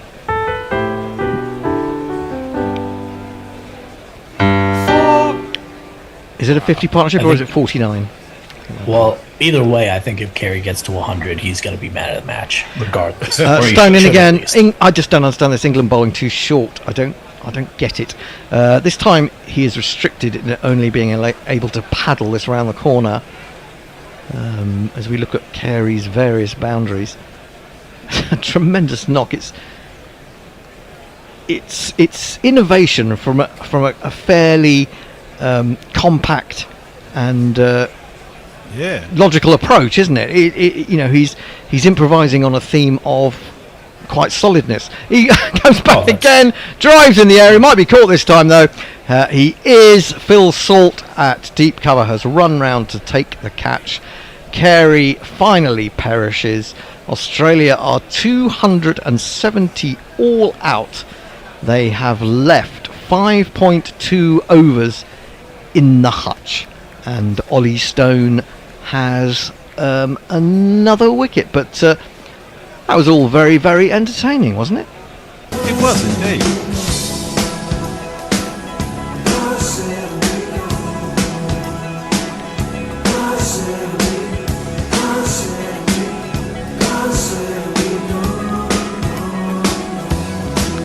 Did he get a bit carried away there, do we think, or was that the right thing to do? I'd say it's the right thing to do. I mean, you've got 5.5 overs, and it's a lot of time. And that ball looked like it was there to be hit. He may have hit it a little bit, but it makes sense. I mean, you're at 270. They've done their job to bring it from 221, and can't really fault him for that one. He was on song at that point anyway, so he might as well go for his shots. Well, that's partly what you feel. I think that sort of players get into a zone, don't they, where they feel like they're hitting the ball so well that they continue on that path. And you know, in any sport, it's not possible to hit brilliant shots each time, or take, you know, whether you're a goal scorer or a tennis player or whatever. The best ones are the ones that can do it most consistently. 74 was top score. Alex Carey from 67. Mitchell Marsh made 60 from 59. He was looking very dangerous indeed before he was LBW to Bethel.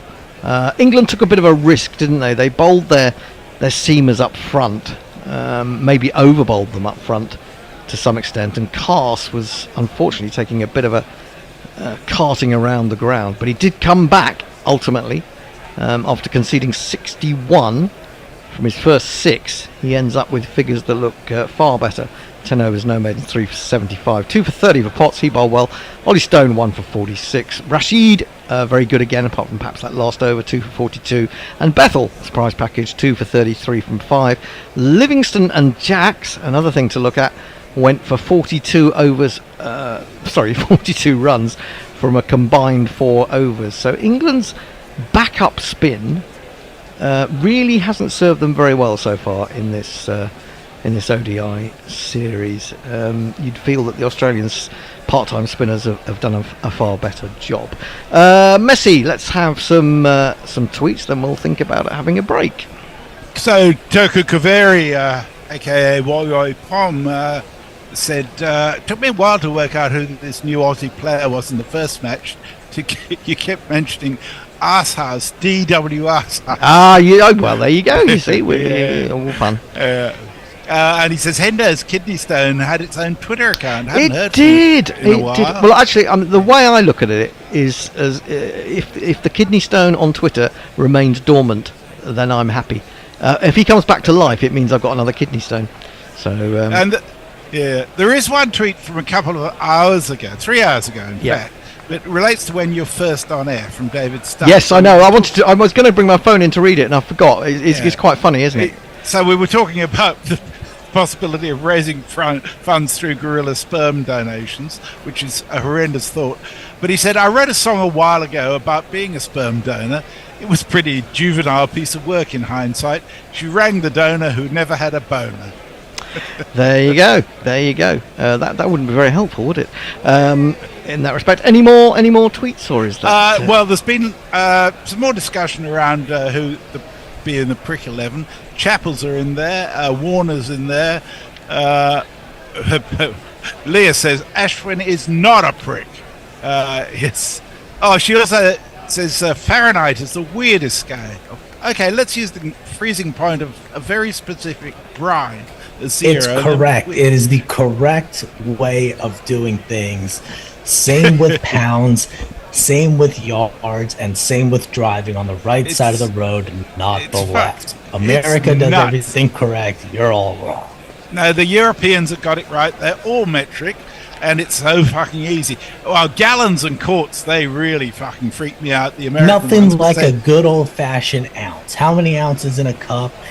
Things like that. That's what we need in our lives. Yeah, and they should bring back the shilling. They should bring back guineas and shillings, all that good stuff. I think the kids need to be confused more. Yes. Yeah.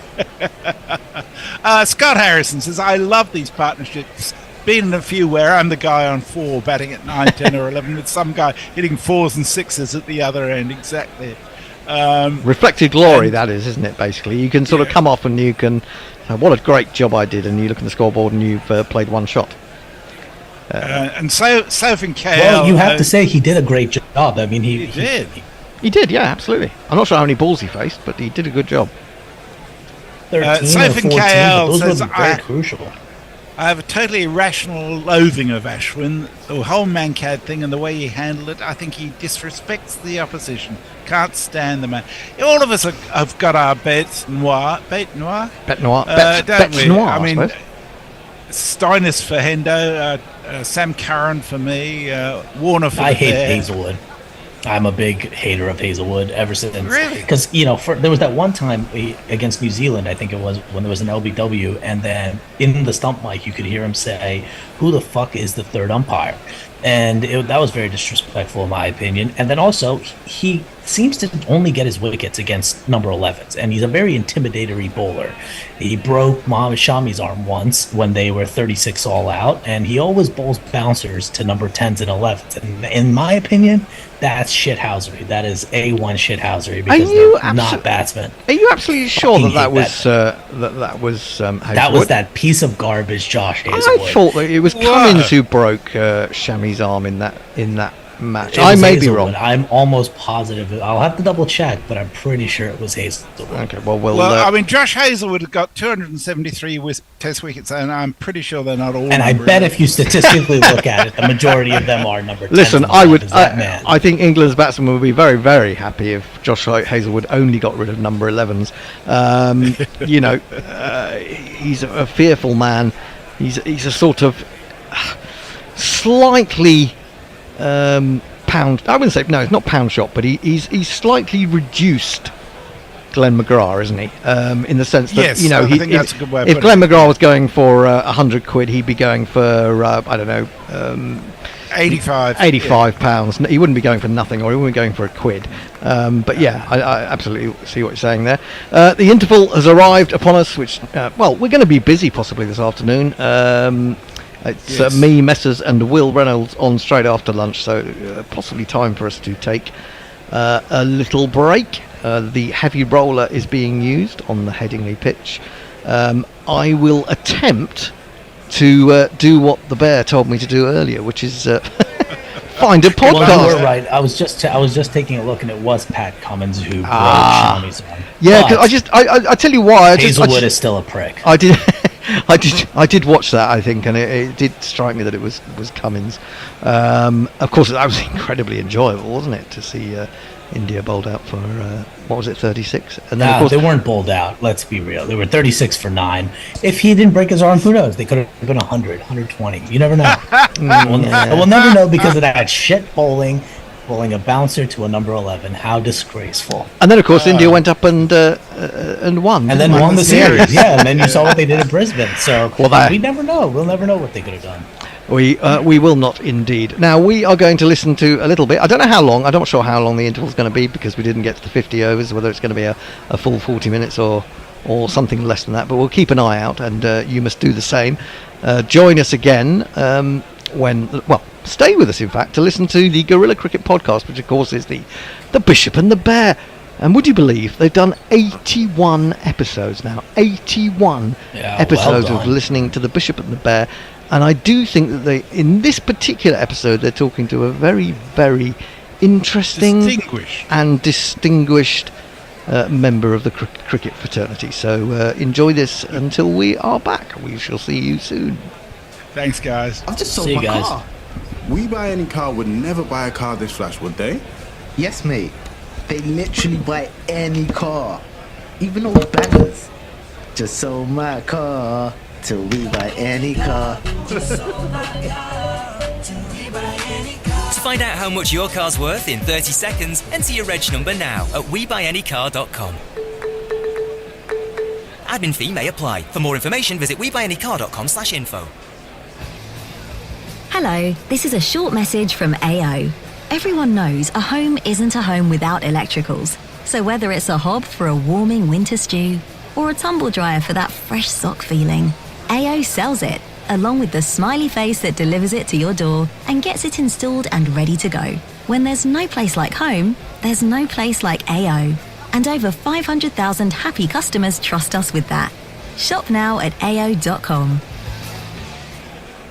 Hey, is the new Vauxhall call? Where else? So next time you're looking for quality professionals, join the 2.5 million SMBs who trust LinkedIn to find them the perfect fit. With LinkedIn, you can hire professionals like a professional. Post your free job on linkedin.com/select today.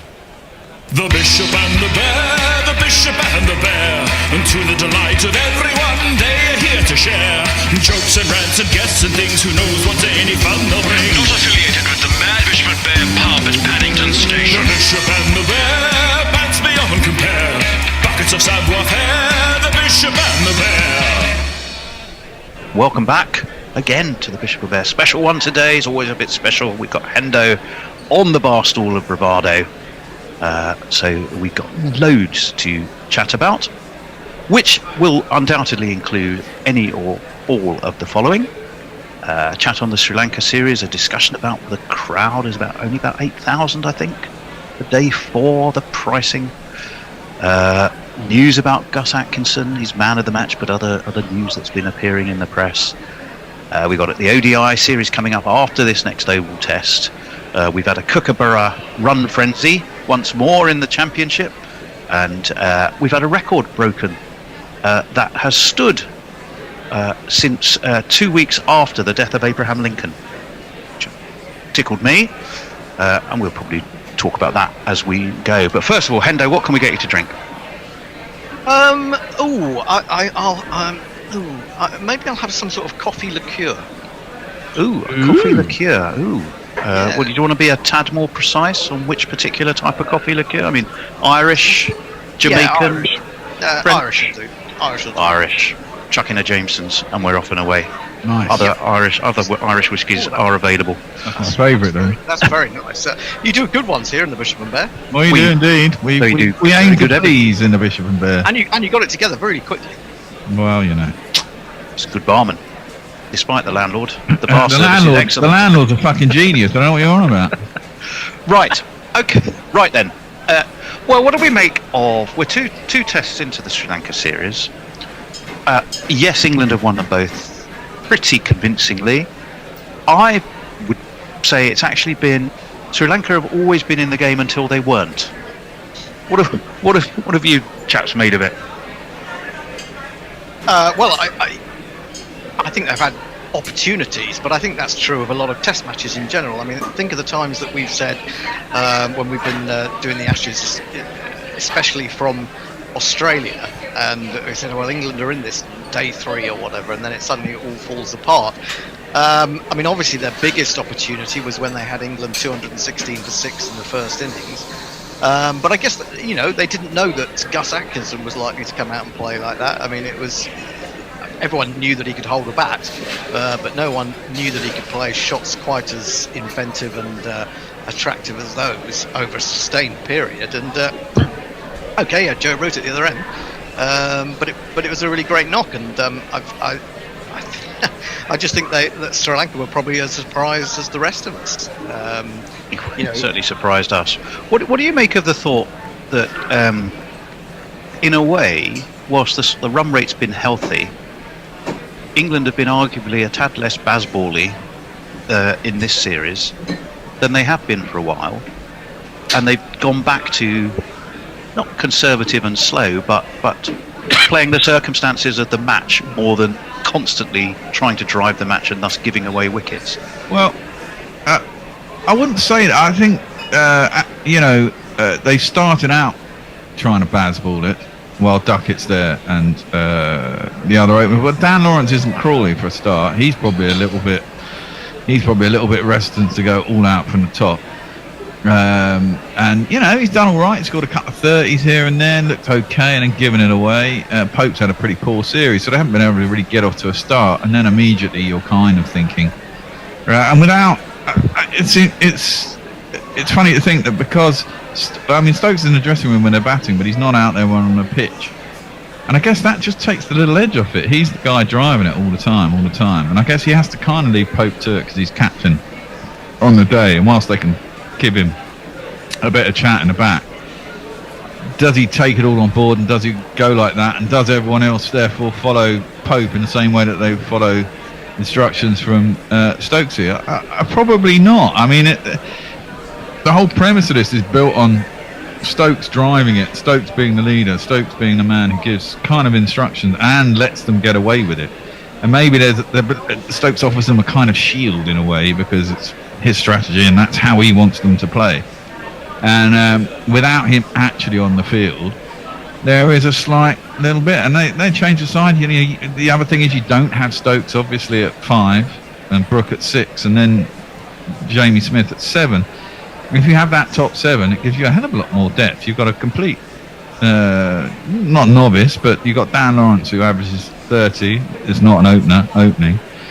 And then you've got currently Jamie Smith up at 6. So you've lost a batter and you haven't got an all-rounder, and then you've got a bunch of bowlers who are all reasonably okay with a bat, and you've got 4 of them in a row. So your tail feels quite deep, but it also feels it could be fragile. So I think the balance of the team is a bit out of whack to be totally balling, I think. Yeah, I think it is, and I think you miss the presence of Stokes, don't you? Just in the field, Pope hasn't got that yet. I mean, I'm not saying he can't have it. I mean, I don't think anyone can have the kind of presence that Stokes has. He's unique in that respect, and so it is difficult. And I think the Dan Lawrence point that the Bear makes is absolutely right as well, because. Dan Lawrence knows he's coming in for 3 tests, and that he will probably, go back to carrying the drinks again, however well he did. I mean, he would have to do exceptionally well in this series, and even then, it probably wouldn't be enough to force Zach Crawley out in the short term, anyway. And as you say, he's batting in an unfamiliar position. I mean, it's all right to go out there and say to him, go out and play your natural attacking game, and he is a natural attacking player, but he's not an opener. And Crawley's been given countless opportunities to fail, and I don't think Dan Lawrence has got that luxury, which makes it very much more difficult for him. I think he's batted reasonably well from what I've seen of him, but you're asking him to do an unfamiliar role, and. It's very difficult. He's done okay, but not enough to make a stamp that would make you think he really needs to be there, even when Ben Stokes and Crawley are back. That's the thing. Yeah, I mean, I think the problem with that is that there's no one that they're obviously going to leave out. I mean, the man under most pressure for his place in the batting lineup surely has to be Ollie Pope himself, and that's he's not going to be dropped right now anyway, is he? Because he's skipper. I mean, Dan Lawrence knows that, short of Zach Crawley having an extended loss of form and him doing very well in very limited opportunities, he's just in there to fill the space for now, isn't he? And against, teams that you would expect him to get a few runs against, if he's going to get runs against anyone. I think might have been Simon Hughes, who's sort of doing his analysis of Pope and Root, actually, and the way he summarised it, and it sounds like something you've heard a million times before, but it's quite pithy. Is that Root was treating every ball as an opportunity, Pope was treating every ball as a threat, and there does seem to be that kind of sort of difference in their mentality. Fucking bollocks! What a load of shit to come out with. I think that's quite clever. Not really. Look, Pope looked to drive and he looked to attack, and what fucking nonsense! I never heard such shit like that. I can't agree with you there, Bear. I mean, I think that I would never have promoted Ollie Pope to 3 in the first place. I think that was misguided in the sense that they wanted to show long-term confidence in him by saying you've got this position. But he doesn't bat at 3 for anyone. He's really a number 5. With England, the way that England play, he's more than likely to find himself within the first couple of overs. And we saw the difference. I made this point about when he got 100 and then a 50 at Lords against, I think it was at Lords against the West Indies. that the 100 was a really scrappy 100, and he was fiddling around. He was looking like a little bit like a rabbit in the headlights, although he did play some good shots. But the second innings, having got those runs under his belt, he was altogether more relaxed, and he was playing some glorious shots and kind of reminding us of why we, or a lot of judges compared him to Ian Bell when he first came into the team. But I think he's just being given too much responsibility. He's done too much too young. I feel like he's in a very difficult situation. I even said before this series started, when we knew that Ben Stokes wasn't going to play, that I would have moved Pope down the order, because if he's been out in the field for any length of time, he then has to come in, possibly second ball of the innings if something terrible happens, or at least early in the innings. He hasn't had time to sort of get out of captaincy mode, to think he's into batting mode, and I just think that's this is one of the reasons, I think, wasn't it, that Root didn't want to bat 3, he wanted to bat 4, because he, especially when he was captain, because he knew that the stress that captaincy was making on him, and even if you win the toss and you bat, for example, as someone said, you've still got to go out, put the blazer on, make a decision at the toss. You've got to think about you've got to think about the team rather than just yourself, and getting your own game in order. So I think that's the way I look at it from the point of Ollie Pope. I think that Ollie Pope, he will have the captaincy taken away from him, because Stokes presumably will come back. I don't think Pope is the long-term answer as skipper. I think most people, certainly Michael Vaughan, dare we even mention his name, but he's heavily backing Harry Brook as having a mentality there. But then there is a sort of the Yorkshire Union at play, amongst other things. Well, I don't know if Bear's talking about Simon Hughes talking nonsense, I would say that in general terms, Michael Vaughan is talking nonsense. I mean, he was unnecessarily personal about Pope, I thought. Yes. I mean, what was that all about? I really don't understand. And clicks and column inches. Well, yeah, but he gets enough column inches, whatever he says. I mean, all the Indian websites repeat, ad infinitum, whatever he says. So it's not like he needs to make an effort in that respect. I just felt left a real sour taste. And I don't know about you, but Brook possibly. I mean, I've seen he did a little bit of captaincy in the 100, didn't he? But things are completely different in Test match cricket, and I wouldn't really want to burden him with that at the moment. Well, there's no one in that side you really want to burden with the captaincy. The only senior pro left in the side is Rooty and Stokes. So Stokes goes, is Rooty, and Rooty's Rooty's a little bit older than Stokes, not much. And maybe Stokes will have more wear and tear on his body and retire before Rooty does. But I mean, the best you can hope is that both of them play for another 4, 5, maybe 6 years.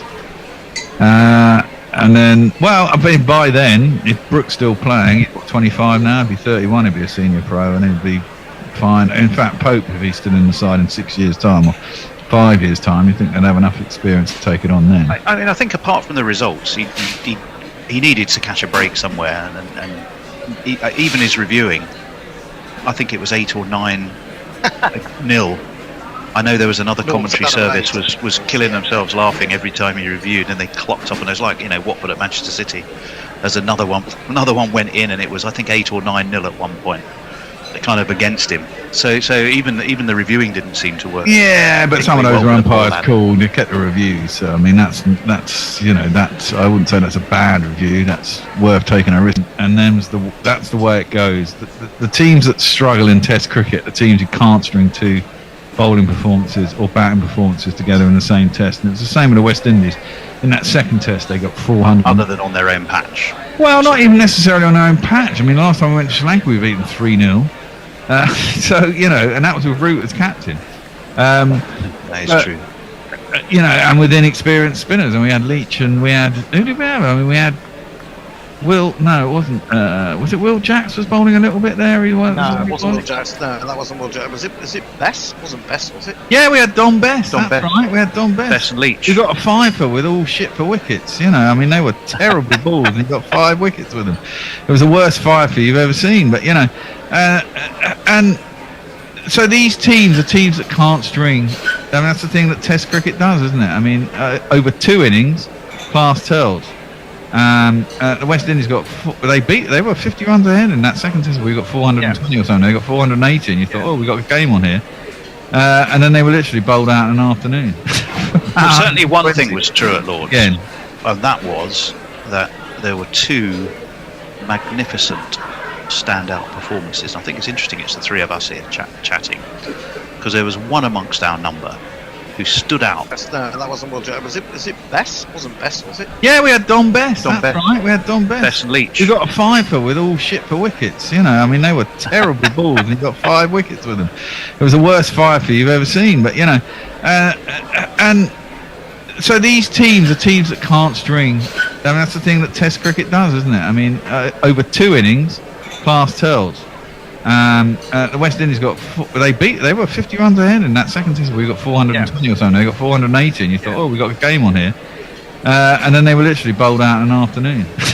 Well, certainly one thing was true at Lord's, again, and that was that there were 2 magnificent standout performances. I think it's interesting it's the 3 of us here chatting, because there was one amongst our number who stood out. As the rest of us were going, you've got to give the man of the match award to Joe Root. 2 centuries, a record-breaking century at that. Surely he's the man of the match. And then there was one of us who was absolutely clear, no, it'll be Atkinson, it will be Atkinson, it's definitely, and we said, you're talking nonsense, bollocks, never. And who was right? Hendo, do you want to pick up the story from there? Absolutely. I mean, I just think, yes, you can look at. I know that Joe Root hasn't scored 2 centuries in one test before, and so it's the first from him. But you know, he's scored what now? 34, 35 test hundreds is kind of what he does. You kind of expect it. You know, Gus Atkinson was a tale of the unexpected, and you know, you can look to Root's first innings where, you know, we got that big century or 100, what was it, 128 or something like that. I think it was. 143, okay. He kind of gave it away, didn't he, in the end? Yeah. The reverse ramp came back out, didn't it? Reverse ramp. And then, you know, although you can say that Root sort of guided Atkinson through, I don't really think that was true. I mean, he just came out and played with incredible freedom. Whether he can play with that kind of freedom again, or sort of more regularly, remains to be seen. But I just thought that the combination of 100 at a runner ball when England were in a really, you know, slightly sticky situation, and then the 5 wickets in the second innings, I just thought that had, you know, it was a good all-round performance, whereas Rooty was doing what he does, which is bat well, whereas Atkinson was bowling well and also batting well. So I just felt that the combination of, you know, contributing 2 skills to the match slightly outweighed Root's batting, I suppose. That's the way I was looking at it. The benefit of hindsight, and indeed history, has proven that your theory to be correct. Well, I think it's probably correct as well. As you know, it takes 20 wickets to win a match, doesn't it? Not, you know, runs are always important. And the thing was, Sunday was probably the best day for batting on that pitch. The sun was blazing all day. It was hot. The pitch had done a little bit throughout the test, but it seemed to be dying a little bit. Even with the new ball, didn't seem to be as much as there had been on previous days. There were overheads on previous days. There was everything that a bowler could hope for to at least assist them on previous days, and there wasn't on that 5th day. And it proved pretty difficult. I mean, there were 3 or 4 50s in that Sri Lankan second innings. They were quite difficult to prize out on what was a pretty slow dead wicket. And he got a 5-er. Which ended up winning the game, and it took took patience and guile to get there, and he scored 100. I mean, I think I said at the time.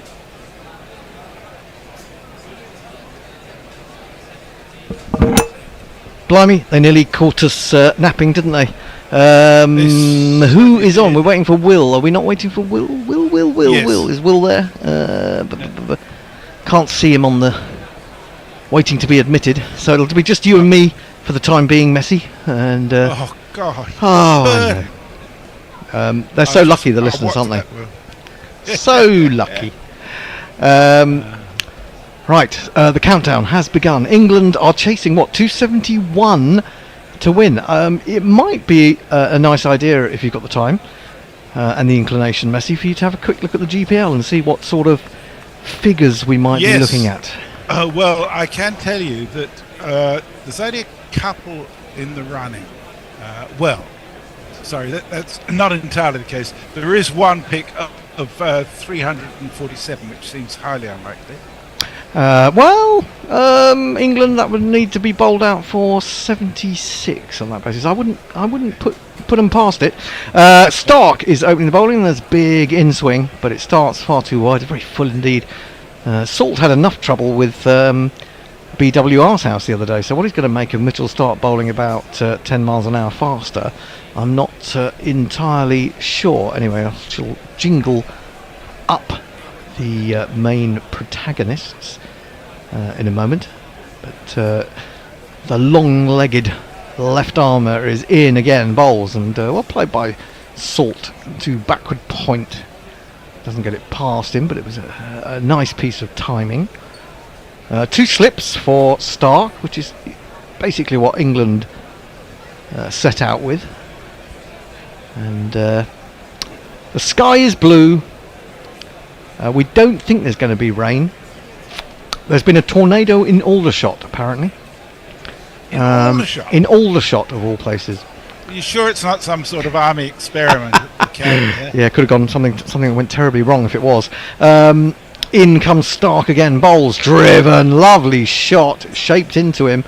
But he's played it delightfully through a gap at extra cover, and he's picked himself up 4 lovely ones of these. Now my innings going, great guns, I hit the ball, 4 runs, I hit the ball and it went for 4 runs. Will Reynolds is waiting in the, I can see, I'm going to... he's had problems with his Wi-Fi, he says. He should be admitted now, and then I'm going to have to fiddle. I'm going to have to fiddle while Rome burns. So how many people are on Zoom? 2-person Zoom. I think the settings. Yeah, it's fine. Right. It works. Yeah. Stark in. Oh, looking for the Yorker. Squeezed out by Salt. I'm not really sure he meant that, but it's a perfect bit of placement between 2 men quite close together on the offside, and that again has run away to the cover boundary for one of these. And if you kids can't listen, then you bound to see the way you get shot for crossing a boundary. Welcome, Will. How is your Wi-Fi? Are you all right now? I should be all right for a bit. It'll probably do something weird. That's technology for you. I don't understand it at all. No, like, me neither. All the chat earlier about technology. Stark in bowls a straighter ball and a good length, but it's just forced back towards him by Salt, but couldn't get enough bat on it to take it past him, or enough timing on it, and there is no run. Yeah, I'm very much of the... Oh, go ahead, Messi. Well, somebody's asked, Ravinatarajan says, what are the chances England can pull this off? I just looked, WinViz says England are a 72% chance, which I think is way too high. Cricinfo, on the other hand, says it's 50-50. So somewhere between those two, I suspect. Stark bowls again, driven, I think, into the ground and then into the hands of the man at square cover. So I don't think it was a catch, although the ball spilled from Glenn Maxwell's hands. First over is completed. England will be happy with the 2 boundaries from it. They're 8 for none. Messi. So that's the only message we've got so far. I'm just looking at the bookies to see who they think that's going to win. They think England's going to win. They've got England at $1.50 and Australia at $2.88. So that's, it's about 70% chance for England according to the bookies. I think that's probably an overestimate given what happened a few days ago. But who knows? Right. Well, it means that. Sorry, we'll go back to the GPL in a minute to find out who is actually in with a chance. There's a 567, which I think is on Renuova, which if England lost by 3 runs, he'd win. Ooh. Or there's a 573, which is mine, which if England won and had 2 runs over, I'd win. So, and beyond that, they're all out. Mayank's favourite, Josh Hazlewood, comes in to bowl to Ben Tuckett, who tries to force off the back foot, doesn't really time it. The ball runs up in glorious sunshine. Who would have thought? Glorious sunshine in the north in late September. Anyway, there is no run. I shall jingle up the batsman. Ben Duckett. He is not very tall. Ben Duckett. But sometimes he hits the ball hard. But we are 4-7. He looks like Nicholas Sturgeon. Ben Duckett. Ben Duckett. He's going to get runs. It didn't really seem to time that at all, but it's almost raced to the boundary down towards the football stand end. Labuschagne has managed to reel it in at the last minute, and they've got through for 2. Duckett has 2 of those. Salt has 8, and England are 10 for no wicket. The Australian bowler is none other than this man. I'm afraid of Josh Hazlewood. I'm afraid when he bowls. I'm afraid of Josh Hazlewood. I'm afraid. And Duckett should be afraid, because he's played at that one outside the stump. It's nibbled away in the manner of Josh Hazlewood, Glenn McGrath before him, Stuart Clark, all those incredibly accurate Australian fast medium bowlers of a certain height. And it's gone through the keeper. Fortunately for him, he didn't get an edge. And so he has time to settle down. He's got a very low grip on the bat, hasn't he, Duckett, if you look. It's, his bottom hand is very low. He stands with the bat aloft as Hazlewood comes in. A slip and a gully rather than 2 slips now. And he's just about got that off a thick outside edge past the man at gully. Dives, can do nothing more than half stop it short, and they'll get through for a single. His thumb's in the kind of the nook of the shoulder of bat, which is quite interesting. Yeah. They say that you're supposed to sort of be more middle-ish. If I'm not mistaken, and someone will correct me on this, I always thought that Tendulkar had quite a low grip. Didn't do him any harm, has to be said. Indeed not. And to be fair to Ben Duckett, it's not like he's sort of having a terrible time runs-wise. Not at all. Hazlewood for the first time to Salt. And Salt has he edged that through? Carey's interested. Hazlewood then turns and throws his hands out at shoulder height. Steve Smith is a bit late into the action, but suddenly decides, if we were appealing... Oh, we're appealing, lads? OK, I'll have a go. As Steve Smith is liable to do. And I think they're going to refer it. Yes, the decision is reviewed. It certainly wasn't a massive appeal. Was it one that was it one of those that was so obvious that no one really appealed? Salt doesn't seem to think. No, definitely not. I think somebody heard something. Let's have a look. It's moved a long way. That's a brilliant delivery.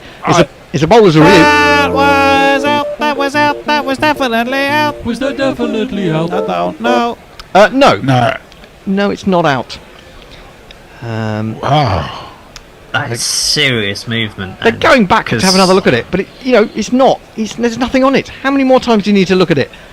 If that's given out, then I'll be very, very surprised. No, indeed, it's not out. So, as they say.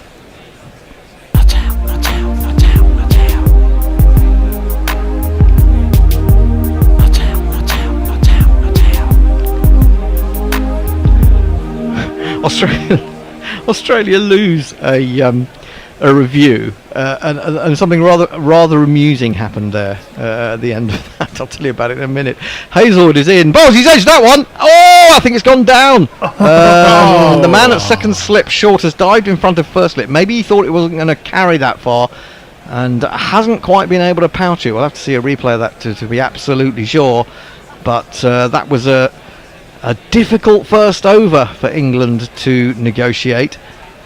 And let's have a look at this. He has put that down. Yep, he's dived. I don't think it was going to carry to first slip. And I mean, he got into position had Mitch Marsh. Possibly.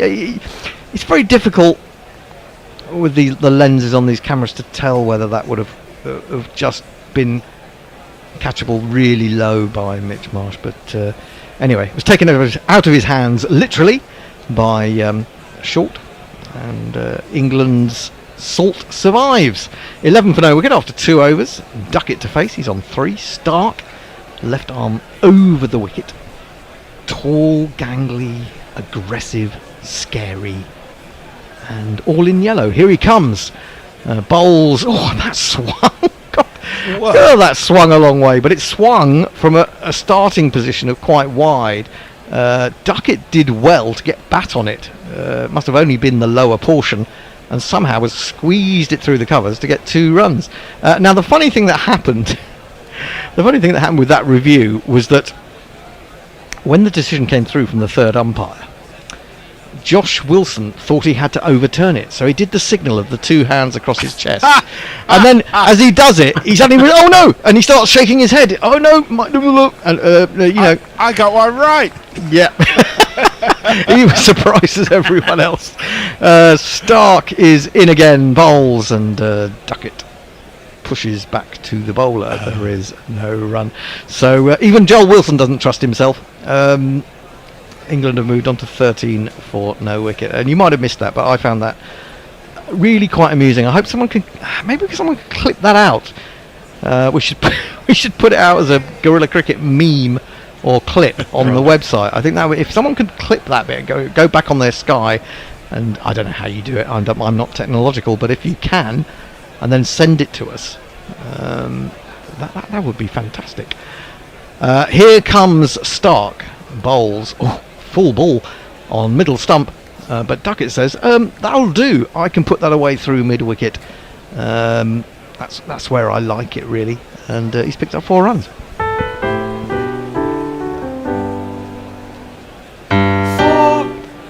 Do you want to squeeze in a couple of tweets? Is there anything happening out there? Ravi Natarajan, I think it's willfully misheard me. He said, "What's up with Will's wife?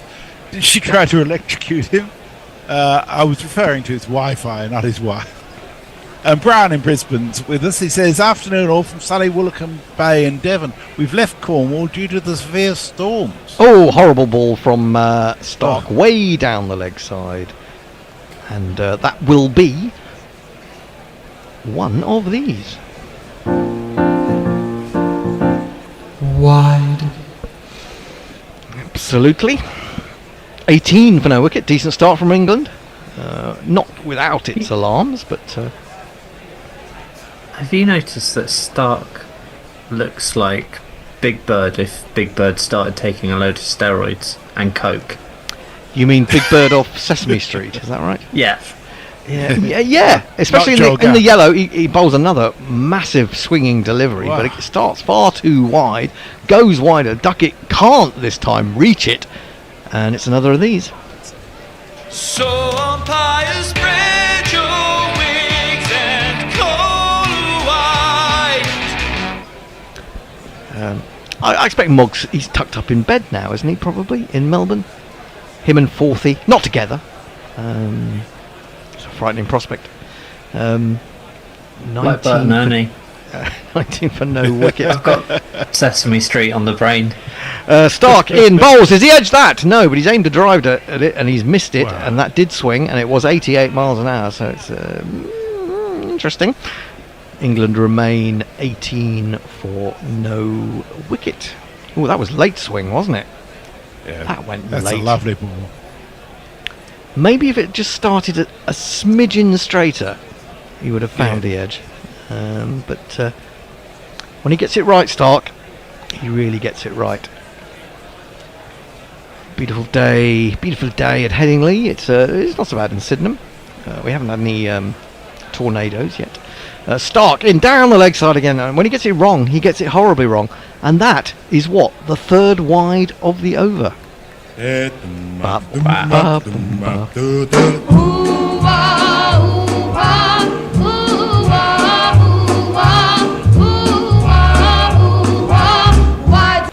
that Mitchell Johnson up in the Australian dressing room? Is he on the coaching staff? Not that I'm aware of. Maybe it wasn't Mitchell Johnson. I thought it looked a bit like him. I see the spectre of Mitchell Johnson in weird places as well. Don't worry about it. Yeah, haunts my nightlife. Pulled by Duckett. A sprawling mid-on gets there, but then just deflects it further towards the boundary, and they get back for 2. This is a fairly costly over from Stark. England move to 22 for no wicket. 1 ball remaining in the 3rd over. The target, to remind you, is 271. Duckett on to 11. Salt has 8. And I really can't work this game out. Oh, it's got more twists and turns than a twisty-turny thing. Stark in bowls. Hits him on the pad. He was trying to whip that into the leg side.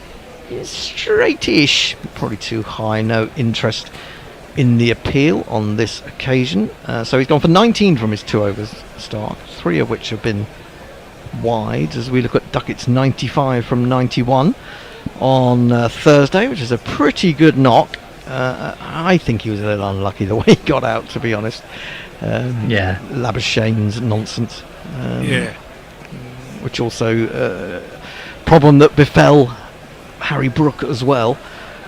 But he was motoring. He was playing really well at that point, Duckett. Michael. Yeah, go on. Michael Bedford says, "What does trouble the Wi-Fi mean exactly? Is it a domestic squabble in Newcastle?" Oh, they're all coming through the jokes. Dara Azizi says, "Hi all." Nice to hear from you. This is outside the off stump. It just does cut away a little bit, and Salt is not entirely sure whether to play at that. I'm not even sure whether he did or not. But anyway, he's got nowhere near it. It's gone through to the keeper. 22 for none. Duckett. It's so odd. Your brain says England should get this, but I don't know. My gut is saying this is not going to happen. Oh, well, you could be right. Salt has got away with another one there. He carved at that outside the off stump. It flew kind of through where 3rd slip would have been. It would have been a sort of head height catch had a man been there, but it's raced away. Might have gone over him, to be honest. It's raced away to the boundary for another of these.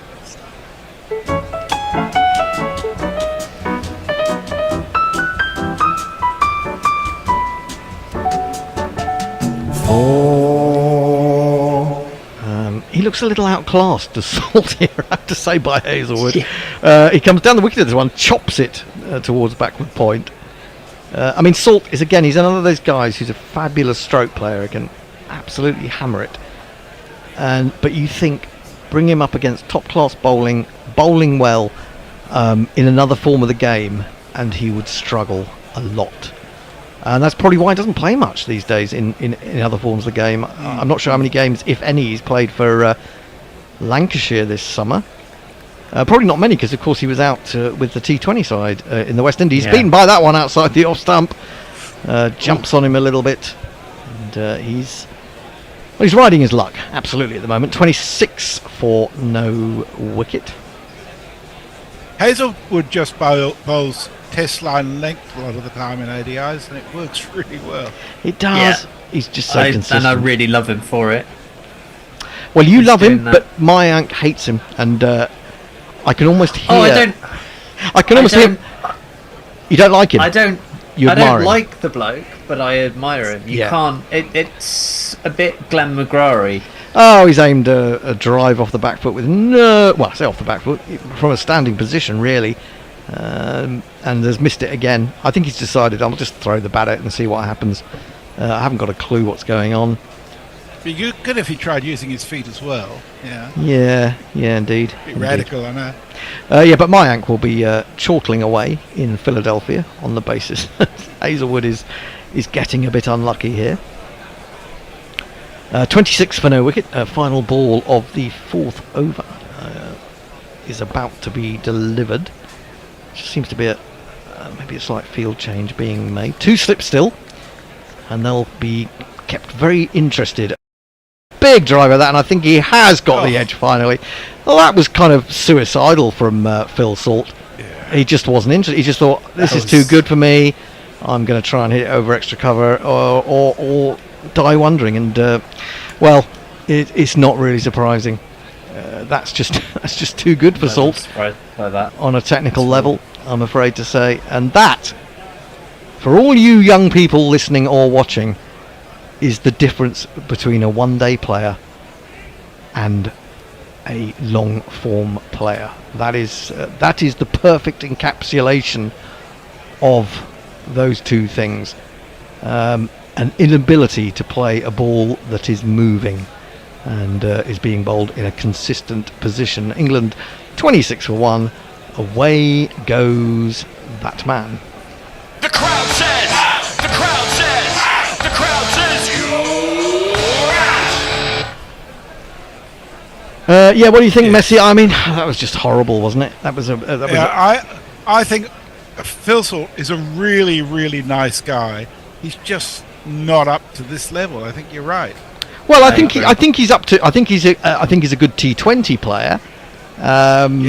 But when you've got a little bit more time to bowl consistently, and as you say, Hazelwood just bowls his test length in one-day internationals, really, his length and line, and I mean, it just looked like he'd given up, didn't it? It really did to me, as if he knew he was completely outclassed and should probably get off and have a lie down. Will Jacks comes to the crease. Got a very good 60. He needed some runs. He's not really set the world alight this summer. But Will Jacks is another one that I'm not hugely convinced about. I think he's a decent player, but I don't know whether he's the sort of the answer to England's prayers at number 3. I'm just filling in for you. The second coming of Saltwell for 12. Because I think. Go ahead. People think that he's sort of the second coming of Paul Collingwood in terms of his batting. I think you'd have to say he's a bit more attacking than Paul Collingwood. Much more attacking. Yeah, but you know that role that Collingwood sort of the thing where if Collie was in, you kind of went, oh, that's going to be all right. We've got Collie, that's fine. And I think they want that of Will Jacks a bit. And I don't know. Well, he's batting at 3 today. He's not facing at the moment. Stark's just bowling his second ball. First ball brought no run. And Stark has sprayed it down the leg side again. And would you credit it? It's another of these. I'm working my way through the wide jingles, which sounds like a song in itself. But yeah, we're just looking at that last over. It was horrible. It was horrible. He stays leg side of the ball the whole time, doesn't he? He doesn't make any attempt to get in line. We've got a free hit. Oh, is a no ball as well? What's going on? Must have been. Yeah, we're going to have a look at that. He's overstepped. Ooh. Yeah, it's a marginal one. Yeah. But I think just about right. Rust is the term that comes to mind in terms of start. He does look that, doesn't he? He looks for the Yorker, and he nearly gets it, but Duckett somehow manages to work it away again with just the top hand, really. The bottom hand sometimes comes off the bat for him. I guess it's something to do with the way he plays. I can't quite work out why. But he's done quite well there to get a single down to long leg. He would have preferred to be able to hit the boundary with that free hit, but didn't. So Stark will feel that he got out of that a little bit. 28 for 1. Jacks down to face. I'm going to jingle Jacks up. Jingle Jacks. Here he is. It might be Will Jacks. Maybe it's Will Jacks. It's probably Will Jacks. Yes, Will Jacks. So Stark then back to bowling to a right-hander. And he's in. And Jacks has edged. And Jacks has gone. Taken at second slip. Good snatch by the man there. And it was all going too well for England. And suddenly they're 28 for 2. I barely had time to play Will Jacks his jingle. He's gone. Second ball. Or was that the first ball he's faced? I think that might be first ball. That's Really first good ball, catch. Is that Maxwell? No, I think it's Short. So Short, who put one down earlier, has made up for that. And Jacks goes, doesn't follow his 64 with anything impressive. He's gone for a first baller. So I imagine that those bookies are running around getting a little bit worried, Messi. I would imagine so. I shall tell you the odds now are, well, they're still showing England at 152 and Australia at 288, which really surprises me. I would have thought Australia was favourite now. I shall tell you in a second what WinViz has to say. And I can tell you now that as far as Cricinfo is concerned, Australia are at 63%, which is probably about right. Yeah, I'd say that's about right. Yeah. Kieran Roseblade says, "Who is this Stark bloke? He can't bowl for toffee." Well, that's obviously what got the wicket. We thought if you didn't read those out, it wouldn't happen, but somehow it did. Well, it means that a lot of responsibility now falls upon the head of England's young captain. Who is this man?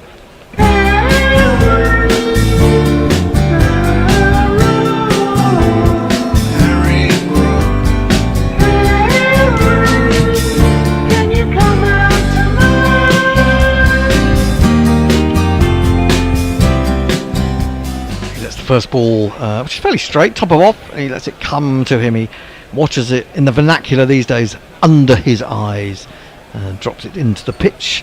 There is no run. It was a loose shot from Jacks, was tempted into the drive, under no control whatsoever.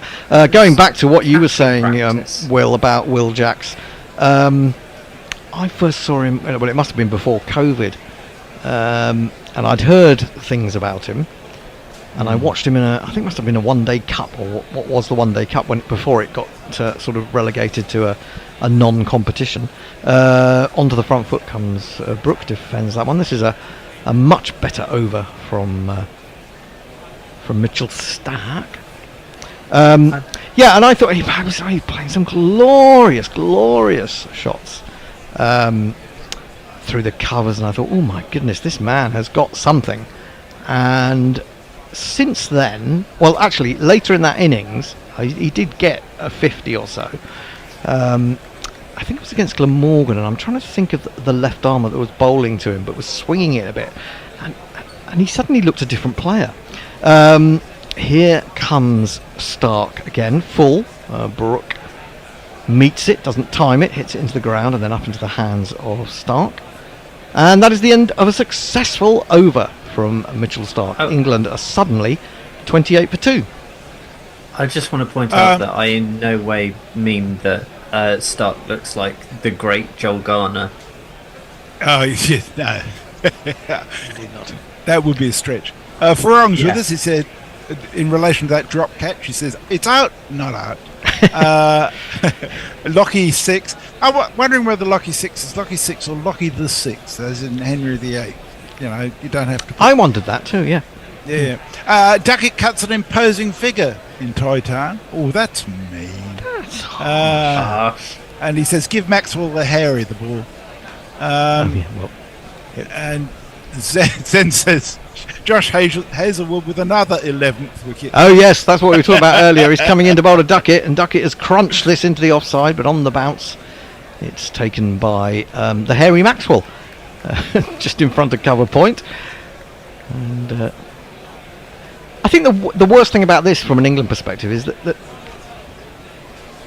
they just looked a kind of resignation about Phil Salt today. Well, I don't know. It's a weird one, and I think definitely there's something. Oh, Duckett! Well, he exposed his stumps completely, and I thought that was going to bowl him middle stump, but somehow he's got back down on that. He's flipped it over his shoulder, over the wicketkeeper, just short of the boundary for 4 runs.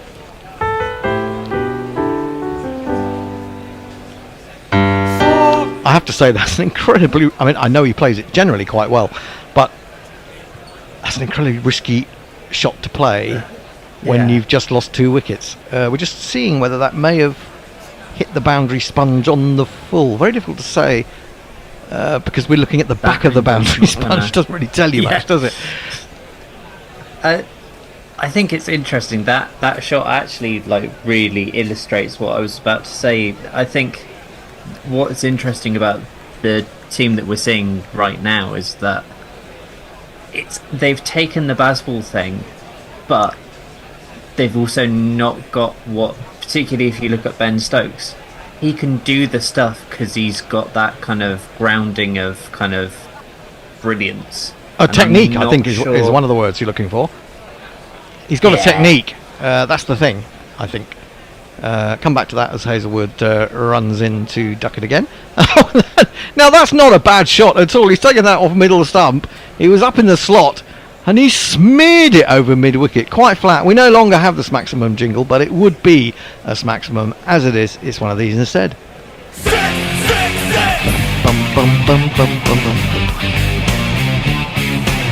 I think that's down to the fact that Duckett was a little bit he was a bit pissed off that the lap had just dropped an inch or so short of the boundary edge, because he was talking to the umpire and saying, was that a 4-6? And so, well, I'm not going to get a 6 this time, but I'll just wait for the next ball and do it. And he does play so well into the onside, doesn't he? His pulls and picking it up like that. It's good to watch. He's on to 22. In comes Hazelwood, and he drives at that one. Fortunately, hasn't got an edge to that. Would have been a disappointing end. He's not changing the way he's playing, despite the loss of those 2 wickets in the power play. England move on to 38 for 2. The target is 271. He's like Hazelwood in that regard, isn't he? He only knows one way to play. Yeah. Hazelwood only concentrates when number 11 comes out, and Duckett just tries to slaughter the bowling.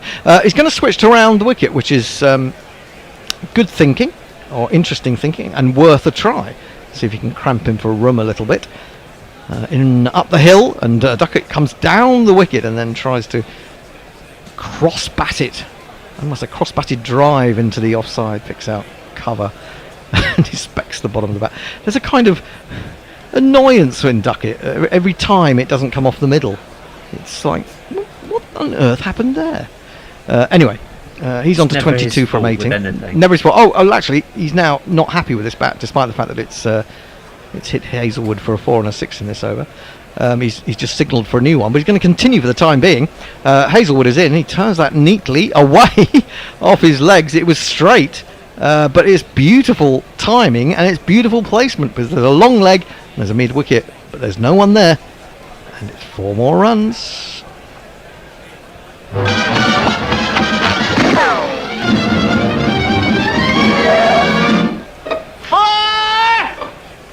He just skipped across the stumps a tiny bit at the last minute to give him the room to play that shot, and I do love that shot. It's a reward for a minimum of effort, really. Just timing and placement, and it's made the Headingley crowd very happy indeed, signalling for en masse. England moved to 42 for 2 after 6. Duckett 26, Brook yet to score. Stark will continue. Messi.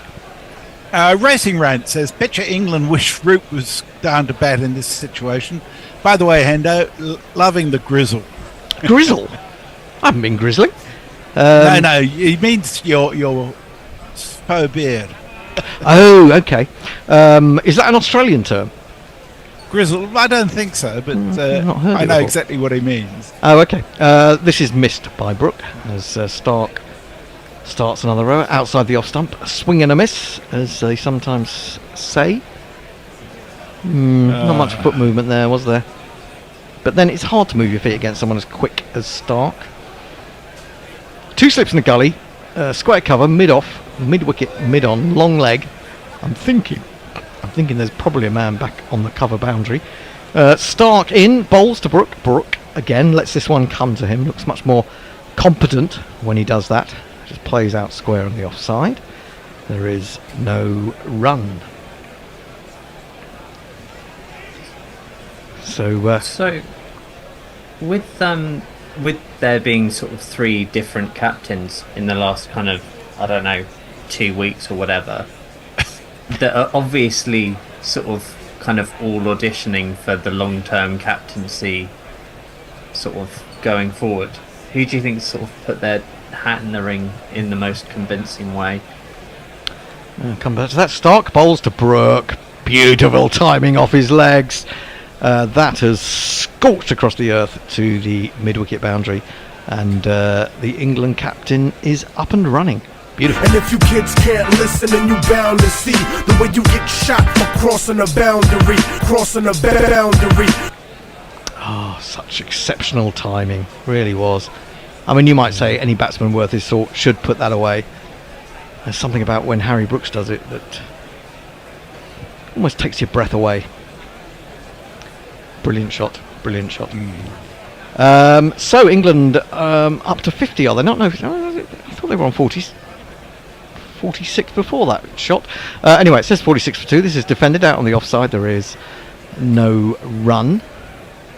Brook 4, Duckett 26. He's up at 90 miles an hour, 145k. If that's your thing, it's probably my instinct, because he's very much a man for metrics, isn't he? The metrical system.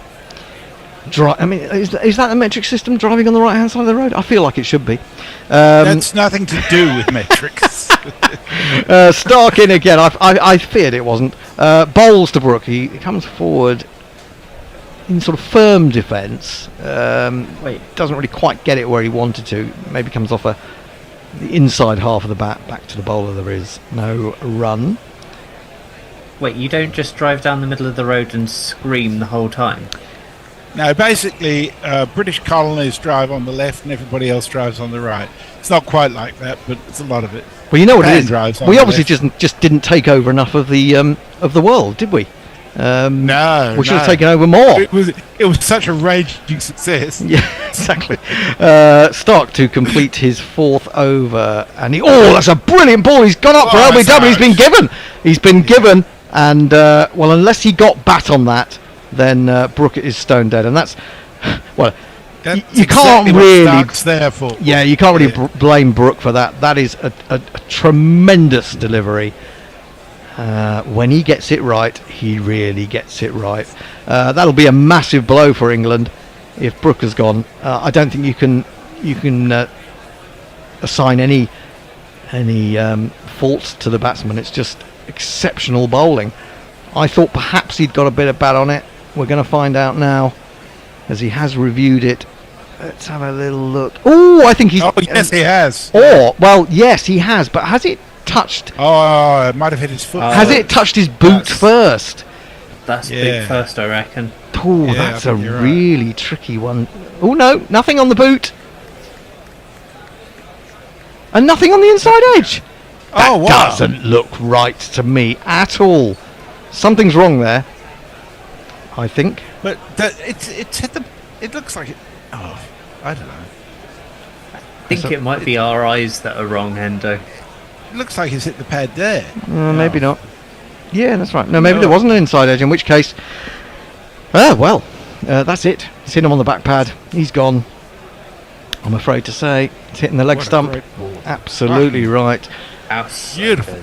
Wonderful bowling from Mitchell Stark. You get a mixed bag, but when it's as good as that, then there's not a lot that you can do as a batsman. I'm afraid to say, from an England perspective, that he's on his way.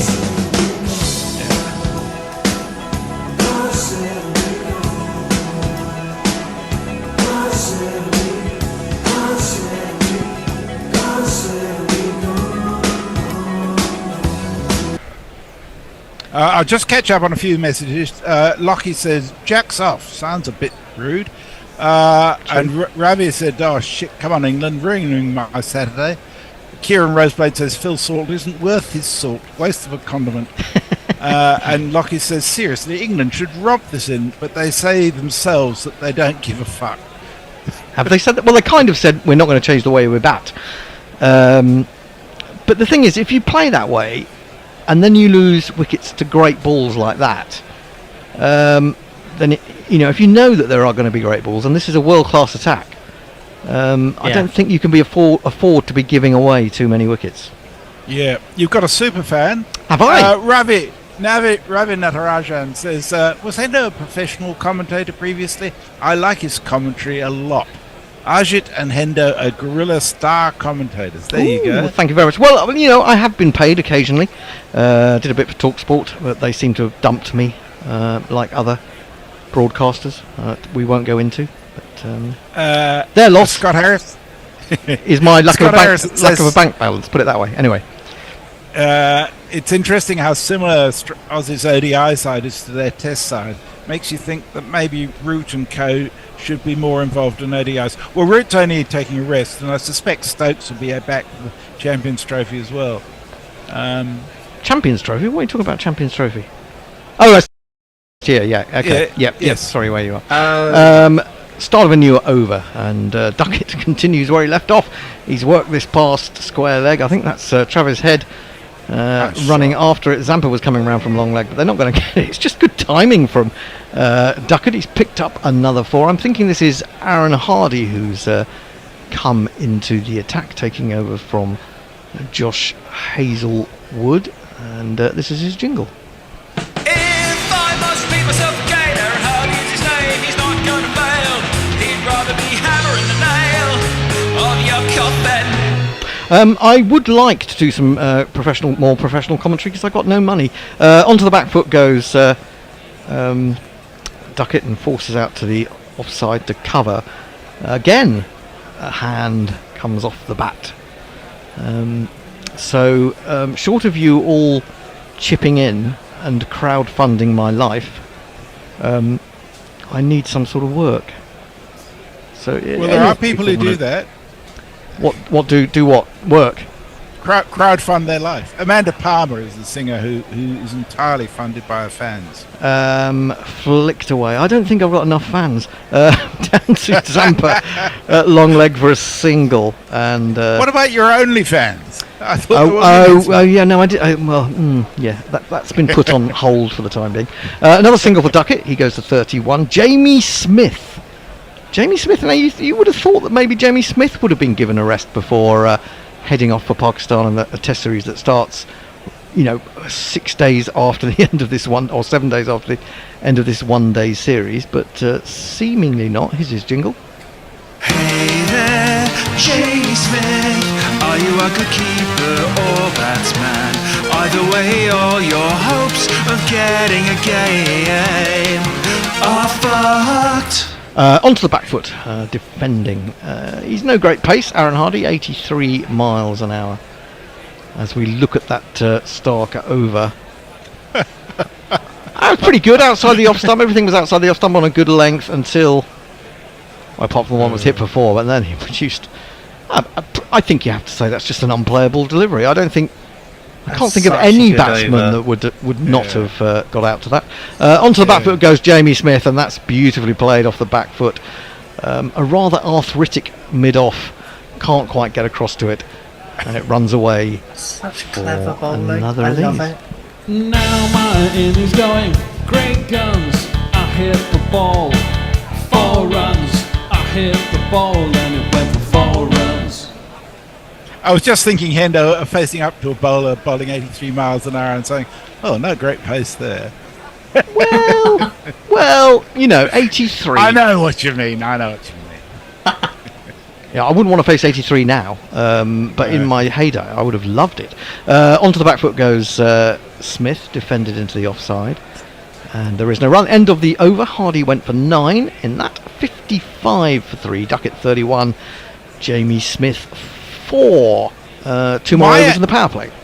Sorry. Mayank, who's not one to sort of have greys on anything, it's either right or it's wrong as far as I can tell, says driving on the right hand is correct. Left hand is colonialism and therefore horrible and archaic. And Kieran says, what about Japan? Good point. There are exceptions to every rule. Lockie says they should play Test cricket style right now. If they don't get out, they win. Well, I don't know that English Test cricket has that concept any longer. To be honest, you only have to look at the last Test match. Let's just look at the comparison. Australia after 8 were 41 for none. England are 14 runs ahead, but they have lost 3 rather important batsmen, especially Harry Brook. In comes Stark, bowling to Duckett. He's looking for the Yorker again. It ends up being a full toss. He clips it down to Zampa at long leg. And of course we haven't seen Zampa yet. And if you think how much turn Adil Rashid was getting earlier, he may not be an easy man to play. One more run for Duckett. 56 for 3. And, considering football is on today, it's a pretty good crowd at Headingley. I'm guessing Leeds aren't at home today.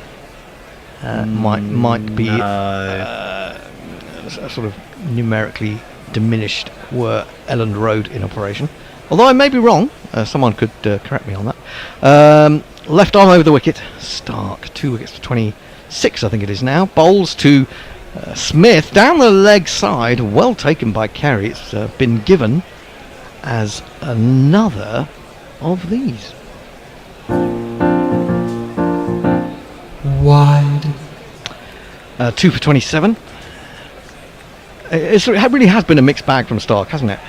He's bowled, wicket-taking balls and also some tripe. But if you can actually get wickets, enough wickets early on, it doesn't really matter. Doesn't really matter, does it? Leeds are away at Cardiff, I see, apparently. So that's possibly helps. Onto the back foot. That kept it a little bit low, if anything, as Jamie Smith jabbed it out into the offside. Well, this is an important innings for Jamie Smith, I think. He's going to get his first view, really, of this Australia attack, this top-class Australia attack. I mean, take Cummins out of the equation, of course, because he's not here. But otherwise, he's got Stark, he's got Hazelwood, he's got Zampa. It's pretty impressive. And if he can stand up well to this, just give him a bit of confidence looking ahead a year and a bit. I know it's a different form of the game, but anyway, he's full and he was driven that spectacularly. That's an extraordinary shot all the way along the ground. That is absolutely stunning, and it's run away for one of these.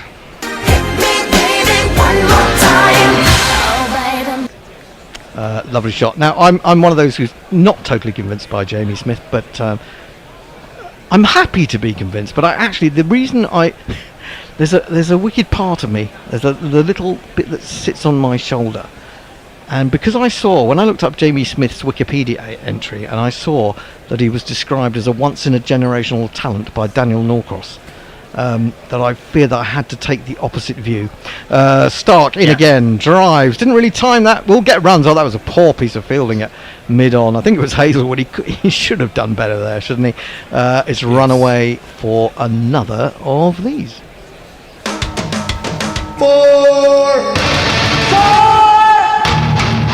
12 off 6 for him. I mean, he's a lovely stroke player, as we've just seen. I said I wasn't completely convinced about what he was going to be like against the highest class bowling. I mean, but he, I'm so.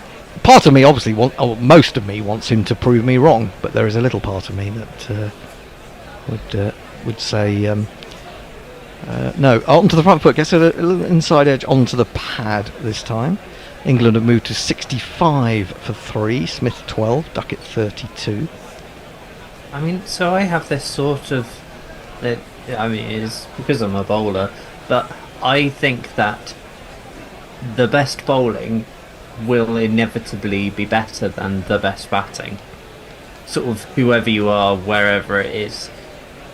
So I think that, which is also part of the reason why I think that. I mean, obviously, there's the whole amateurs players thing.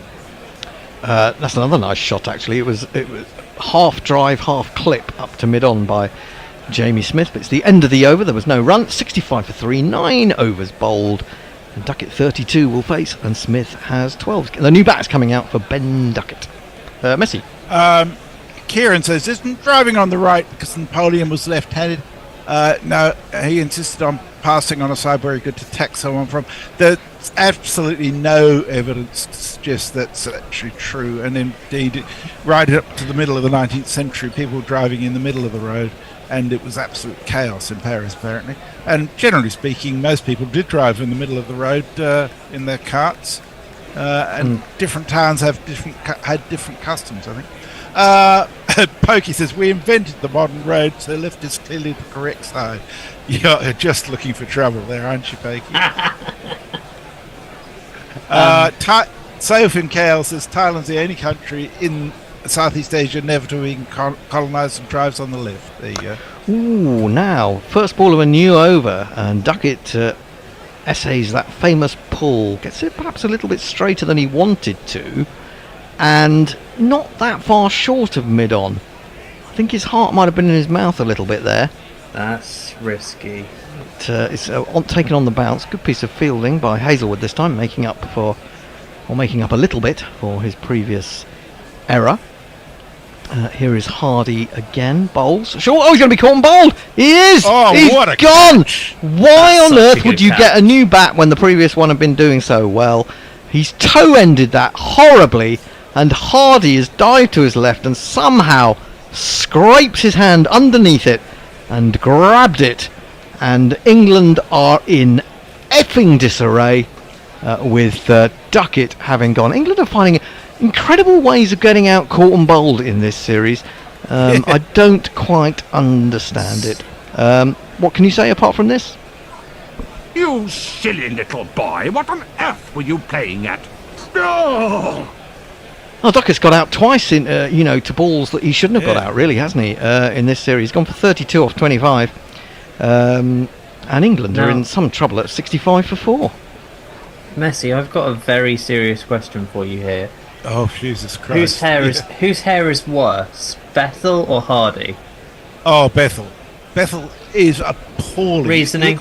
Looks like a fucking great bear has come along and puked on his head. It's just That's very descriptive. awful. That's very. How many people have you seen with bear vomit on their Puke on heads their head. Well, it's what I imagine in real life? It's really, somebody else described it as if someone had sewn his hair on very bad. It does look a bit like that. Although I think it does look like it looks like a bad weave, doesn't it? I have to say I think Hardy's is worse. But bad hair, great catch. What can you say? It's indeed. More tweets. Someone whose name I can't read says left-hand driving goes back to Roman times. Drivers needed right to protect against oncoming attack. Oh, I think that's out! I think that's out! Oh, I'm sorry to cut you off. Liam Livingston has come in. This has been fired down the leg side. He's tried to clip it on his way. He's got a little bit on it. And Carey has dived to his left, taken another stunning one-handed catch. And England are falling apart. Will be home for Crystal Palace against Man United. It's all over for England. You silly little boy, what on earth were you playing at? No! Oh, brilliant catch, brilliant catch. What a game Carey's having. So good. And now England really deep in the mire. It's going to take a Jamie Smith special. Livingston, we didn't even get a chance to go to his jingle. And England, chasing the not considerable target of 271, are still 206 runs behind in the power play with 5 wickets, half of their team gone. What can you say? Yeah, it's amazing. I need to check something with you, Hendo. Yes. Are you open or not to being kept up to date with AFC Wimbledon score? Depends on whether we're winning or losing. Oh, well, you're neither. Oh, it's 0-0, is it? Yeah. Okay. What time is it? It's half time, isn't it, more or less? Almost, yeah. Yeah.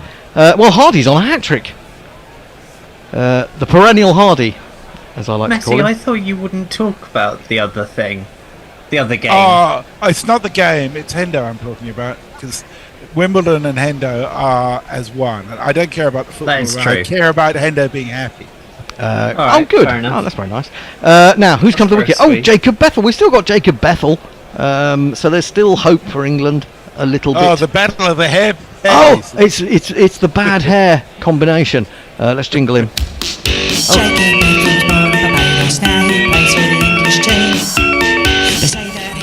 He's got to face the hat-trick ball, so I'm going to lower it because it's 1 minute 48. Can we have a? Is that Jeff? If that's Jeff Perko, can we have a shorter version of that as well? In comes Hardy of the bad hair, bowls to Bethel of the even worse hair. He goes on to the back foot and pushes firmly up to mid-on. So mid-off. So for the second time today, a hat-trick ball goes incomplete. Bryden Cast had the chance earlier as well. Hardy's bowled a lot better than Bryden Cast did before he got his 2 wickets in a row. That's part of the problem.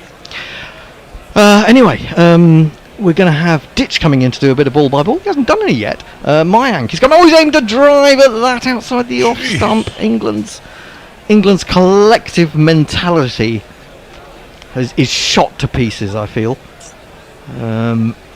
Those 3 quick wickets.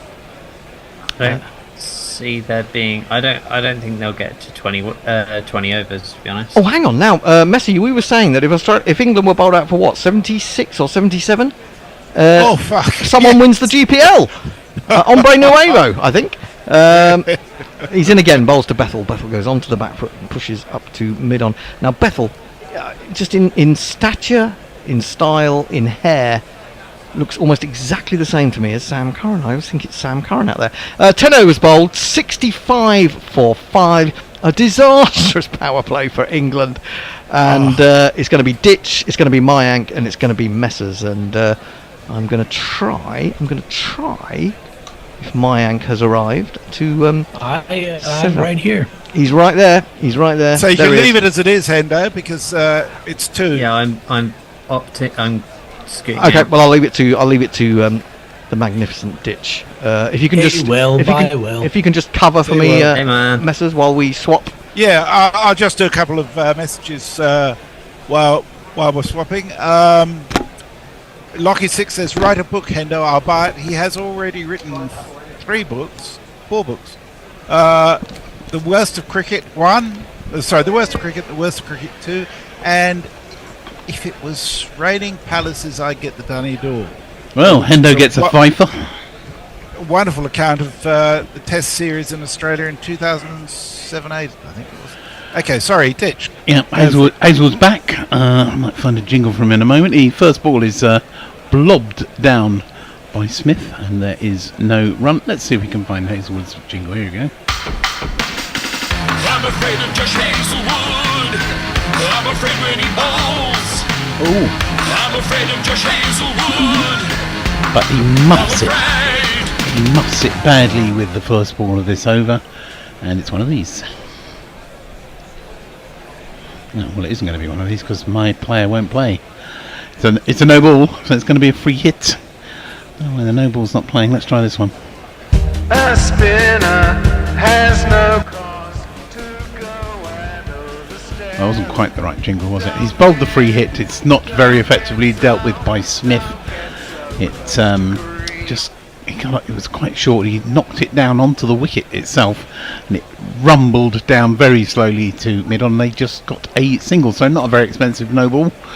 Only cost 2 runs, so did all right. There was a wide and a no ball earlier. Sadly, I think you only get 1 run for that, which is a bit annoying. Yeah, that is annoying. I think they should change that rule and give you both. Yeah, definitely. I mean, if you're going to do it, it's not fair to the batter that he only gets 1.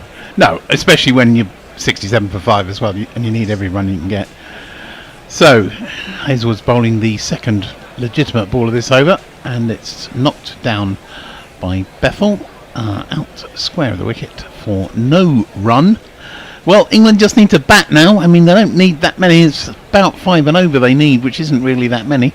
Just need not to lose any wickets, really, don't they? Well, and they've not been very successful at that. But just a minute ago, Will said he doesn't think they'll make it to the 20th over. I think that's a bit optimistic. I mean, it's possible. If you lose another one now, you're 6 down. Yeah. deep in and you're in the tail. The tail can bat, but in this kind of a situation, who knows? Well, now that looks a much better shot from Mr. Bethel, who's leant back, spanked it down to backward point. Third man can't get round, and it goes all the way down to the boundary for one of these. 1, 2, 3, 4.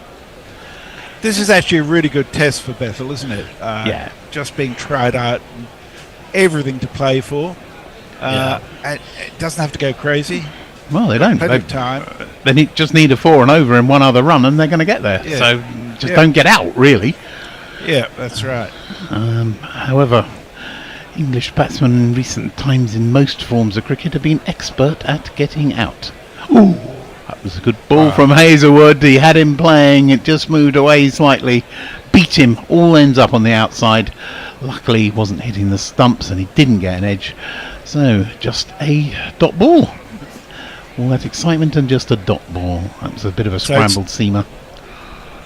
Yeah, it's getting to the stage now where you can expect the swing to start declining significantly because each of the balls is 5 overs old, and that's about as long as the swing lasts. Yeah, that didn't really swing. It just went off the seam because he'd scrambled seamed it and it randomly went away. Bethel's got leant back, pulled to a bit of a manky short ball, smashed it out to the deep mid-wicket boundary for one of these. And if you kids can't listen, then you bound to see the way you get shot for crossing a boundary, Hazelwood, it's very strange. It's insane to see how they're 75 for 5 in the 11th over because I know, ridiculous. I mean, when you're 5 down, you would think, oh, they'll probably be at like 40, 42, trying to consolidate, and yet here they are, still going well over 7 and over. Yeah, Hazelwood finishes that over off with a good straight ball. And Bethel decides discretion is the better part. Valerie's picked up 8 off that over. He'll just block it out to short extra cover. And there is no run. It's the end of the 11th over. 75 for 5. Yes, you're correctly hearing me. 75 for 5 off 11 overs. England chasing 271. That means they need 196 from 39 overs. That's just going to be a very small fraction over 5 and over. Any tweets? Mark, you got the tweets, haven't you? The messages. Sorry. There you go. See, I thought that was my next stint. Yes, I will bring those up in just a moment. Okie dokie. Well, see, that's where I got confused because I knew that I was going to do one where I was going to do the. It may have been one of the ones I swapped around. I did play around. Yeah, there was a bit of shuffling. Bit of late shuffling went on. I thought it was the next one that I was going to do the tweets. I'll get them in between in this over. Hardy's back. He bowls the first ball of the next over. It's just knocked down into the offside. It's picked up at very short extra cover by the fielder who's in there to make sure they can't sneak a single. And there is no run. So Smith 13 off 11. Bethel 8 off 8. Hardy 2 for 9 off 2.1. They're very good figures, aren't they? And here we go. Next ball coming up. And Hardy's coming in. He bowls. It's just a little bit short of a length. And it's pretty much a repeat of the previous ball. Straight to short extra cover. He throws it back to the keeper. No run. Aaron Hardy's is an interesting situation of being an all-rounder in a state and a team that's got Cameron Green and Mitchell Marsh in it. So he's striving to be seen as separate enough to be worthy of being picked for one particular talent, and bowling has to be it for him, I think. Yeah, he's in again. Ooh, a little inside edge onto the pad there, and luckily for Smith it just bumbles out towards gully, and there is no run, but that could have easily gone down onto the wickets very, very easily indeed, and England would have been 6 down. That's another scramble seamer, and he wasn't really playing a proper shot. He hung the bat out of that. It wasn't playing a shot. He just kind of pushed the bat out towards the ball. No follow through or anything. That's always a dangerous sort of thing to do. Just leave it alone if you're not going to play it. This time he's smashing the ball down the ground. And it wasn't quite as far smash as I thought. And it might not even go for 4. I thought it was going for 6. And now what's happened? Starkey's giving 4. So it has gone for one of these.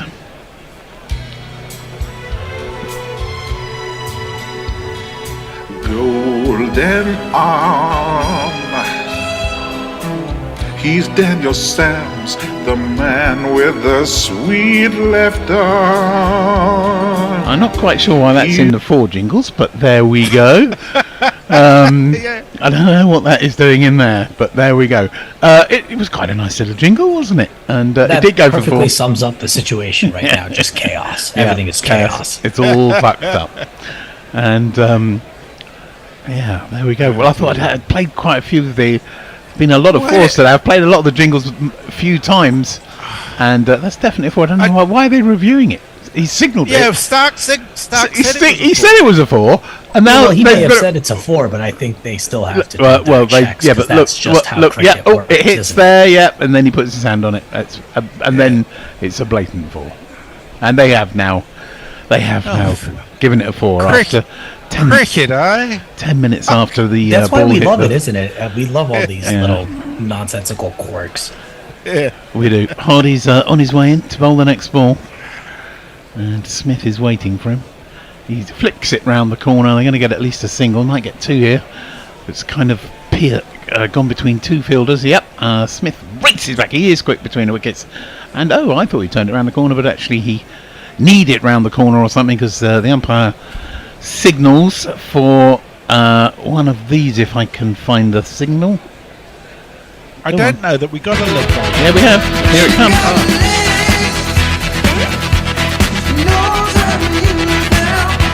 Leg guys. Yeah, it's a fairly unused one. I haven't heard it very often. The next ball, the last ball of the over, beats Smith outside his outside edge, goes through to the keeper, and there is no run. Bit wafty, bit like some of the earlier England shots to which batsmen got out, playing at a ball he really didn't need to play at. I mean, quite a few people are out to balls they didn't need to play at, or just playing very silly shots. Stuck it. I don't know what he was doing. He looked as though the ball had got up on him a bit or something, but just leave the ball alone. He would have gone flying over the top of the stumps. Just to look at some of these on YouTube, I don't know exactly where we stopped, but I'll just start with Lockie saying the stairs in Kerr Castle spiraled in the opposite direction to other castles because they were mostly left-handed, and it was all about sword fighting. Inbred weirdos. Very good. I didn't know. I knew that. I knew that was Go the ahead. reason they went that way, but I didn't know that particular family had a bunch of left-handers. I like these next two, so I'll just get through them. Hombre Nuevo says, afternoon, late, tinning in. When's the apocalyptic thunderstorms in the hail the size of cows due to hit? And Pokey Bumfinger says, fuck's sake.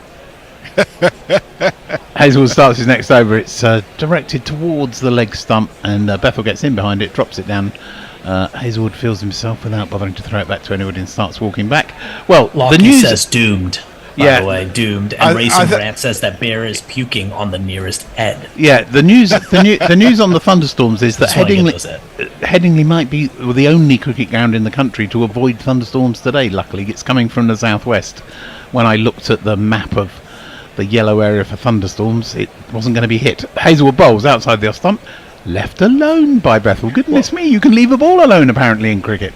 And there is no run. I was surprised that Sydney is the ground that has the most rain, because you would think it would be in England. Because England, being an American, England, we always look at England as this place where it's literally like Ireland, just rains all the time, that nothing ever gets done because of the rain and the miserable weather. It's always cold, it's always damp. Yeah, well, I mean, to be fair, if you'd asked me, and I would put some money on it, I'd have said Old Trafford ahead of Sydney, but that is a bit surprising. Hazelwood's in, he bowls, and no run, it's just dropped down, goes square over the wicket from Bethel. Carry on, gentlemen. It's no coincidence that when they held the Olympics in Sydney, they were not held in January, they were held in, I think it was October. Oh dear. August. Was it October? I thought it was August. Oh dear, he's done another one. Oh, the one in Brisbane. Oh, there you go. He's done another one of these, and it's going to be Over the line! free hit. Well, that was a monstrously large no ball. He was like 3 or 4 inches over. That is a suspicious snowball, if you ask me. I think there might be something going on over here with this guy. As you know, I have said earlier, I don't like Hazelwood. Yeah. Well, here is the man you don't like, and it's going to be another free hit because the next ball he's bowled one of these. So it's an extended free hit. This over is starting to get up to Chilean proportions. I was telling a story earlier about Chile were playing, this is the women's cricket, were playing Argentina. One of the poor Chilean bowlers bowled 65 no balls. Yeah. That has to be a record. That's a lot. It is an awful lot. I wonder if it is a record, because there's a similar record. Oh, that's down the leg side, and it's that's still going to be a free hit. Oh, Jesus.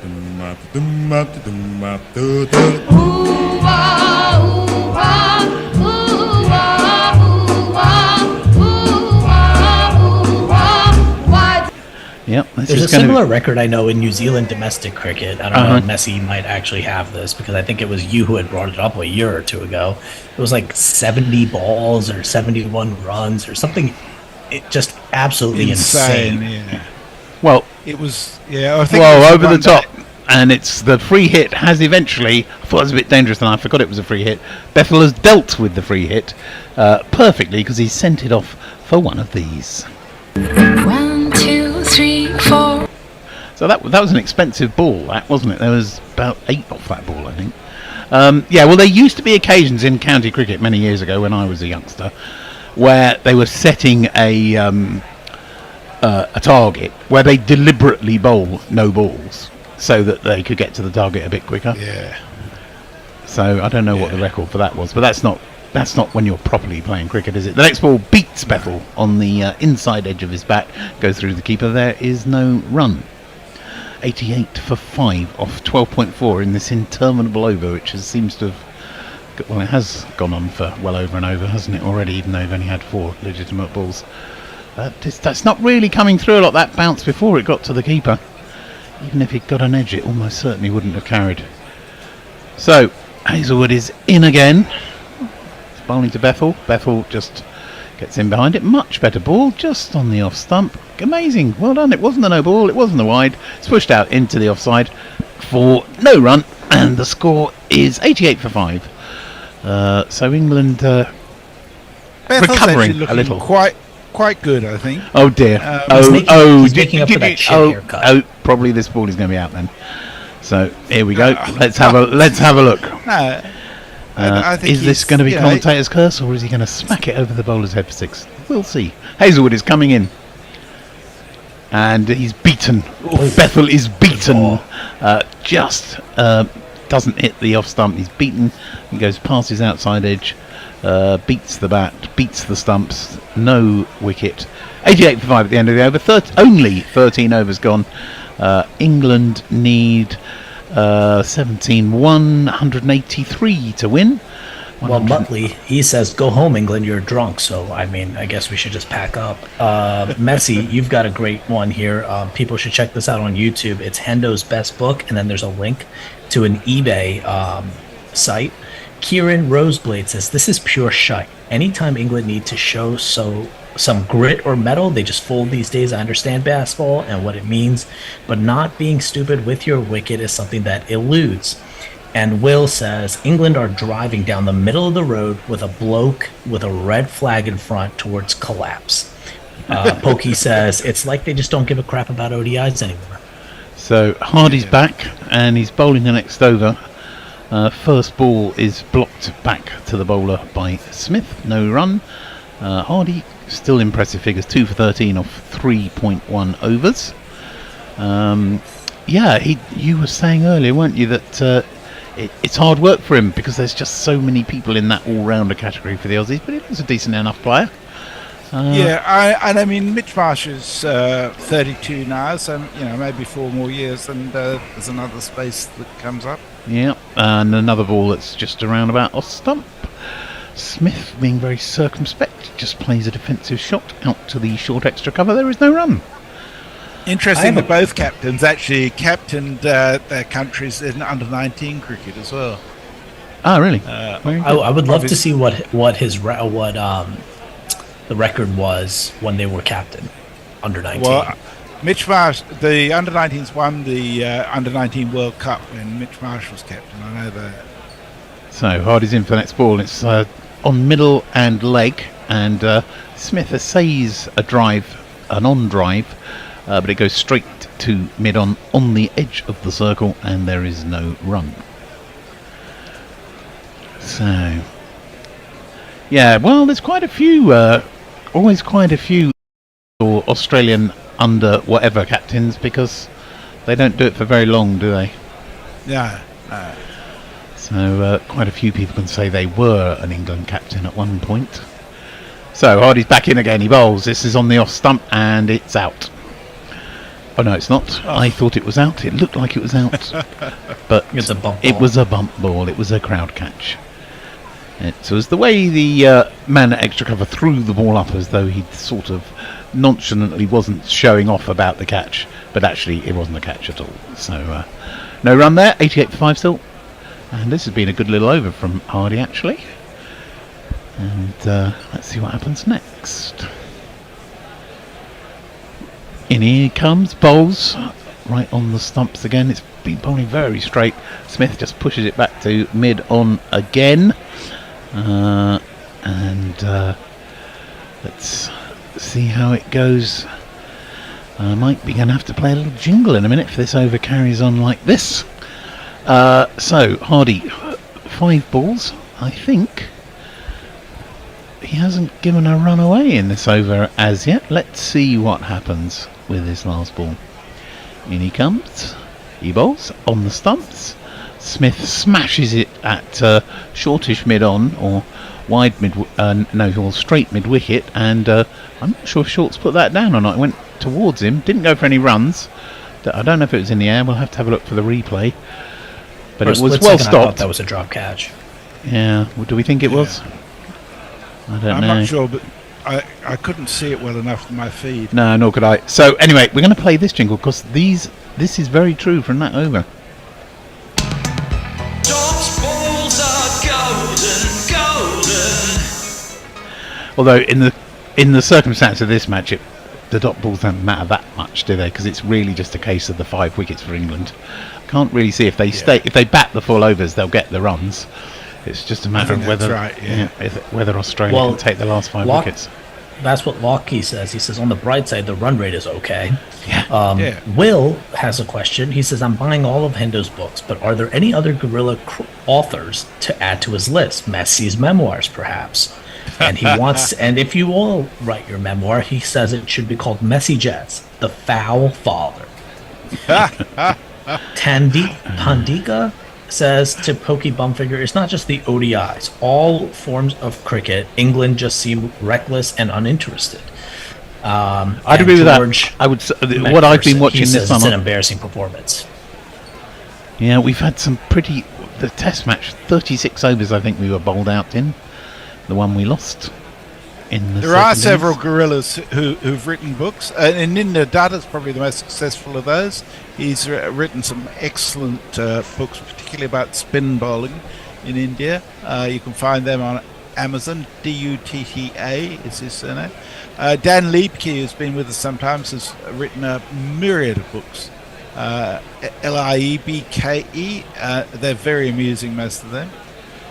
Who else? I would have thought maybe an ex-guerrilla, probably written a book. Zaltzman maybe has done a book somewhere about something. I think you're right. Yeah. Well, he was an ex-guerrilla. Yeah, he's an ex-guerrilla. Oh, Zaltzman. wow. Yeah, absolutely. Some big names that have come and gone here. Well, more of an ex-sofa than ex-guerrilla. Yes, but he did do a bit of guerrilla after Sofa. He didn't desert us right. completely after Sofa. It's crazy how far this entity has gone from the Test match Sofa days into the guerrilla days, and then the way it's progressed from 2014 onwards alone. Guerrilla cricket has just gone leaps and bounds thanks to everybody who listens, contributes, sends in money, send more money if you can. Send more money. Yeah, always send more money. Yeah, because we got to look after Hendo nowadays as well. So we need more money. Hendo, yeah. And we're going to have to find a new studio, which is going to cost a lot of money. So if you'd like to support us from as little as $2 a month, but tiers well above that as well, go to patreon.com/guerrilla cricket. Yeah, that was a drop catch, by the way. We were just talking the previous over that was smashed. It wasn't an easy catch, but should have been taken. Yeah. So I just wanted to point that out. But I have a question here then for Messi. I'm on the $20. Before you do your question, I should just point out we're having drinks here. That's why they are having drinks. That's why we've got some time. But so I'm on the $20. Can you give the listeners some of the benefits that the higher tiers get? So what would somebody who gives $20 a month, $20 a month, what are some of the good benefits that you get with that? So on $20 a month on Patreon, you get access to our whole archive, which includes not just the jingles, of which there are over 3,000 now, but also the recordings of almost all the games we have ever covered. So you're looking at thousands and thousands of hours of recording. If there's a particular game you want to look up, you can find that on our archive as well. Excellent. And have a listen to it. Probably more hours than you could listen to. Well, that's true. That's why I urge people to check out maybe the $20. I know there's a $10. I know you after 3 months you also get some free gifts. If you're some goodies. if you're on the $20 bracket for 3 months, you will get a free Gorilla Cricket mug. There you go. I haven't got in front of me at the moment, but it's a very nice, solid mug with Gorilla Cricket on it. And we're back in action. Hazelwood is still bowling. He's in his 6th over. First ball was blocked out into the offside by Bethel for no run. Yeah, you can always dig up the old Nottingham Test match where Stuart Broad decimated the Aussies and hear me taking a bunch of wickets that morning. Oh, that was painful. Yes. Yeah. You were at the jet lag that day, weren't you? We were at the jet lag. Yeah, indeed. Does that also include the Test match sofa matches or just the Gorilla matches? No, just Gorilla. Yes, I think that they were probably owned by the cricketer or something, so we don't have them. Although quite a lot of the original jingles that are there date back to sofa days and were carried forward. Yeah, absolutely. That ball is chopped square of the wicket out to deep point by Bethel, and he gets a single. Pops onto unlucky 13. Smith is now going to face 89 for 5 England. Has Gorilla done anything for it? Because I just realized that would have been 10 years then. So was there any celebrations or any kind of happy 10th birthday for Gorilla Cricket this year? I think a few people went down the pub, probably. Yeah. We've been doing so much cricket this year, it's been hard to think about organising anything else, to be honest, but we might get round to it. Hazel's next ball, I think, probably kept a little bit low. Smith got on top of it and kept it out. Didn't look as though it did what it ought to. You'd have expected. I think there was been a couple of balls that haven't behaved properly today, but in general the pitch has been pretty damn good. So there's no run there. Still 89 for 5. That's the thing with so much cricket, because you've literally got 7 or 8 days between the final ODI and then the first Test match. So absolutely no days off for anyone going straight from England straight to Pakistan in a week. Yeah, it's much. Oh, and next ball is on the leg stump, and Smith just blocks it out into the leg side. Wide-ish mid-on or straight-ish mid-wicket comes across and fields. There is no run. It's particularly hard on us commentators. I mean, the players, they don't all play in all formats, do they? So some of them get a break, but you know, us commentators, it's non-stop. Well, a few of the England team, if I'm not incorrect, some of these guys are going. Ben Duckett will be there. Yeah, I would assume. Harry Brook's going. Harry Brook would be there, so they don't get any time off at all. No. But it will only be 2 or 3 of them, won't it? I think that will be going to play Test cricket. So yeah, if you're that good, it serves you right. Yeah, and you make a lot more money as well. So you know, fair enough, I guess. It's true. So the next ball is pushed out into the offside. There is no run. We're seeing lots of pictures of Glenn Maxwell signing things. Good to see a couple of Red Devils in the crowd. We got a big game coming up in about an hour. While at this point, every game we play is a big game since we're so shit. It's a massive needle match in my family. I'll tell you why in a moment. As Hazelwood's in, he bowls and. It's a good shot. That's a good shot. Smacked all the way out to the wide mid-wicket boundary for one of these.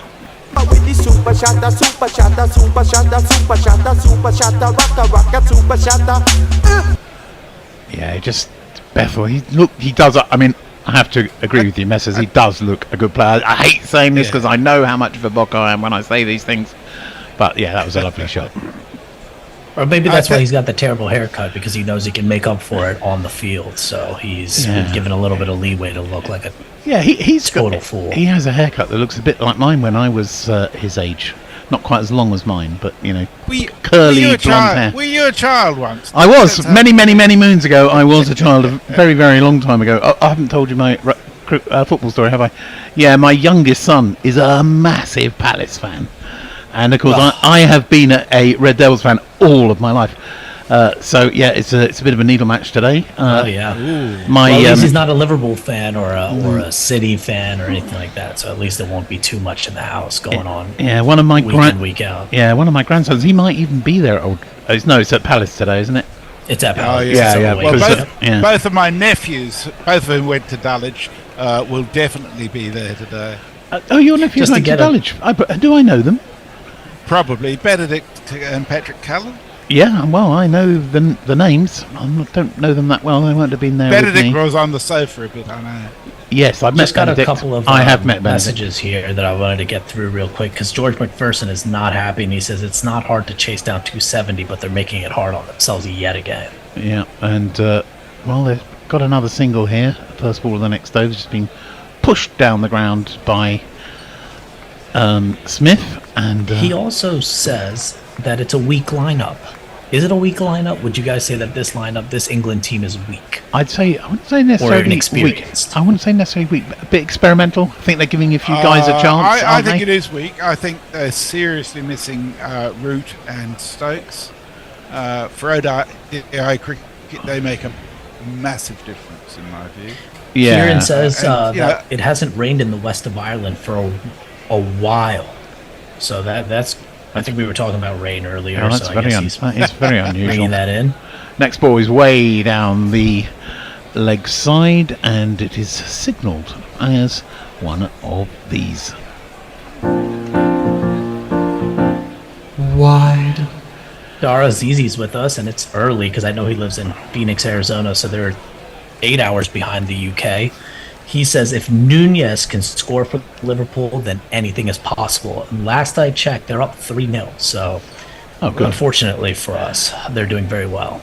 Oh, this ball is wide of the off stump and swung at by Bethel. If he'd left it, it wouldn't probably quite have been a wide, but it would have been almost a wide. It's a bit of a risky shot, but he didn't really get hold of it at all. Just dribbled out into the offside. No run. Did you know Bill Clinton is listening to us? Bill Clinton, and he said Ben Stokes needs to be back. So good on him. The 42nd president of the United States is an avid listener to guerrilla cricket. It's great to see. Most excellent. And this ball is turned around the corner by Bethel to long leg, and they amble through for a single. No rush. There's no chance of twos. They just literally walk through. We do seem to have quite a lot of our American listeners in swing states, so I hope they're all going to be doing the right thing. You would be surprised. I mean, I was looking at some of the polls, and I'm not going to get too much into politics, so then we could be here forever not even talking about the cricket. But the polls are looking a little iffy in Pennsylvania. Well, I'm in Pennsylvania, and it's looking a little iffy here. Yeah, it's been smacked by Bethel, this next ball. They're not really smacked that hard. Squarish of the wicket, they get another single, and the score's ticking along quite okay at the moment. 98 for 5. England are off 2 balls short of 16 over, so it's still going along at 6 and over, isn't it? Which is run rate wise, they're doing absolutely fine. They're ahead of the rate. It's the wicket. I mean, you lose another wicket here, could be dire. Could be dire. A nail in the coffin. Yeah. Well, DJT is trying to kill his campaign, isn't he? He's trying very hard. This is blocked by Bethel, and there is no run. It goes out into the offside. Yeah, I would say. I think the problem in Pennsylvania is what Elon Musk said. You know, if Harris gets in, we'll never get to Mars, and Mars is in Pennsylvania, as I understand it. So. Very good. Well, all I'm going to say is don't look at polls, because polls will keep saying that she's up 52-48. It doesn't mean anything. If he wins Georgia and he wins Arizona, he could lose by 30 million but still be president. Yeah, well, that's your ridiculous voting percentage system. But the way our system works is it doesn't matter. Yeah. No, he just has to win those. She has to win those 3 Rust Belt states, and then she it's all has to over. win those states. Yep, in the South. Yeah. No, the so North. That last ball, by the way, was just a dog. Oh yeah, sorry, I'm I'm getting way too That's all right. into the politics now. But Muttley has a question. He has a statement. He says Ben Stokes should be captain of the Prick 11. We were talking about who would be in your Prick 11. WG Grace. WG Grace has to be the captain of the Prick 11. Well, Pokey says Owen Morgan, surely. I don't care how many World Cups he's won, he's still a prick. And Lockie wants to know, did KP make it into the Pricks 11? Forget make it. The man is the general manager of Pricks 11. The guy's the owner of the Pricks 11. He'll never leave the Pricks 11. He is the mentor. Presumably, Bradman must be in there as well. Oh, absolutely. Of course, yes. Yeah. And Soph in Kuala Lumpur, she's on my side. She says, you will be amused to know that her 80... I'm assuming it's her 80-year-old father shares my Hazelwood obsession because he refers to him as Ratfink Hazelwood, and I had messaged that and said he is a man of class. There's a change doesn't take much. Of good taste, I should say, and class. There's a change of bowling, and I think was there a single off that first ball? I think there must have been a single off that first ball. Yes, there was. And it's now I put him in here somewhere. Where's he gone? He wasn't there earlier, and don't tell me he's been taken out again. What? Where's he gone? I don't believe it. You've lost him. You've lost the jingle while you've been sitting there. While you look for that jingle, I'll just say Kieran says, I don't know if Mogg has written a book, but I know he's made a lot of notes. And Lockie says we should nickname the Pricks 11 the Bradmans, or maybe the Bradman 11. Well, I'll play his jingle in a minute. The next ball is just pushed back to the bowler. There is no run. Well, I can't. I definitely copied that in earlier on today. I'm going to find him. Well, in fact, I can see him here. I'll see if I can copy him in now. Put him in there, and then I can play his jingle. Here we go.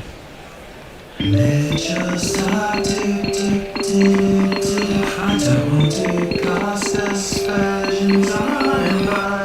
had no swing. I'll turn him down a bit as he bowls the next ball, and this is pushed back down to mid-on by Bethel. Nice looking shot. So the Aussies here, they want to get home early, don't they? They're putting Stark on, see if they can blast the last few wickets out nice and quick. Well, Stark's not a great finisher anyhow. That's true. It's interesting though that they haven't moved to spin at all yet, and I suppose it's because they're not getting away from the pace bowlers. Really, they're scoring okay, but they're scoring at about 5 and over, something like that at the moment. Almost 6. Yeah, the last 5 overs. Ooh, good ball. Wow. He just managed to. That was very like the ball that got Brooke out, and Bethel managed to squeeze it out. It rolled out into the leg side, not very far, but far enough that they could sneak a single. He's got himself off strike. That was a good. It's also a thing of why would you want to change it right now? Your seamers have gotten the first 5 wickets in the first 10 overs, 12 overs. Yeah. Why change it right now? They'll probably make a decision, I would assume, in the next over or two if they don't get this pair out. But for now, it's been working. Yeah, no, absolutely. And having the seamers on while the ball is harder makes more sense too. Yeah. Starks in again, it's short and it's spanked. Oh, that's a good shot. It is very heavily spanked. I'll have to change my thing to find one of these.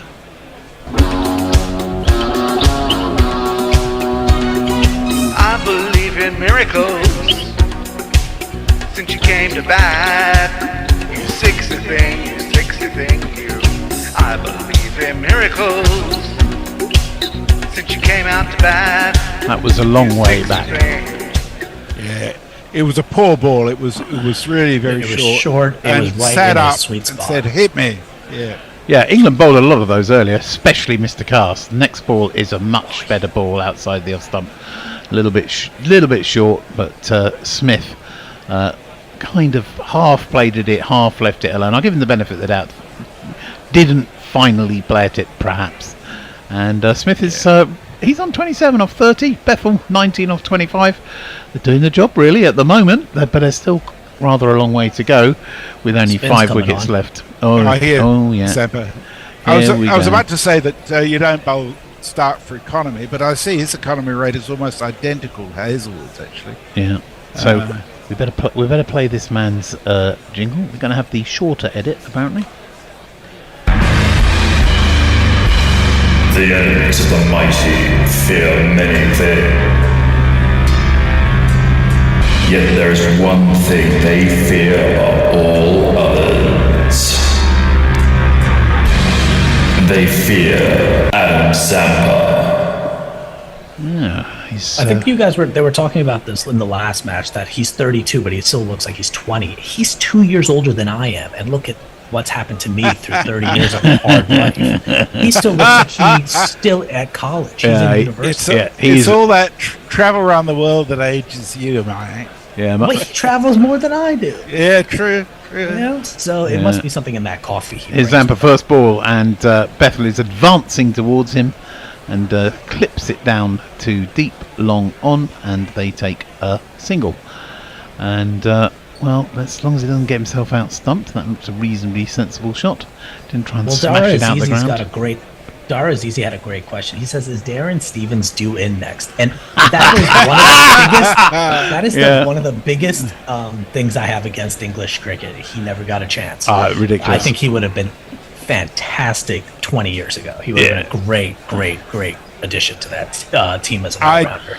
I disagree strongly. Zamps is in. Really? Bowls, and it was a leggy. Just turned away a fraction. County cricket is full of decent all-rounders who do very well at county level, but it's a step up, and they get yes, I'm sure. Mullered but the fact that the man played till he was 44 and never got into the England team. Zampa's in again. This time it's on the leg stump and pushed out to short mid wicket, who fields rolling around, and there is no run again.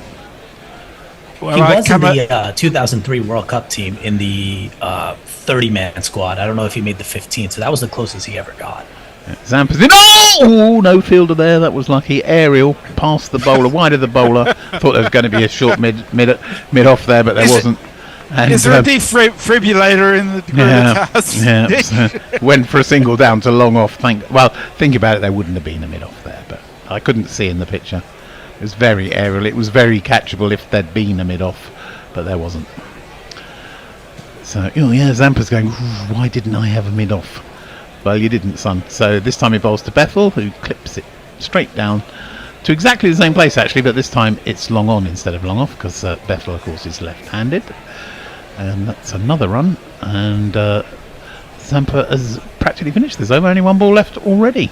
Yeah, he's going by as fast as he can, I think, just to rattle the English batsmen, not give them enough time to think, to kind of gauge where he's going to bowl, how he's going to bowl. Yeah, he's in. He bowls the next ball. That's on the leg stump. There's a big appeal from the keeper. I'm not sure it would have even hit. I might have pitched outside leg stump. There's no review. Zampa was not going up for it at all, so one didn't have a lot going for it. Well, the Aussies are... What's he coming for? Oh, he's not. I thought it was coming off, but actually Head is coming to sign some little bats for children. What a nice job. Well, Will says, no celebrations. We're too jaded and decrepit. Ravi Natarajan informs us that a $20 Patreon, that would mean you're a studio member, and the Bear has said that you get to visit the Gorilla Studios whenever you're in town, which is pretty awesome. Muttley has a good joke here. It's not a week lineup, WEEK. It's a one-day lineup. And he is spot on. And Kieran says only 8 hours behind. That talking about Phoenix, Arizona. I thought Arizona was 200 years behind the UK, and that's not too far off. I'll tell you. I've been to Phoenix a few times. Not too far off. Harsh. Stark's back in. He bowls. It's wide of the off stump, and it's chopped down towards third man. There is a third man, so it's just going to be another ambled little single. We're going into that kind of lullish middle overs now, aren't we? I think we've got a jingle for that somewhere, but I don't know where. So we won't bother with it, because me hunting it out will take hours. And is there also a membership card by any chance? Because Mr. Ravi Natarajan says that if you're a Patreon on the $20, you get a membership card. Do you? Which Oh, has some my people. goodness. Lockie also wants it. He says a card. I want the GC membership card. I assume I it didn't gets even know we discounts had at thousands of affiliates. I know. Wow. I've not heard of They'll it. post that. He says he's going to post it on as a tweet to GC. So Ravi, if you have a chance, we'd love to see that. Here's Stark. He bowls on the off stump, and Smith is in behind it, pushes it out square of the wicket. There is no run, and you'll be glad to hear, folks, that there's only a few more balls of me, and then we'll have the much loved and inestimable Hendo back on the commentary. However, that will probably involve England being out in the next 10 overs, as he took 5 wickets in his first spell. So so far I've been quite good. I haven't actually taken a wicket, which is very unusual for me, but let's see if I can keep it up as Stark comes into bowl again. And here he comes, and he bowls, and it's on the middle stump, and it's just pushed back to mid-on. It gets very disconcerting here when you're in the studio and you've got the headphones on and you're listening to yourself, and you get to the end of the loop with the crowd noise and it goes dead silent in your head for about 5 seconds. You think, oh my god, the equipment's broken, and then it comes back and you're okay, which is what happened to me just as Stark was coming in. Yeah, Mike, I have a riposte to your Darren Stevens. Much earlier, Ken Suttle used to open the batting for Sussex when I was a lad. He played for Sussex 23 consecutive county matches. Gosh, and never played for England. Next ball is blocked back by Smith. That is awful. No run.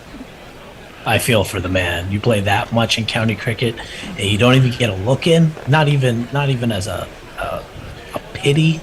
He did get on one tour, but he got kept out by the manager who didn't like him. He was a professional and not a player, and therefore wasn't. In those days it was harder to get on tours if you're a professional, unless you're a fast bowler, of course.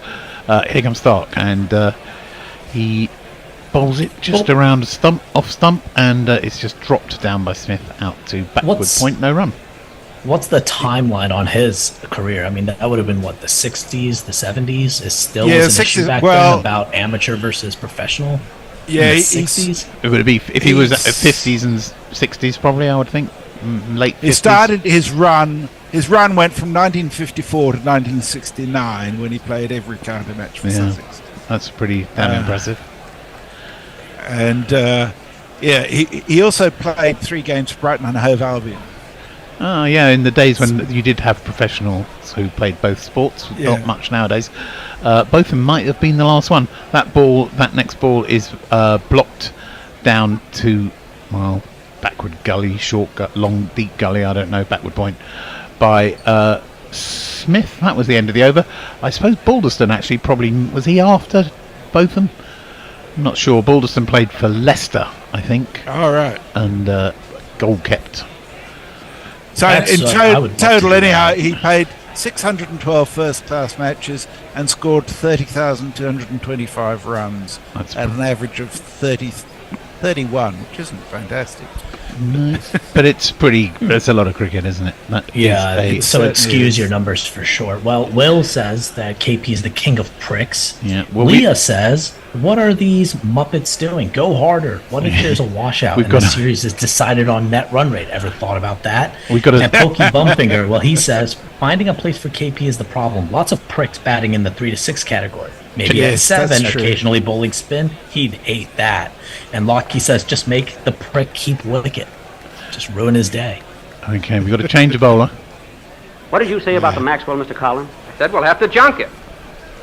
And his first ball is pushed down the ground to long on, and Bethel picks up a single. So, the way you piss off Vaughan is make him. KP is make him 12th man.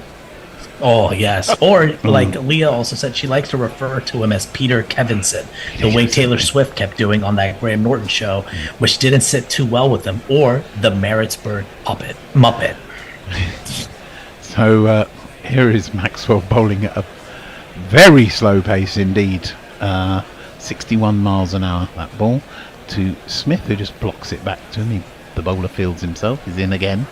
He bowls, and it's been smashed up in the air. It's probably going to be out because it's high, High, oh no, it's landed between three fielders. Right in the middle of three fielders, so Smith has got away with it. I think he's got a single.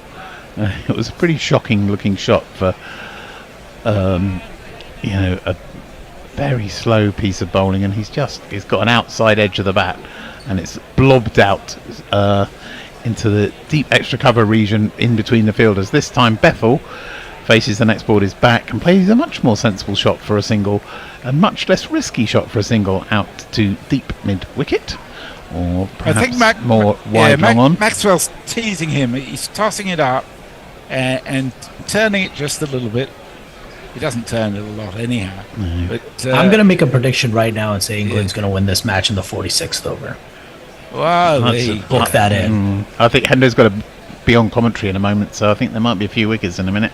The ball is pushed out square of the wicket by Smith. He gets another single. A much better look shot. Too comfortable. They look too comfortable. Nothing has been bothering them, whether it was pace or spin. Nothing is getting to them. Bethel just looks like he's ready for this kind of a challenge now on this wicket. I just don't see how they're going to break this partnership. You're trying to get a wicket, are you? It's last ball of the over from Maxwell is blocked out by Bethel, no run, and the aforementioned Hendo is raring to come in and take some wickets for the Australians. So before I head out, I'll just do a couple last ones. So Lockie thinks that for Peterson, just call him a prick. That's sufficient. I once got a senator from Arizona, got to ask an Arizona senator a question at an event at my school, says Leo. Michelle Pfeiffer says Peter Fitzsimmons or Simon Fitzpeter. Don't know who that is. Maybe you can enlighten us. And Frank Rockefeller says rushed home to see England take a victory lap. Dara is easy, at least 200 years behind. That's where Arizona is. But don't worry, there's a new sheriff in town, and he's from Canterbury. So I'll leave you guys with that one. And I'll see you guys in a couple in a few more overs. Okay, thanks, Mike. I will. Hi, Hendo. Zampa it is to continue. He's only bowled the one over. He bowls a full toss. That's nicely accepted by Jamie Smith, who puts it away where it should be put away, which is through extra cover for one of these.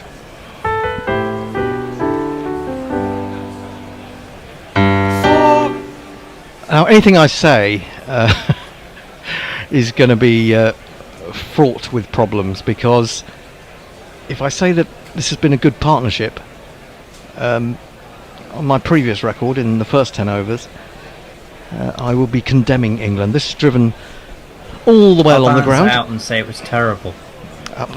Yes, it's been an awful partnership of about 60 without a wicket going down. Terrible. Really shit. They're so bad.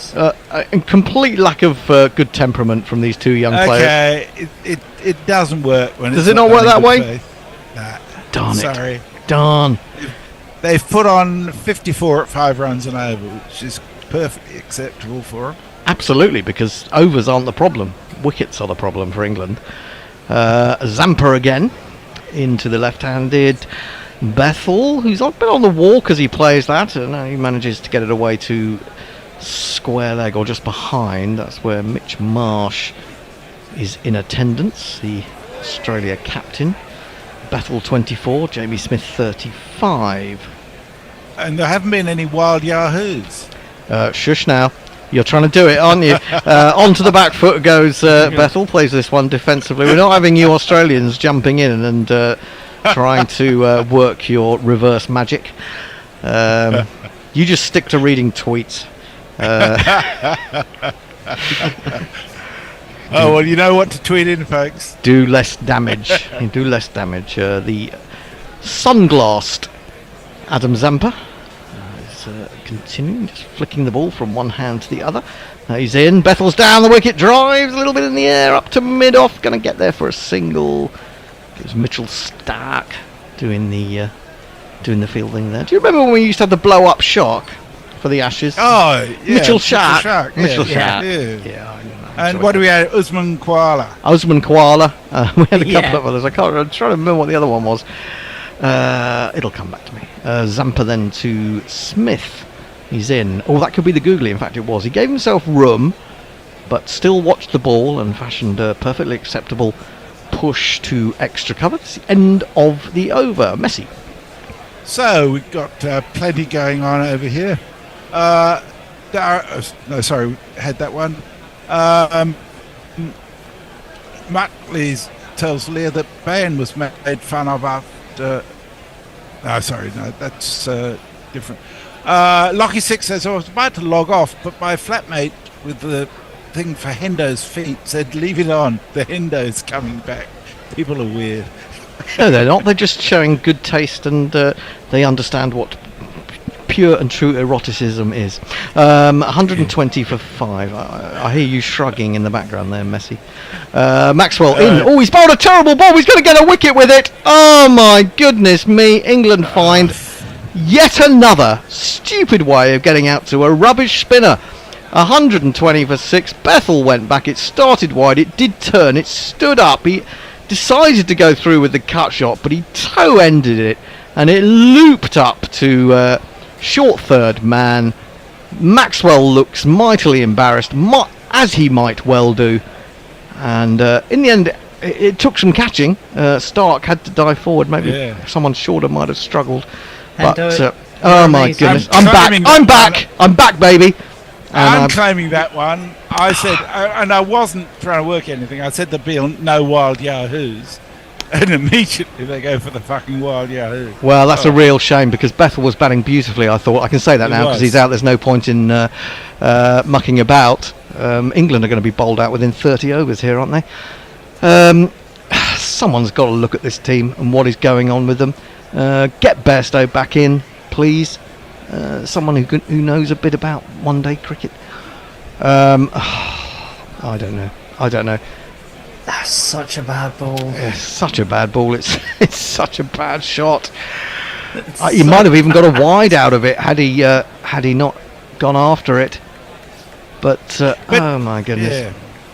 So I mean, it's really interesting. Bairstow is a big question mark as to whether he can get back, but Stokes and Root in this team would make a huge difference. Oh, and Butler, of course, as well. I mean, Butler. I mean, where would Butler come in to finish?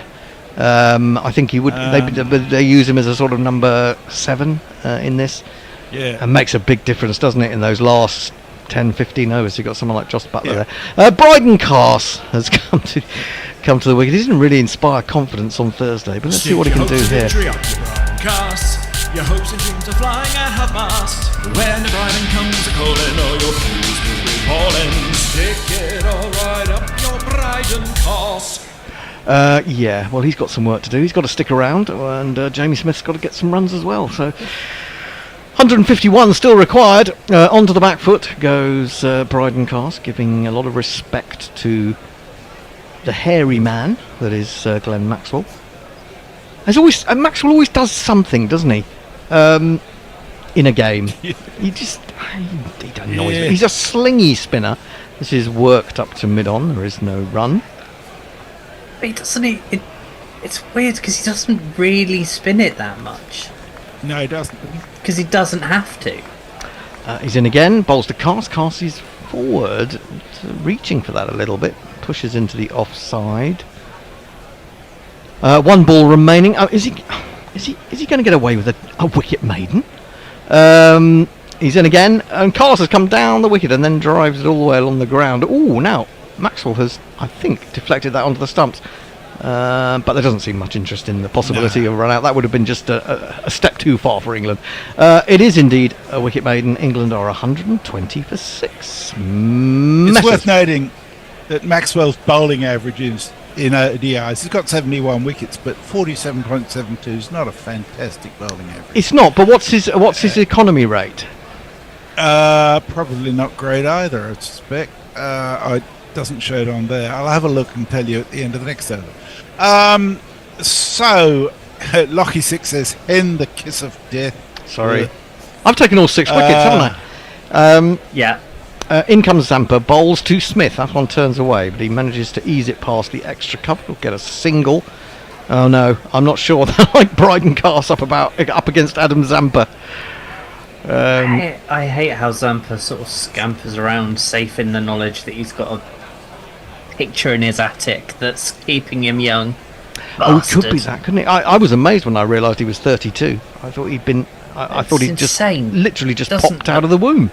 But here he is. About 20 or something. It's all those different hairstyles, isn't it? He's rolled the googly cast. I'm not sure. Ready? He wants to run. He started to come down the wicket. Jamie Smith says no. Bryden Cast still doesn't seem to respond. Eventually, okay. It was the googly. It was the googly. And I'm a little bit disheartened by it. I don't want to got. You've got a six for Hender. Yeah, that's first six for I've ever got.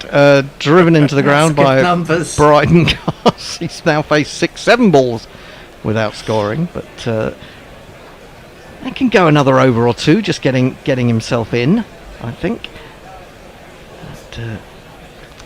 Zampa is in again and bowls, and he bowls on a very tight line, threatening to take the ball away from Bryden Cast, who prods forward in defence. And England will have it all to do. If they lose this game, they're going to need to win the next three to take the series. Ollie Stone in next, then Matt Potts.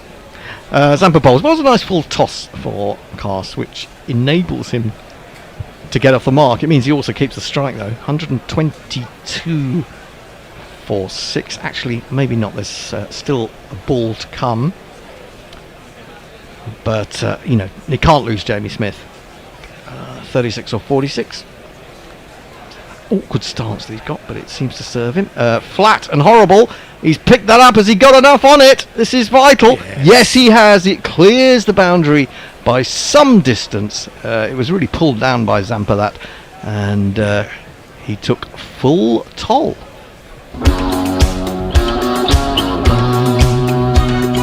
I believe in miracles.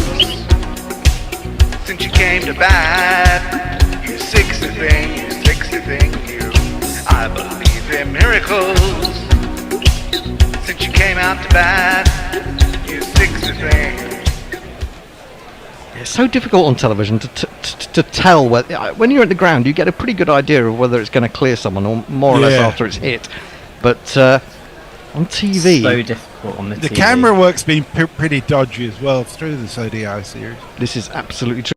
It's going to continue to Cast, and he's in. He bowls flat, and Cast makes room for himself, tries to force, but does nothing more than hit it straight to, I think that's Connolly on as a sub-fielder at square cover.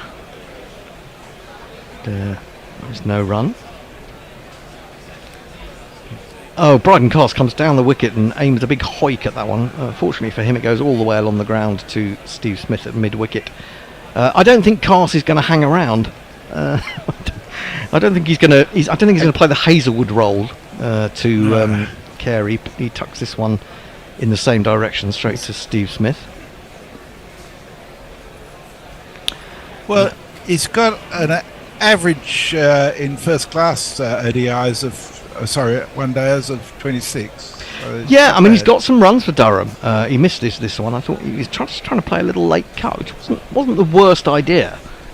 Try and get it fine of the man on the 45, but has he actually? I think he's gloved that into the chest of Carey. It would have been a very good catch. Driven this one, he'll get a single up to long off. Hardy is there. 129 for 6. We'll come to your tweets very shortly. Don't forget, of course, Guerrilla Cricket. We need your help to survive. If you value our commentary, and even if you don't, why not give us money anyway? Patreon.com/Guerrilla Cricket. If you can pledge a monthly amount, you'll get some extra material, would you believe? Smith tucks it away. Sorry? Oh, yes, it is. Smith tucks it away to Smith. And there is no run. 129 for 6. How dull can you get? Just to let you know, Maxwell's economy rate is in ODIs is 5.44, which actually isn't too bad. Pretty acceptable, yeah. Yeah. So Michelle Pfeiffer says Australia and Ange Postecoglou for the win. Spurs 3-1 up. God. Kieran says, I reckon it's Messi's fault. He's done a rota to include all the wicket takers to do long stints in the England innings. What's next? Shelley? Oh, I'd love to have Shelley back. She's a fucking great wicket taker. And unfortunately, Tony takes back control of the rosters next week. Come back to those. Zampa Rocky starts says a new we'll over. go ahead. Smashed by Carse. He's got it over mid-on. He's hit that quite flat. He's hit it quite well. Has that gone all the way? No, just before it was falling before the boundary. I'm playing the wrong jingle. Bum, bum, bum, bum, bum, bum. You should have cut it off 66% of the way through. I was going to say that. My innings going, great guns, I hit the ball, 4 runs, I hit the ball and it went for 4 runs. He's swept at that. There's a big appeal from behind the wicket. I didn't think so. I thought it was going down the leg side. That there was such a big appeal. They're thinking about the Did review. it hit him on the full? I don't think so. I think Mitch Marsh is going to. I He's think going they to do might it. He's going to do it. be You know reviewing it. they do it. They always leave it to the last second. It's one of these. That was out. That was out. That was definitely out. Was that definitely out? I don't know. I think you're right. I think it is going down. But He's got a. I mean, he's got a long front leg. How far he got it forward, I'm not 100% sure. He played the sweep shot, so he's hitting all over it. This kind of important. Let's have a look. Kumar Dharmasena is. I think that's pitching outside leg, isn't it? I think that's don't pitching know. outside leg. I I think it turns. It straightens, but I think it's best pitched it'll be outside leg. umpire's call, I reckon. Yeah, I think it is pitching outside leg actually. Although the camera angle might be. Yeah, camera angles don't Accepted. tell you everything, do they? There's no edge on it, so he's not going to save himself in that respect. Let's have a look. It's going to be pitching in line. Oh, it's pitching in line. Impact in line. Umpire's call. Wow! Oh my word! And only just not out.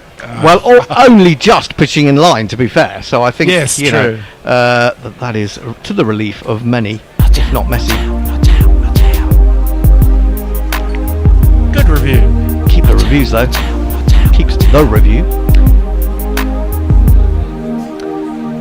Zampa again to Bryden Castle. There's a slip in. He throws that one up. It ends up being a full toss, and Castle will be annoyed that he didn't get that wide enough of Labuschagne extra cover to pick up at least one, if not more. That was a tight one. It's interesting that Carey certainly wasn't going down the leg side in anticipation. So, that is often a clue, as we've said before. Zampa in again. He's forward. He drives nicely through vacant mid-off. There is a man back on the boundary. They take a single. 134 for 6 England. And in 2 more runs, if they can get 2 more runs, they'll be halfway there. With only 4 wickets left. Just seen the Australian reaction to that last review. Oh, they couldn't believe it. Oh, it was so close. And Bryden Castle goes, oh my God.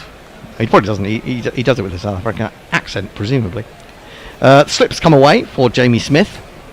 He's on 42. Here is Zampa in. He throws it up. And I think for a moment, Jamie Smith was almost fooled by that. He thought it was going to be a full toss. I think it dipped on him. And to his credit, he waited and steered it out through cover to the boundary edge. They take a single. Goes to 43. 1 ball remaining in the over. Cars looks around. He's on 7.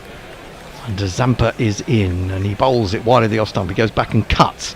And he's only going to get the 1, I think. Short is now stationed out on the cover boundary. He moves around to his left field.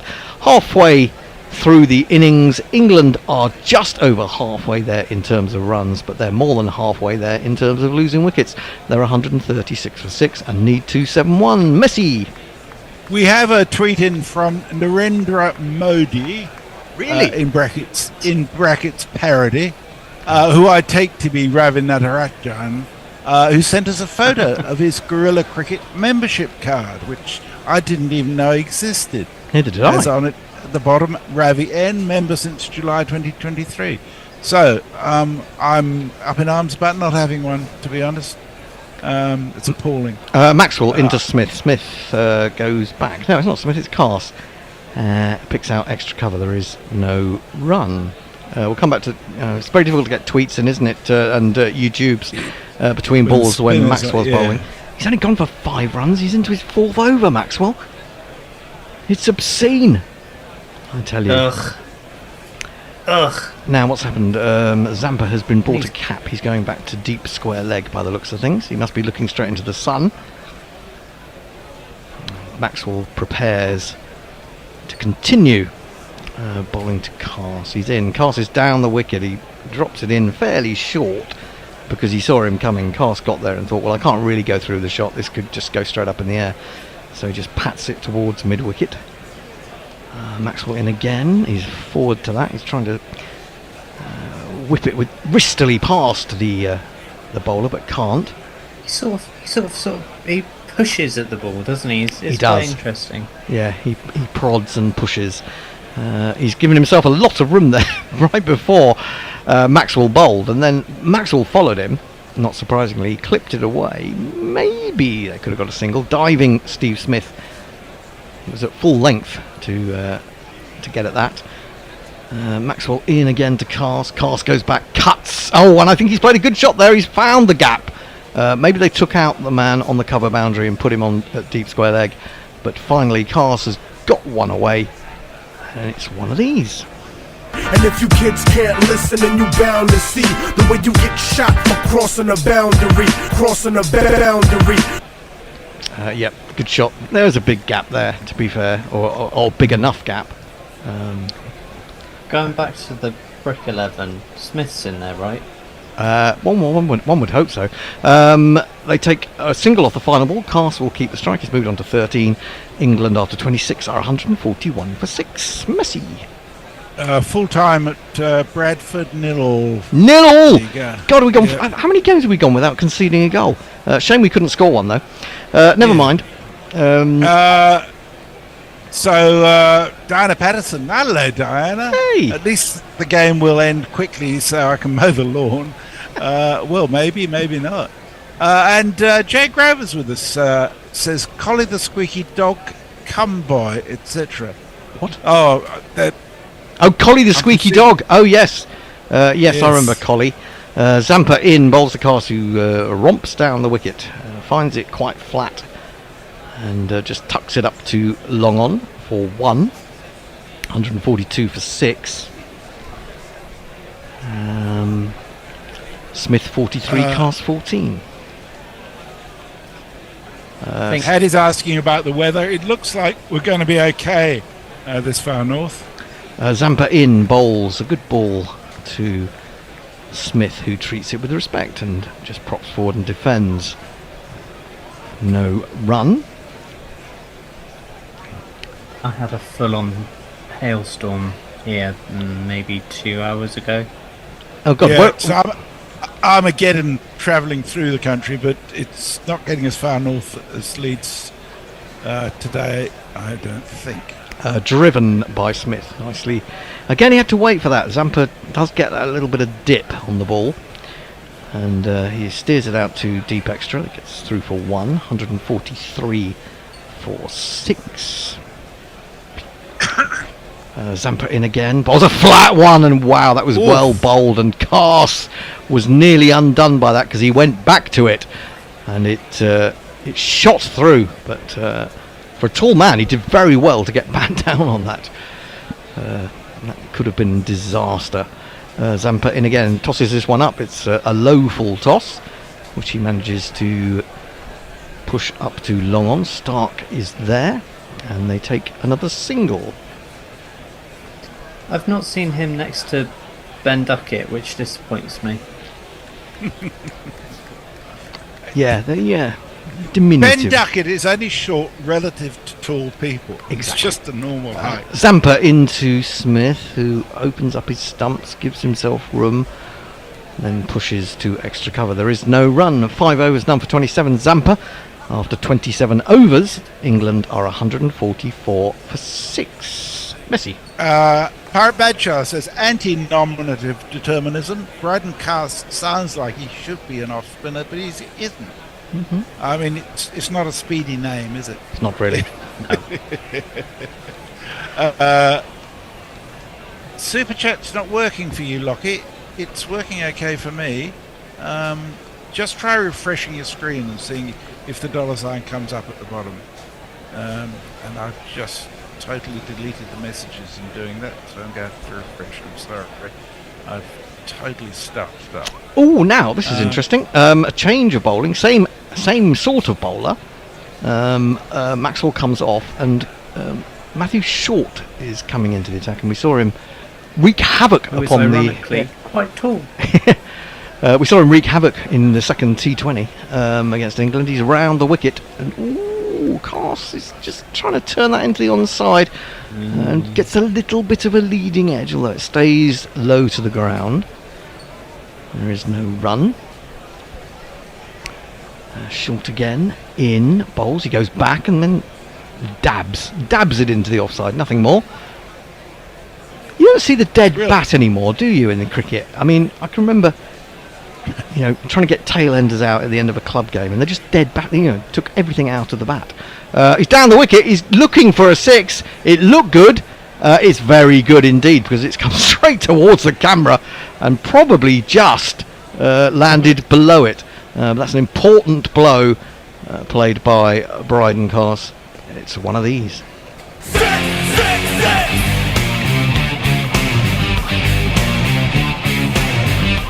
Yeah, it was very flamboyant, wasn't it? The back leg came off the ground as if he was performing some sort of ballet manoeuvre. And, it was almost coquettish. It was. That's how to do it. It's just, he didn't really need to raise the back leg, but I think he just did after realising he did it so well. Short in, he comes down the wicket again, and that's quite clever because it's pitched in at his legs, and Cass realises it's outside the leg stump. It just padded it away, having not got there. He's moved up to 21 now. 150 came up with that shot. 150 for 6. I hate all those rules about LBW and being able to pad it. Oh, that's down the leg side. That's a terrible delivery. You can't reach that. Just as well, he'd probably toe-ended it up in the air and got caught. That will be a wide without doubt. A few wides from the Australians today. Yes. Wide. Short again in bowls. He comes forward to that one. It's a much better ball. I've just been turning a smidgen into Cass as he pushed forward. Hazelwood is warming up again. That could be a little bit of a worry. I'm not quite sure how many he's got left. Someone can tell me. He's probably got 3 left, hasn't he? 3, I think. Short in again down the leg side. He could have let that go and taken the wide, but he's steered it down to deep square leg. There's Mitchell Stark, and they will get 1. That is the end of the over. He keeps pinching the strike, does Bryden? Yeah, Hazelwood's got 4 left. Oh, 4. Yeah. Okay. I predict Matthew Short for the next 6 months is going to be grossly over bowled on the strength of having jagged 5 wickets in the T20. Because I don't think he's a very good bowler, to be honest. Farong says this is not a misleading score. Football allows misleading scores. Is that about the 0-all, Farong? At least England are being consistent, says Farong. Ain't a hope in hell England win this, says Frank Rockefeller. Oh, you're trying that reverse thing again. Good work, Frank. Good work. And Lockie says England can still win this if they don't play like twats. That's always been the way with England. Yeah, but they lose 1 wicket and it's done. Oh yeah, absolutely. And they may well do, because this man is coming back into the attack. I'm afraid of Josh Hazelwood. I'm afraid when he bowls. I'm afraid of Josh Hazelwood. I'm afraid.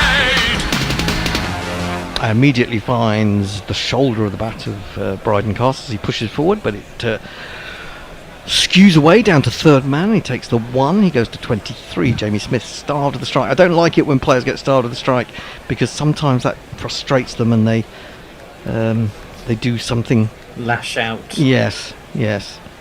Smith is on 44 from 52. 153 for 6. Parrot Badger wants to see the Night of the Living Dead Bat. And the Night of the Living Dead Bat. Hazelwood in again. Bowls to Smith. Smith pushes to extra cover. I was watching a programme called Earth with Chris Packham, the environmentalist that many of you will know. And he started off in a cave, and I thought, hang on, he's going to come across Messi in a minute. And if he doesn't come across Messi, he'll come across a load of bats, because that's what happens in caves. Hattie the Batty. Yeah, indeed. But in fact, he didn't. He came across some very ancient drawings on the wall of pigs. The bats had to wait for a little while. They did come eventually, but not in a cave. Hazelwood. Is that the one in France? It might well be, or it's in Mexico. Now Smith has tried to pull this, and that's probably the best shot in the book. Really, it's a horrible inside edge, but it brings him 4 runs to fine leg. Woohoo! There's not one boy for me. I must have 2 or 3. I need 4. Yep, that'll do nicely. A few more of those, and we'll be laughing. Do you know, something that really disturbs me about Hazelwood is that he swaps hands during his run-up. How dare he? He brings this one back into Smith, who was shaping to force off the back foot, and that movement forces him to mistime the ball into the ground, so there's no run considered there. 157 for 6. Showing off though, isn't it? You know. Oh, he's a very Look at me, I can run and I know instinctively where to put it in my hand. Yes, I know what you're saying. Yeah. Here he comes again. Bowling to Smith. He's in, and Smith is forward. He's pushing square or just backward on the offside. But there's nothing doing there. Also warming up is who's that? Hardy. Didn't recognise him. He's got a cap on, so you can't really see how terrible his hairstyle is. He's hiding it from people. Not altogether surprisingly. So how would you rate England's chances from here, Hendo? If you're talking win viz after this ball, let's see, it's the final ball of the over, defended by Smith. Win viz England's chances for 21 overs to get 114. It's only a bit over 5 and over, isn't it? And both these men are capable of clearing the rope. I'm not sure they've got it in them, to be honest. Bookies are offering 3-1 against England, which might be quite a tempting bet. I think that there's a mistake. There's a mistake in one of these guys waiting to display itself. Brian Hardy. I wish it was Brian Hardy bowling, because I don't think he could bowl. It is actually Aaron, which is nothing like Brian. He's coming back into the attack. He took 2 in 2 earlier, didn't he? 5 overs, 2 for 17. I think the killer was the one that got rid of Duckett. Really, it was rather fortunate. It was a great catch, but it was a return catch, but it was rather fortunate. He bowled short and wide and horrible, and Carse aims a cut shot at that, hits underneath it, and that was a ball that deserved punishment. It really did. We're going to have a look at that Ben Duckett dismissal. He was through the pull and totally toe-ended it. Hardy, in his follow-through, dived away to his left and took a great catch, and that was followed up by Carey down the leg side. Livingston first ball. We've had 2 first ballers in this innings, England, haven't they? I mean, that doesn't help. Brilliant catch. Carey's close to being man of the match, I would have thought. Hardy bowls. He tries to dab this down to third man, but gets it too square. I think that's Zampa fielding there. There's no run.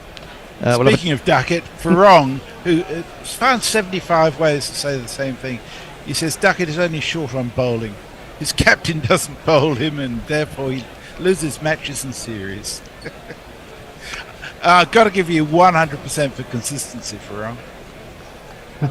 Indeed. Here is Hardy again. He's come down the wicket. He's aimed a horrible shot. That's just nonsense, Cast. You've got to concentrate. That's poor. There's too much of this for me to have any faith in him at all. Yeah, I mean, he obviously has got ability, but he's got to be selective with his shots. I mean, that's what we saw from Alex Carey, wasn't it? I'm not saying he's anything like as good a batsman as Alex Carey, but he's come down the wicket and he's been dropped in short. He's just kept on swinging at it. That was just an aim and hope shot, wasn't it? Hardy again. He was just getting a bit frustrated. Again, he dabs it to the man at backward point, and this is the problem. He's going to get frustrated. 4 balls and they've all been dots. England 157 for 6. Going to have a change at the end of this over. Ditch is going to return. Will is going to move into the socials, and Mayank, I believe, is returning. Might be the end for me because I suspect England might fold in the next 10 overs. You said they wouldn't make it to 30. So you've only taken 1 wicket. That's true. I'm up in my game. I said they weren't going to make it to 20, so I'm way out. Cast takes a single this time as he thick edges it down to third man, maybe deliberately, maybe over the face. His credit gives just 1 ball for Jamie Smith to do his thing. You kind of feel that Jamie Smith's not getting enough of the strike. He's not at all. That's the whole thing. I don't like the way that Cast... the way that he's... the game management is all off. Hardy into Smith again, and he's going to get a run. At least 1. It's quite well placed. Backward a square. Connolly comes in. They can't take a second, but he will keep trying. He's had enough of it. He said, I'm going up the other end. I'm 49 not out. Cast has 24. 30 overs have passed. Oh, drinks are coming on, so there'll be a little bit of time to do some tweets and stuff. Excellent. Cornelius Davis says, good evening, guys. The 2 Tigers are at it again. I think England will take this one.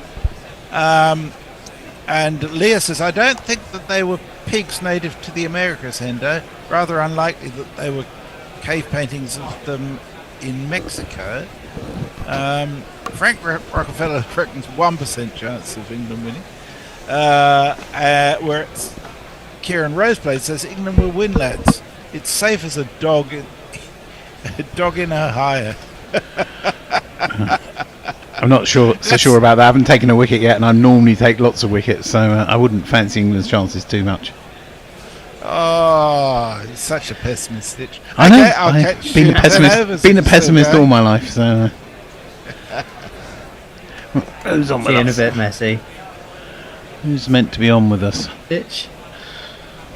How's it going?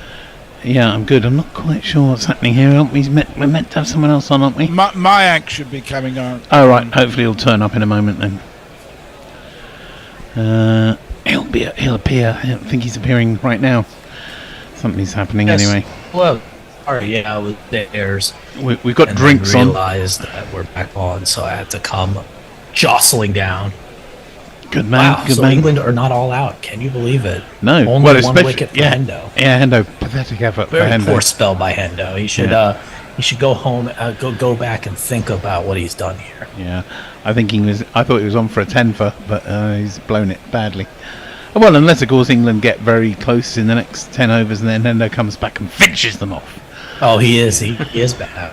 Gone at it. That could happen. So yeah, that would be would not go amiss to be an England innings that completely folds at the end.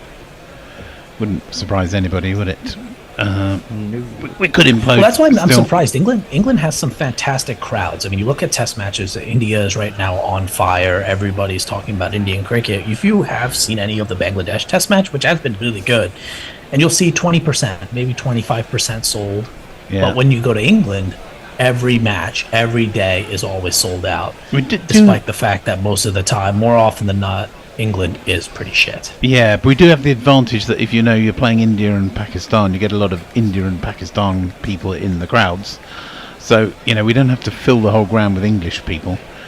It's also small grounds, isn't it? Yeah, It's small grounds, and also it's not like Lords was anywhere near full.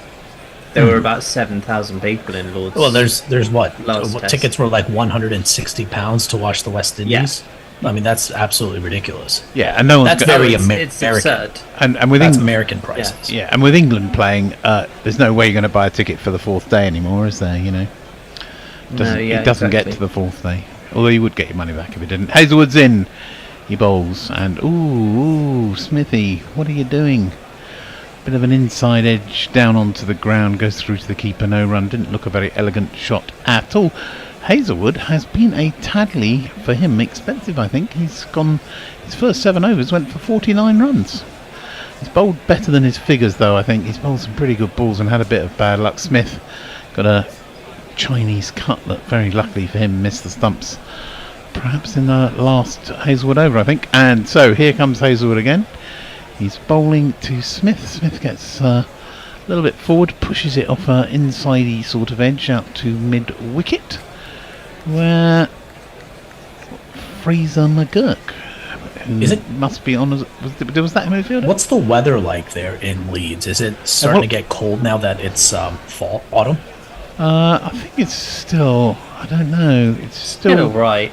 It was been sunny until very recently. In fact, it was so sunny that Zamp had to go and get a cap so he could see the ball. But I think the sun's gone now, so it might start to move around a bit. Hazelwood is bowling, and that's smacked straight to the fielder at short mid-wicket. And that is pretty much the end of it. I'm very sorry I came back on. I should have left Hendo wibbling away, but it's too late now. And here goes the jingle.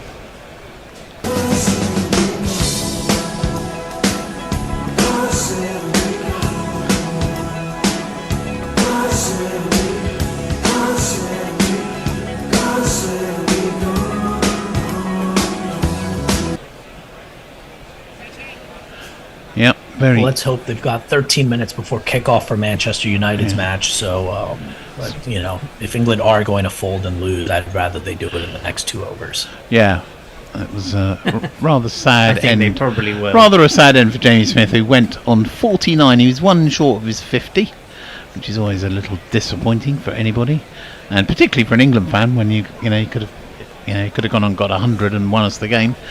But there we go, he didn't. So I'm kind of guessing. Does anybody know the squad? Is it Potsy next? Is that right? I think so, yeah. Well, we'll risk it. I'm going to play his jingle early. Here we go. I've heard from Potts that the kettles are filthy black. You know he might do. Let's bring him into the attack. He's going to need to do a lot of attacking here for England if we're going to win this now. But you never know, I suppose. I'm always a little bit surprised that Adil is at 11 now. Oh, well now, I'm always a little bit surprised, but guess what's happened? I was caught out massively, and it is actually this man who's come in. Adil with shade on the 45. And Hazelwood's coming into him. And he bowls, and Rashid plays a beautiful outside edge. Sniggers it down to the boundary for one. What a fantastic shot that was.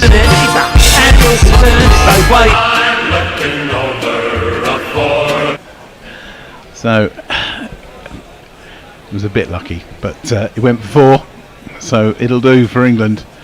And Hazelwood looking a bit grumpy as Rashid got forward, opened the face of the bat a little bit, got an edge, went down to the boundary for 4. Very fine at third man. Next ball from Hazelwood at Rashid. He jumps up as it gets a little bit short, and he drops it down into the pitch, and there is no run. So 271 the target. That's 1-3. That's 37. 108 to still 108. 108. Yeah, that's not really doable with 3 wickets left. If there were 4 or 5 down, you would still give them a chance. But at this point now, it's just a little too much too late. Yeah. So Rashid was down at 11, so he's come up 2 places. So yes, in comes Hazelwood. He bowls. Rashid kind of bumbles it out square of the wicket. Wasn't really sure what was going on, but Cass fully in control, calls him through, says, "Yeah, we'll have 1 there, son." And I don't know if that was a run or a leg by. I can't see any signal. So let's see what happens to Rashid's score. in a moment. Skyve got rid of oh no, it was definitely a run. He got a little bat onto it, onto the pad. A short leg would have snaffled him there, but there was no short leg, so he was perfectly safe. And he's stolen the strike. He's possibly racing along Rashid, 5 off 3. So if he carries on at that rate and doesn't get out, England will win. Simple as that. Indeed. But I don't think it's very likely. Oh, this man's coming back. Let me see if I can find his jingle. Oh, was he the one? Oh no, here he is. What did you say about the Maxwell, Mr. Collins? I said we'll have to junk it. Yeah, here we go. I like that jingle because it's very short, so you can slip it in very easily and not lose the flow. Any tweets we need to have?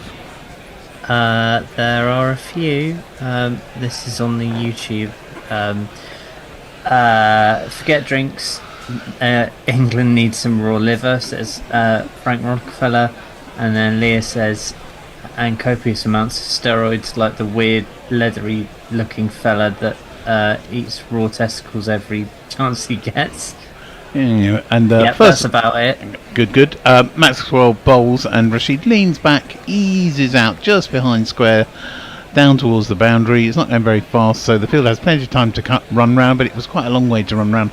So Rashid moves on to 7, looking comfortable. Speaking about short jingles, you say the jingles that are short are great. They're not really, but some are great. It's quite nice to have the odd short one now and again. The next ball is just bogged back to the bowler, no run.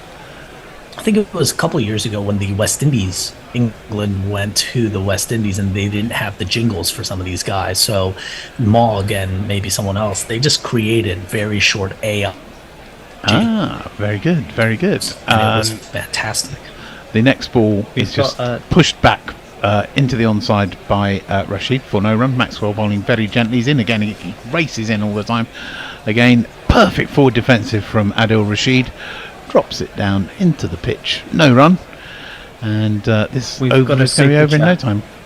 Oh, you have a super chat. I'll see if I can find the from Lucky 6. Let me find the jingle. And the next ball is bowled just around the leg stump. It's turned around the corner by Rashid, but there is a man at backward square leg, so there is no run. And here comes Maxwell. We'll have the super chat at the end of the over because it's the last ball, and it's played straight back to the bowler. And here we go for a super chat.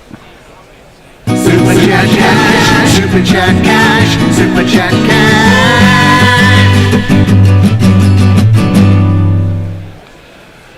It's from Lucky 6. It's for $2 Aussie, and he says, "I'm a cheapskate, but I love your work. Thank you very much." Very good. Thank $2 you so Aussie. much. Very that's acceptable. That's still more than what we had a minute ago. Yeah, very acceptable. Yeah, exactly. Every little helps.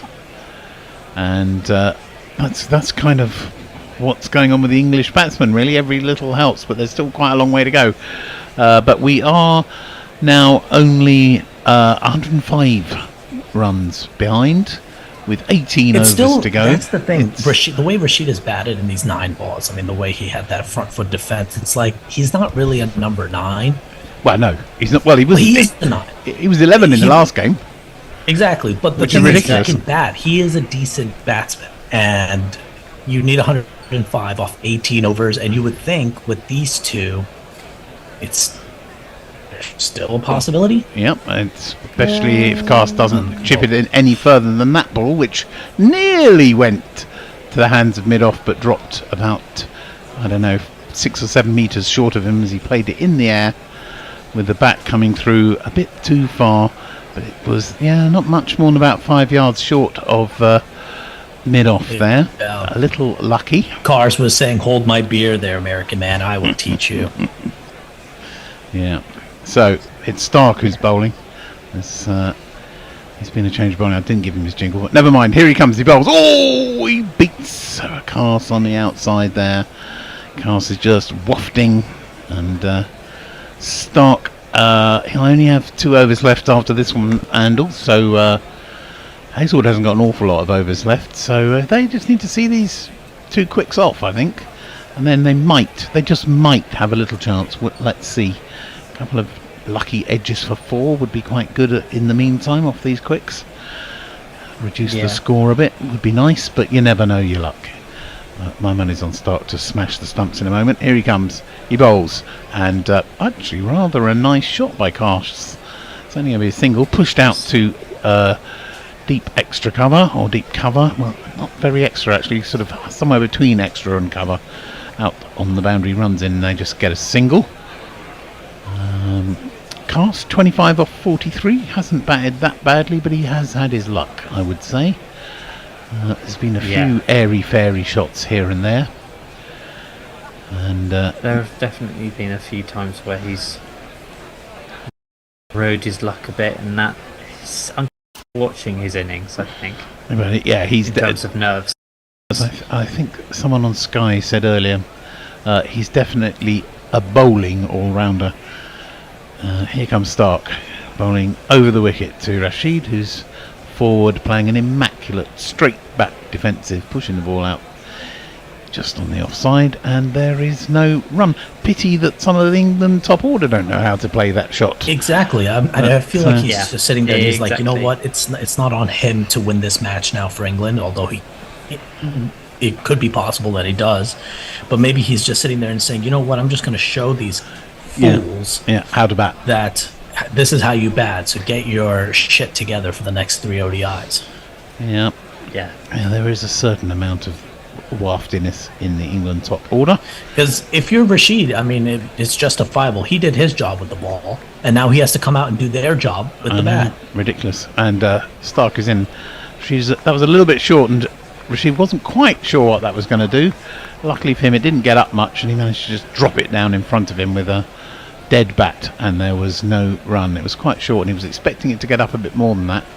Actually, might have got him on the glove there. Just might have caught his glove, I'm not sure. Oh yes, I think it did, judging by the facial expression. Clipped a finger somewhere.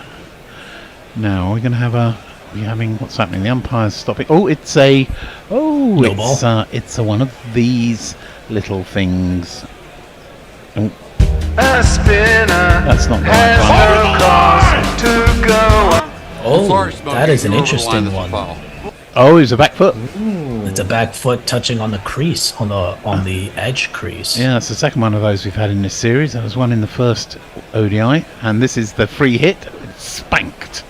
Unfortunately, fairly near the fielder. They might get 2. Will they get 2 or will they get 1? Yeah, they should get 2 if they run hard. They've got 2. Rashid gets 2, so that's 3 off that ball.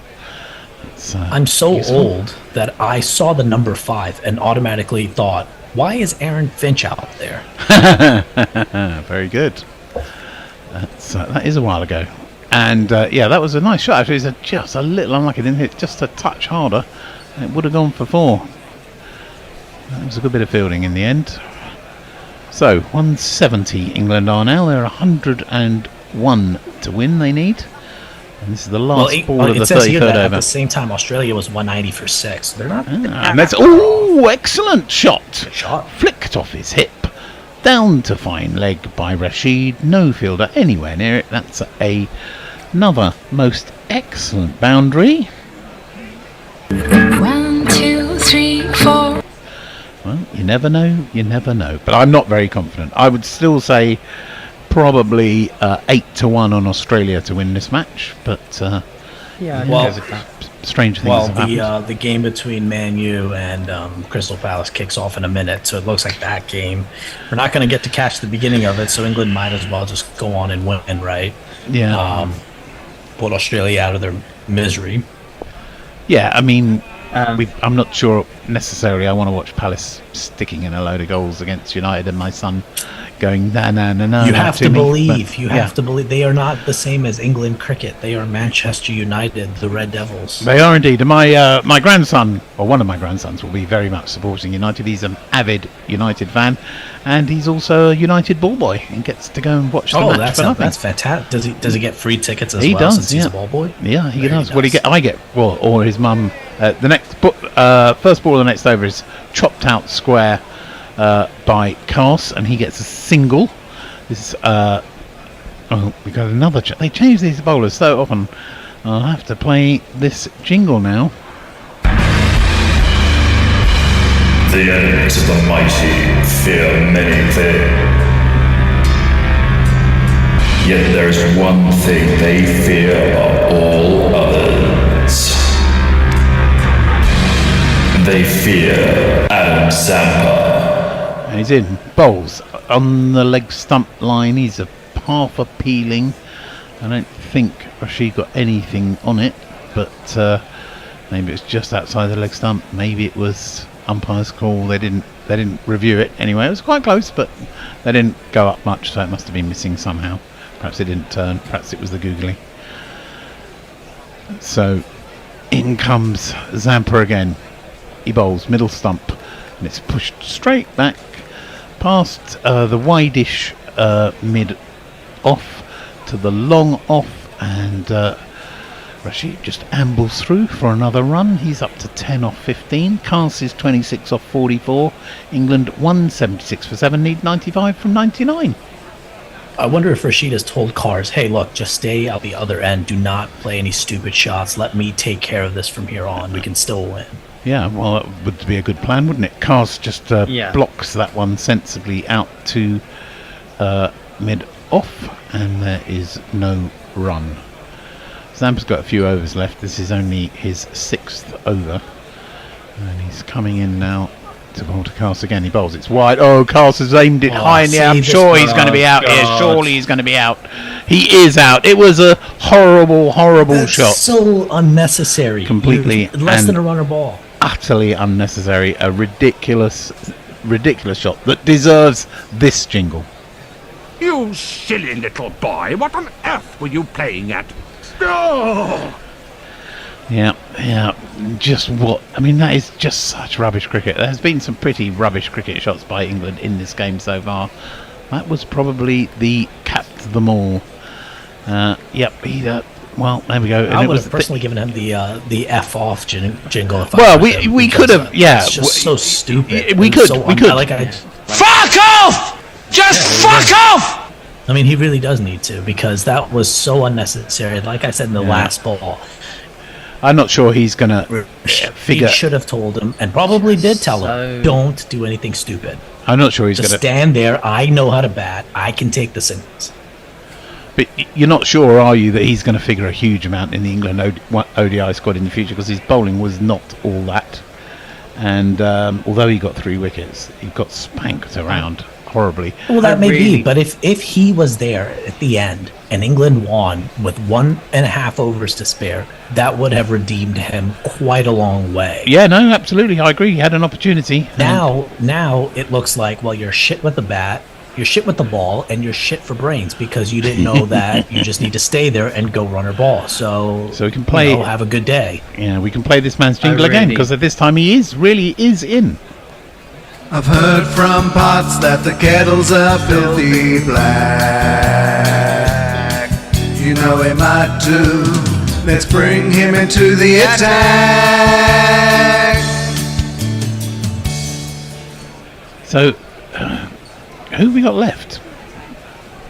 After Potsy, who's our last man? Anyway, it's the next ball from Adam Zampa, and Potts is looking like an opener there. Eases forward, drops it down. Oh, they're showing the cast replay. Oh, that was a horrible shot. Gives me the shivers. So bad.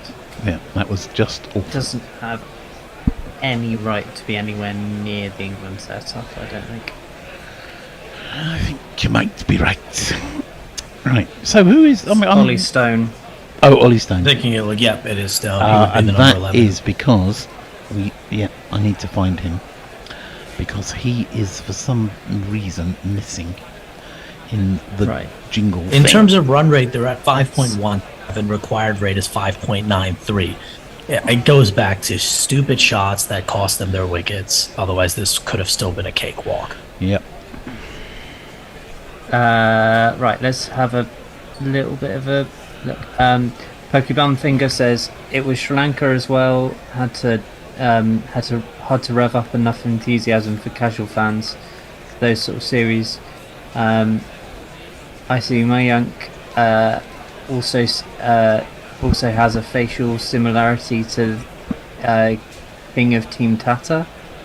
A compliment, not a criticism, says Farong. Well, I am a Kohli just like Virat, so sometimes my aunts and uncles love to say, "Oh, you look so much like Virat," and I'm like, "There's 1.4 billion Indians. I'm sure we all kind of look the same." Ooh, so the first ball starts knocked down. There was no run, and now the second ball of Stark's over. Rashid obviously doesn't trust the other two batsmen and had a massive wahoo at it outside the off stump. I don't think that's needed just yet. And he didn't get anywhere near it, didn't get an edge, luckily. And there was no run as it went through to the keeper. I think Rashid should just play as he was playing and hope the other guys can stay there. I wouldn't be surprised if he's frustrated, though. He's probably sitting there thinking, these yeah. bloody pillocks, like, here I am now, see what I can do. Oh, my God, not again. Here comes Stark again. And, whoa, that might be... Oh, no, That's going down the leg, too high, going down the leg side, probably hit... Rashid got nowhere near it. The keeper thinks it might be might out. as well go for it. You're 8 Yeah, down. they are going to go for it. They are going to go for it. We better play the jingle. That was out. That was out. That was definitely out. Was that definitely out? I don't know. Well, we will see shortly. I was kind of the opinion at first it might be. Then I thought about it and I thought, well, it could be over the top, could be down the leg side.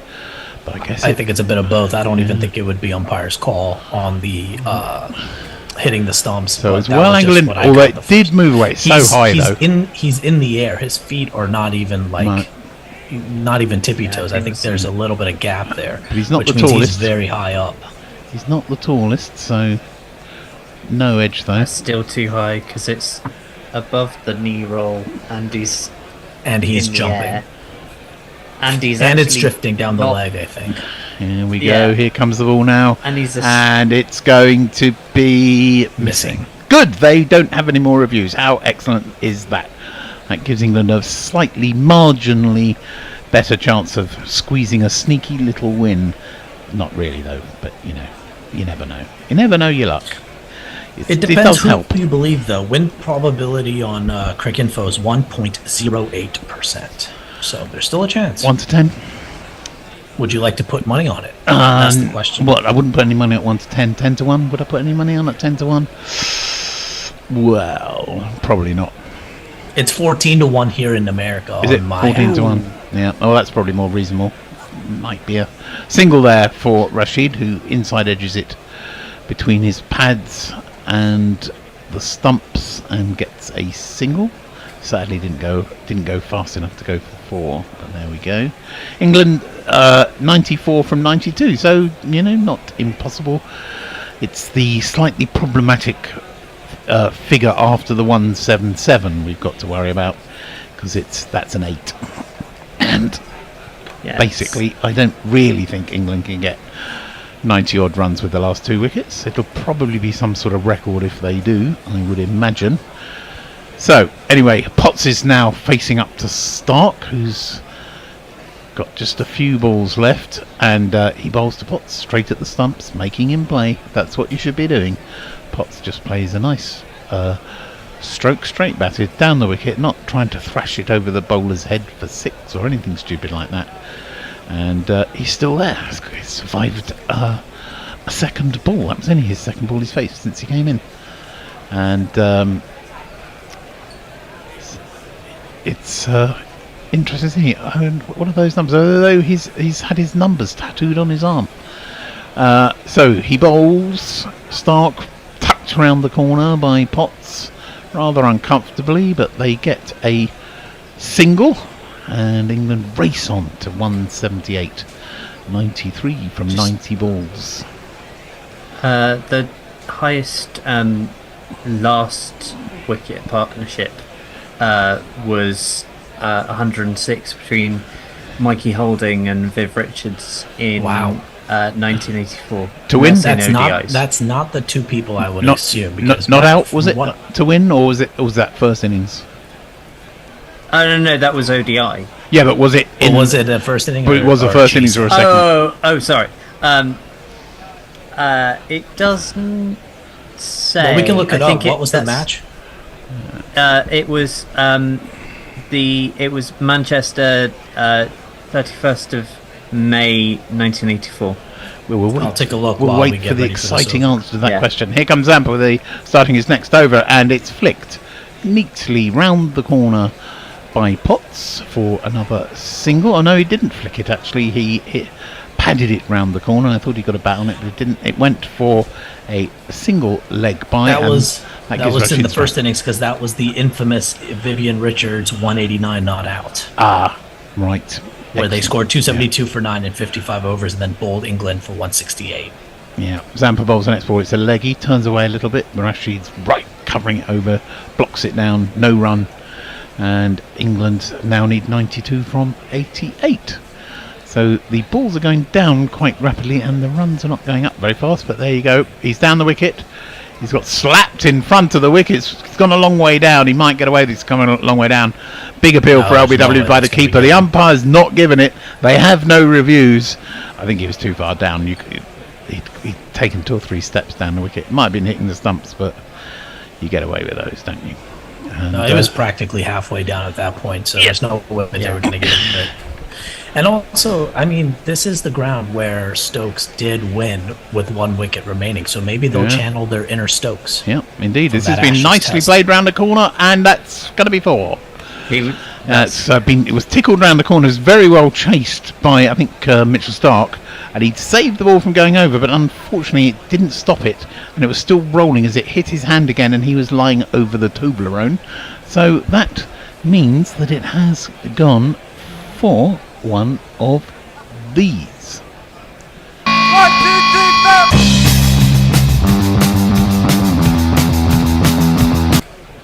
And the next ball is smashed back down the ground. It's very aerial. Is there a man down there? There's not. It might. I don't know if that's gone for. It is. It's gone for. It is. It's 6 runs. It's gone for one of these. Super shatta, super shatta, super shatta, super shatta, super shatta, rocka, rocka, super shatta. Rashid flying along now. Rashid's on fire. Yeah, he's absolutely on fire. I think he is going. He still believes. He's probably sitting there thinking, you know what? I could still take these guys on if I can get somebody on the other end to not be a total pillock. I could score these. Here he is again. He pushes this one out to the gully-ish sort of area. The man deep on the circle runs in, makes sure there's no single, so he can't get any run there. That was a very nice 6. He just slapped it. Absolutely slapped it. And it went a lot further. It went a lot further than I thought. Actually, hit into the sight screen without bouncing, I think. Frank Rockefeller says the Aussies used to bowl 8 ball overs, so did everyone, I think. But yes. Yes. No, I don't think everybody did. I think it might only be Pakistan and New Zealand. England did in 1939 against the West Indies one time, and then they abandoned it after the war. Wait, didn't I thought the Bodyline series that was 8 ball? That was in Australia. Yeah, that was. But that was in Australia. But wasn't it? Didn't they have to agree to it though? No, I think they still agreed. I mean, Australia. Well, I don't know if they had to agree to it, but Australia's rules were we do 8 ball overs, take it or leave it, and that's just how it was back then. Same with New Zealand. Same with Pakistan until 1978. There's a change of bowler. I'm going to play this jingle. I didn't know it was that late. And I'll tell you what happened. That late, yep.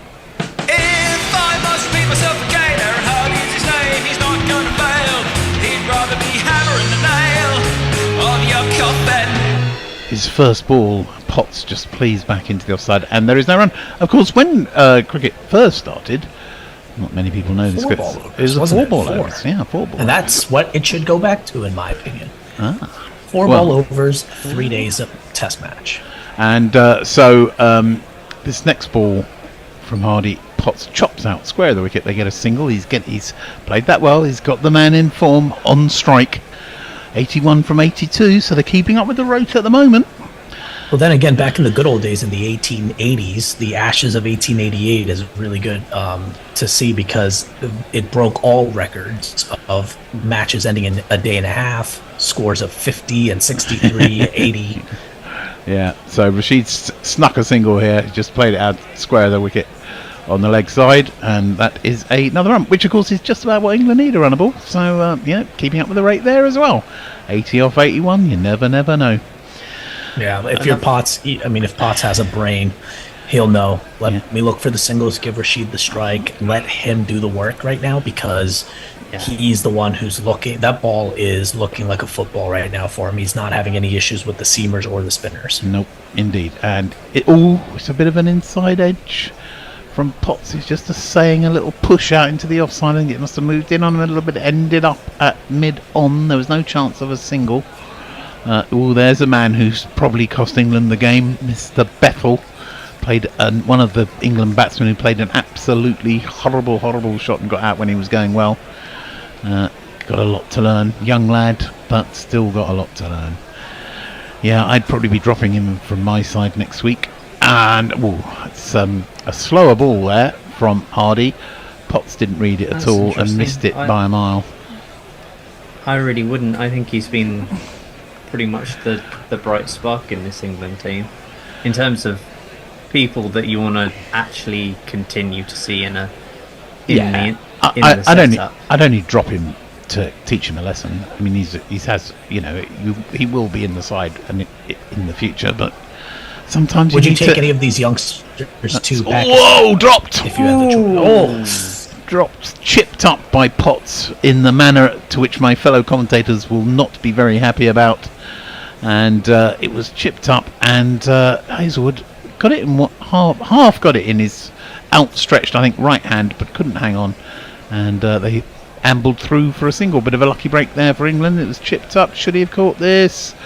It was a good stretch. He was off. It was a bit unlucky. It hit his palm. It looks like it came right off the palm. He tried to hold on to it with his fingertips, but it hit him pretty hard on the palm. Yeah, at least that's what I thought I saw. Yeah, and he had to be inside the circle. If he could have been a yard back outside the circle, he'd have probably caught that very easily. Right down his throat. That would have been an easy one if he was a yard back. But still England 79 from 78. It's all possible. Now that was the end of that over, and there's a new over now, and it's the Zamps is still bowling from this end.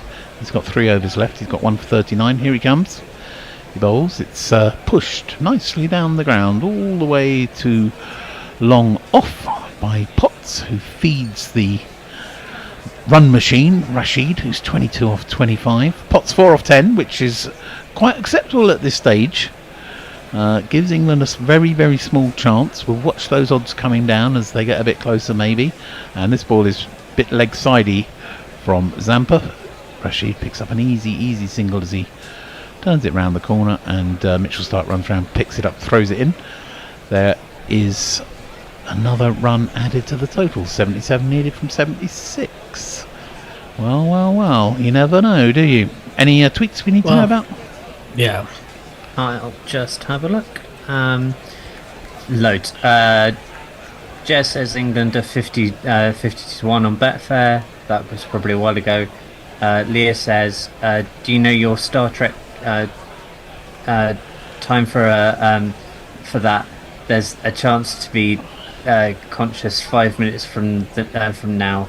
I'll just jump in there. Potts pushed the previous ball out for a single. He's going quite quickly here, Zampa, into the, not for a single, out into the leg side. There was no run, and then he pushed this one out into the offside, and there is no run. You might be able to sneak another tweet in very quickly.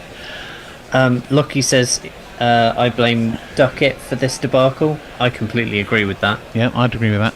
And that must be out, but he's not going to give it. He's not going to give it. It probably was too high, but too high. It's not been given. They don't have a review. Even if it was out, it's not out because it's not been given. See, this is where it was very straight, but it could have been too high.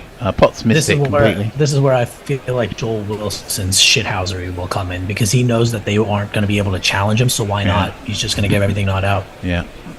Enjoy it. It probably was not out as well. We'll see later, I'm sure. And this ball is off an inside edge, beats the short mid wicket, who pushes it round the corner. Surprised they took the goalkeeper, and they got a single there. And, we saw earlier in the previous innings when they weren't taking singles. I think they should have not taken a single there just so Rashid would get the strike, because now Cars will have the strike. You're absolutely right. Or Potts will have the strike at the next over. It was miles. That LBW was miles too high. Yeah, that was inches too high. It's also the end of the over, so are there any more messages you can throw in? Yeah. Oh yeah. Am I on Twitter or Blue Sky? I'm not, but I will go over there in a minute. I'm just trying to catch up on YouTube. Amazing that this match is still going despite another batting debacle. Not battling, that was George McPherson. England have still lost this match. Zero chance of pulling off a miracle. I don't agree. And Lucky Six says, Adrian! Next ball is pushed out into the onside by Potts and gets a single. Was that a Rocky reference, Adrian? I'm assuming so, because it was all in caps. The famous steps are about 1.5 miles northwest of me. I've never actually done the run. I've never done the run, but it's up in Center City, which is about 1.5 miles, 2 miles away. Hardy's in, and Rashid is smacking it out towards the deep extra cover boundary. It goes quite wide. Short comes round and fills it, and Rashid ambles back for 2. 25 off 27. Rashid. England needs 73 from 70. So it's still not completely impossible. I bet those odds are starting to shorten up a little bit now. They won't be 50 to 1. They might still be 25 to 1. I feel like 25 to 1 is still insane, because here in the United States I'm getting 11 to 1. Oh right. Wow. Well, That's that really might not. short. That seems short. Rashid has blocked that ball. Well, you tell me, because I don't down do behind. American run. American odds are really weird in that they're like based on how much you would win if you bet 100, and so that number doesn't make any sense to me. And the British version of doing fraction doesn't make any sense, so I do decimals.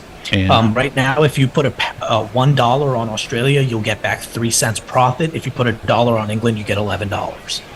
Oh, that's very good. So and 11 to 1, I would assume that would mean. Well, actually, that's 10 to 1. But 10 to 1. Okay, because that's including your stake. I'm an ex-bookie, so I know these things. This ball is pushed straight back to the bowler by Rashid. No run. Yeah, so if you get 11 back, that's 10 to 1, because you put £1 down and you win 10, but you get 11 back. There you go. So the apps here, Fanatics and FanDuel. So FanDuel and Fanatics here in America, they're giving 11 to 1 right now. Actually, now it's gone up to 11 to 1 for England. Yeah, because it'll change with every ball. And we've had 2 dot balls because Rashid blocks that one back to the bowler. Hardy's got very respectable figures indeed. He's got 1 ball to go in his 8th over, and he's got 2 for 25. That's only about 3 and over, isn't it? That's a little bit less expensive than Bryden Cars was, who went for about 7 and over. Or might be even slightly more than 7 and over. Right, here comes Hardy. He's in, he bowls, it's outside the off stump. Rashid is slapping it nicely, but it's only going to be a single out to square cover. And that's the end of that over. England are on 199 for 8. Needing 72 from 66 balls. Rashid 26, Potts 6. And somewhat amazingly, it looks a bit like Hendo might be back on for the last 10 overs. What is going on? Don't count your Well, it could be 2 wickets in the next. Yeah, it could be 2 in the next over. So Hendo might fail to get. Well, because of that single, Rashid taking that single, he has to strike again. So that means that the bookies here in America are now dropping it from 11 to 1 to 9 to 1. So they've got a lot of faith in him. If he's on strike, they are lowering. Now the odds have just lowered to 7.5 to 1. That means so the odds are dropping every ball that he takes. Yeah, well, that's partly the money. So someone's having a bet. That's more the money, I suspect. Than no one's bothering. No one's bothering to bet. No one's bothering to bet on the Aussies, but they've got a bit of a risk on England. If they've got, I would bet on the Aussies just because it's free money. Well, you think it's free money, but then unless you lose, and then you're pissed. Maxwell's back, and he's turned round the corner by Rashid, who's not. He thinks Potts is perfectly okay, and he just takes a single. And what's happened? Oh, the 200 is up. We've got a jingle for that somewhere. Should we have that jingle? Yes. 100 runs and then some more. It's quite loud, so I'm going to turn it down and tell you that the next ball from Maxwell, Potts misses, and there is no run. Here comes Maxwell again. He bowls, and Potts is back, tucks it into the leg side, square the wicket, goes out towards deep square leg, and they take a single. 71 from 64 now. It's Messi's saying 18 to 1. Yeah, there'll be different prices every each bookie. Yeah, your odds are very pessimistic in the UK. Yeah, but they know England very well. So this ball is short, Rashid kind of half steps back, but just hits it straight back to Maxwell, who twists something or does something. Grimaced as he picked it up anyway. But he's back in now. He bowls again. And Rashid, oh, that looks plumb. Yep, and it is very, very plumb. He might review it, but I don't think he will, because it was as plumb can be. The LBW there. And Maxwell's done it again. I think, are they going to review it? They're going to waste a bit of time and review it? I think they probably have. I think, yeah, they are going to do the review, which I think is a little bit silly, but it means we haven't. I don't remember having this jingle today, so let's have this one. I was definitely in. Were you definitely in? I don't know. Yeah, Well, it's still possible that Hendo does not get on. He bowls from one ball left after this. Yeah, he bowls from pretty wide, and the keeper had started to go down the leg side, so it could be. But it's umpires. The umpire's given him out, hasn't he? So it'll be out, and I think it turned as well. So I think it's. I think he's going to be outy out. Oh no, that's the bad. No. So yeah, here we go. Here's the. Its pitch is just outside off stump, hits him well in front of middle, and is slapping into middle and leg. So that is as plumb can be. But they didn't really need the review, did they? Because there's one wicket to go. Hendo is coming in, hoping he's going to get another ball. He doesn't know. He's not sure if he will. We've had a couple of 2 wickets in 2 balls in this match so far.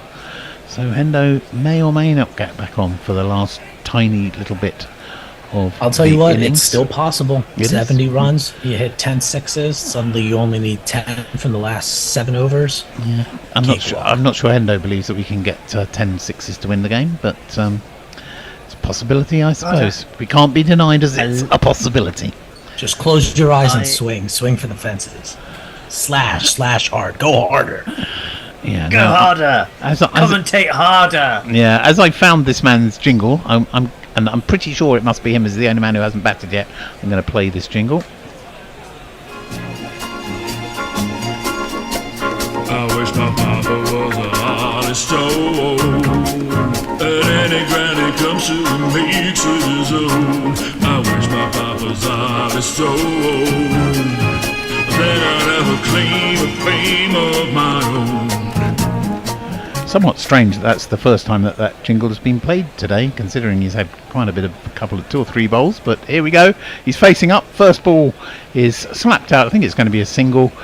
It goes out to extra cover. He takes a single. That's going to be the end of me on the commentary. Hendo's going to come racing in. England are 202 for 9. They need 69 off 60 balls and just 1 wicket left. Thanks everyone. See you next time. Cheers. Thanks, Mayak. Thanks, Will. KB once tried to kill him, and AB smashed it off the heart. Then Boyd Rankin shattered his hand. But Reece Topley is finally in the side.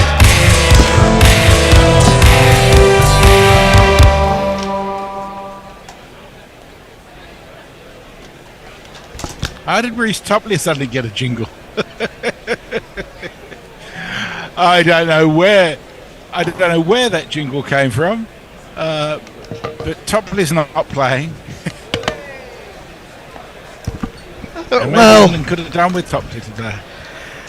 Could have done with something, couldn't they? I mean, it's a lot asking the lower order to get them out of a hole. Stark continues, bowls to Potts, so I thought for a moment. It's not Potts, it's Stone. I thought for a moment he was going to clip that back to Stark, who's only got 1 over left. He may not. No one may need another over. What am I going to do? You're going to do 1. Top row. 1 person zoom, is that right? Yep. Okay. 2 shot. And then You two are killing it. We are. Yeah, we're totally on top of it. We are stars. You've got to press push it across. Have you done that? Press the little arrow. I don't know if I can't see. I've got Does my not proper seem glasses to be on. working. What's going on? Oh, hello. This is it. It's all over. It's all over. It doesn't matter. We won't bother with it. We won't bother with the video. You can have the head chopped off of Ditch. It's given out. Stark finishes with 2 for 50 from 9.1 overs, and England are humbled again with 59 balls remaining.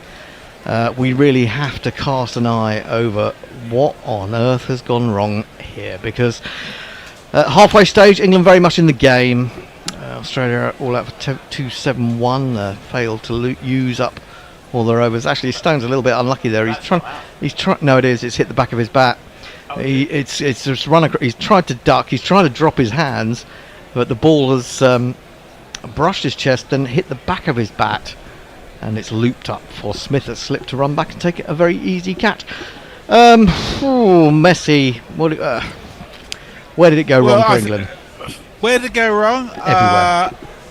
I didn't think Australia batted very well, apart from Carey. Marsh was okay, but I thought the England bowling, apart from Cass, was pretty good. Cass, I know he got some wickets, but he was pretty rubbish. It was pants. But the batting was pathetic. I thought Australia bowled reasonably well, a bit wayward, particularly start. But they just played some very poor shots. They did. You have to say, Mitchell's perhaps the crucial wicket in that innings was when Mitchell Stark got Harry Brook with an absolute beauty. Yeah. And I know you say Stark bowled a little bit waywardly. He also produced 2 or 3 absolute diamonds, and if you can, it's worth it for that. Well, if you can produce it against one of your opposition's most impressive batsmen, that's kind of what you're there for, isn't it? Yeah. And England, at various times, they got off to a reasonable start. They lost. Although Salt, I don't really know what to say about Salt. It looked like he knew he was outclassed. He looked like he knew he was outclassed. Then all he could do was stand inside the line and waft his bat at it, and he was just a wicket waiting to happen. And I think that says something about the way that you have to play in one-day cricket. It's not it's not T20 cricket, is it? And Phil Salt. It's also about an opening in one-day cricket. He's not an opener in one-day cricket. Definitely a swinging ball in the first 10 overs or so. It's quite tough. Yeah. But once the ball stops swinging, and it does stop swinging very suddenly with the white ball, it's a different game altogether. You don't have an opening. I don't think he is an opener. You're right. Desperately need Butler. Yeah, he can open in T20. It's a different game. Yeah, both teams today noticed there was a little bit of movement and had 2 slips to start with. And he was dropped once, and another one went through the slips. He just looked completely at sea. Stark ended up with 3 for 50 from his 9.2 overs. Hazelwood 2 for 54. Hardy 2 for 26. And although I said Harry Brook was probably the crucial wicket, maybe Duckett was, and those 2 wickets in 2 balls that Aaron Hardy, who didn't look threatening, has still ended up picking up 2 wickets, down to his own brilliance in one case with a return catch as Ben Duckett toe-ended a pull. And then, of course, that brilliant catch down the leg side, the next ball to get rid of Liam Livingstone by Alex Carey. But also, Hendo, the game might be gone by then, but Smith and Bethel looked in no trouble at all, and Bethel got himself out to a pathetic shot. Yeah. It was a pathetic shot. It can happen, but I unlike me, I'd like to look on the positive side of things, and I thought that partnership was impressive. Sometimes you get a bad ball and you get out to it. It's cricket, but I thought he'd shown a lot of composure and calmness. And Smith the same. He'd batted well. He played a couple of really lovely shots. They did play really well, and I'm not criticising for that. But then he did the sort of thing you expect when you're captaining minor level cricket with a good batsman out there who's a bit young, and he just played a schoolboy shot. Yeah. Well, yeah. But Aaron Hardy did a similar thing actually when Australia were looking to take it away, and. I feel had a really good partnership going. very similar sort of thing, I think. Yeah, I mean, to be honest, Australia threw some wickets away today, and so England big found time. themselves. You know, although you might say they shouldn't have got 271 or 270 from 221 for 9, and only did really because of Carey, you could say that they ought to have, from the position they were in at one point, got to 270, 300 anyway. So, you know, but my worry is going to be is absolutely Phil Salt, because that was odd. He just didn't look like he was up to this standard, this level. That really worried me. Maybe it's because, again, he's played so little cricket where the ball's moving around, as in 4-day cricket, that when he does see it, he suddenly thinks, oh, hang on, I can't just smash this, because they're a little bit more skillful than that. Yeah, and I think it's quite. I don't think people have quite fully worked out what, you know, how close to a Test cricket you need to be to play ODI cricket. But I think the top three need to be almost Test cricketers. Duckett obviously is a Test cricketer, but you know, and Brook is a Test cricketer, but Salt is not a Test cricketer. Absolutely not. Absolutely not. I mean, I'm not saying that he couldn't be, but if he's not playing any of the long form game, he's not going to improve that side of things, is he? That said, I still thought, you know, that England had enough time. They had enough overs, and if they could have just held their nerve a little better, they could have still been in with a shout in this game. I thought that Carse batted pretty well, and Smith, of course, we know. That was an unfortunate one, wasn't it? That was. I mean, there was nobody there apart from Zampa at mid-wicket, and he picked him out. But then you've got to say maybe Australia got their bowling changes right. They brought Hazelwood back in. And, I just as I went off commentary, I think, and handed over to Ditch, I was commenting on the fact that Jamie Smith wasn't getting enough of the strike, and that Bryden Carse seemed to keep nicking it. And I think that maybe frustrated him a little bit and ultimately led to his downfall. Yeah. Adil Rashid batted very well. Again, you felt that with those 2 wickets in hand, they still had a chance if they could hold their nerve. But he played a pretty rotten shot to Glenn Maxwell, didn't he? I mean, it was a nothing paddle sweep to a straight ball. It's a shame because Rashid obviously can bat. Yeah, I mean, I certainly don't think he should, like in the first international, he should be at 11. He's not. No, and I think that was a good move by England to bring him up to 9, because it was kind of a statement that we're not necessarily going to give this away. We have got a lot of time. We've just got to bat sensibly. But it's hard to have that kind of calmness and nerve when you haven't done it that often. And number 9 to number 11 won't have done that very often, will they? No, and he was. I just think Rashid was pretty frustrated because the bowlers had really more or less done their job, and the batters failed. Basically, they did. They did. One thing I'm wondering about Hendo in terms of the England team is, given that it seems unlikely that Bairstow is going to be brought back, now that McCullum is coming in as coach, whether he might actually want to try Crawley again in ODIs. It's possible, although I have to say, I mean, he hasn't played any one-day cup, but certainly at T20 level, was it earlier in this season? He had a dreadful run, Crawley, for Kent. Before he got injured and when there was no Test cricket going on. In fact, that might well have been before the Test series. It probably was before the Test series even got underway. Because a friend of mine was mentioning that. And what about Zach Crawley? Why doesn't he play one-day cricket? Why doesn't he play T20?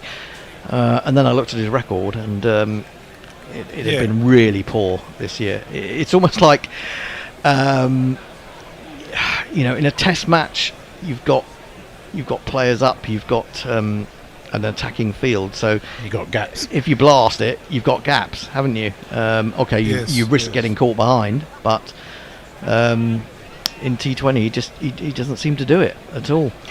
Anyway, that's a real shame for England, and Australia have taken a 2-0 lead, and if they can if they can win on Wednesday, they win it. If they can get drawn, I think I saw you saying, Messi, that there's a bit of rain around possibly on Tuesday, so could be. Maybe they're saying sort of 50% chance of rain. They obviously don't know yet, but we've been very lucky with the weather so far, actually. Well, they're gradually moving north, aren't they? Is it Durham on Tuesday? I think yeah. it's Durham. Then they Durham, then Lords, and then Bristol, and then Bristol. Yeah. Good job it wasn't in Bristol today. Was it pissing down? Yeah. Well, I think Alex Carey's probably been named man of the match. He's certainly being interviewed, and it was a really good knock from him. And England couldn't match it in the end. Yeah, and he kept well as well, didn't he? Kept brilliantly. He did, yeah. Yeah, so Messi Jez can retire to his weather cave in good order, happy, and pleased and the with life. GPL is still intact. And the GPL is still intact, which is always good news, because, more for you to win next time. More for you to win next time. I don't know if there I think I've put... There's £169 in the pot, and I think I've probably put more than that in there, but never mind. Well, you're a very generous man. You might get it all back. No, it's a good way to give money to guerrilla cricket and have a chance of winning at the same time. Yeah, that's a win-win. Yeah, that's why I do the lottery. It's basically my donation to charity, and you never know. One day I might win, and we might be able to get a wondrous new tower for guerrilla cricket.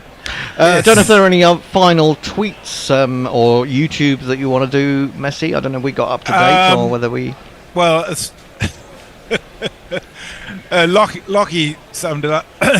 It says, this game is like when Pope John Paul II was about to meet Robert Mugabe, and when asked about what he expected, said, I'll murder the bum. Mickey from Rocky reference. England... Sorry, it's one for George McPherson, but it doesn't seem to make sense. Oh yeah, no, I can read it. I think it's just missing. England have officially lost this. Oh right. No point in playing the final game when clearly the convicts will win it. Where is Tech Tony? He said, I'll do it. I've got it in front of me. Fully crap batting, says Lockie. Hattie the Batty says, had to laugh, Messi, when you talked about bats, as I live in the bat barn. And George McPherson, who is possibly even more pessimistic than me and Woy Pom, says, shit performance from England. Some of the bowlers were expensive. Well, one in particular. One was particularly expensive. And the two backup spinners, Liam Livingston and in fact, they've had terrible days, haven't they, between them?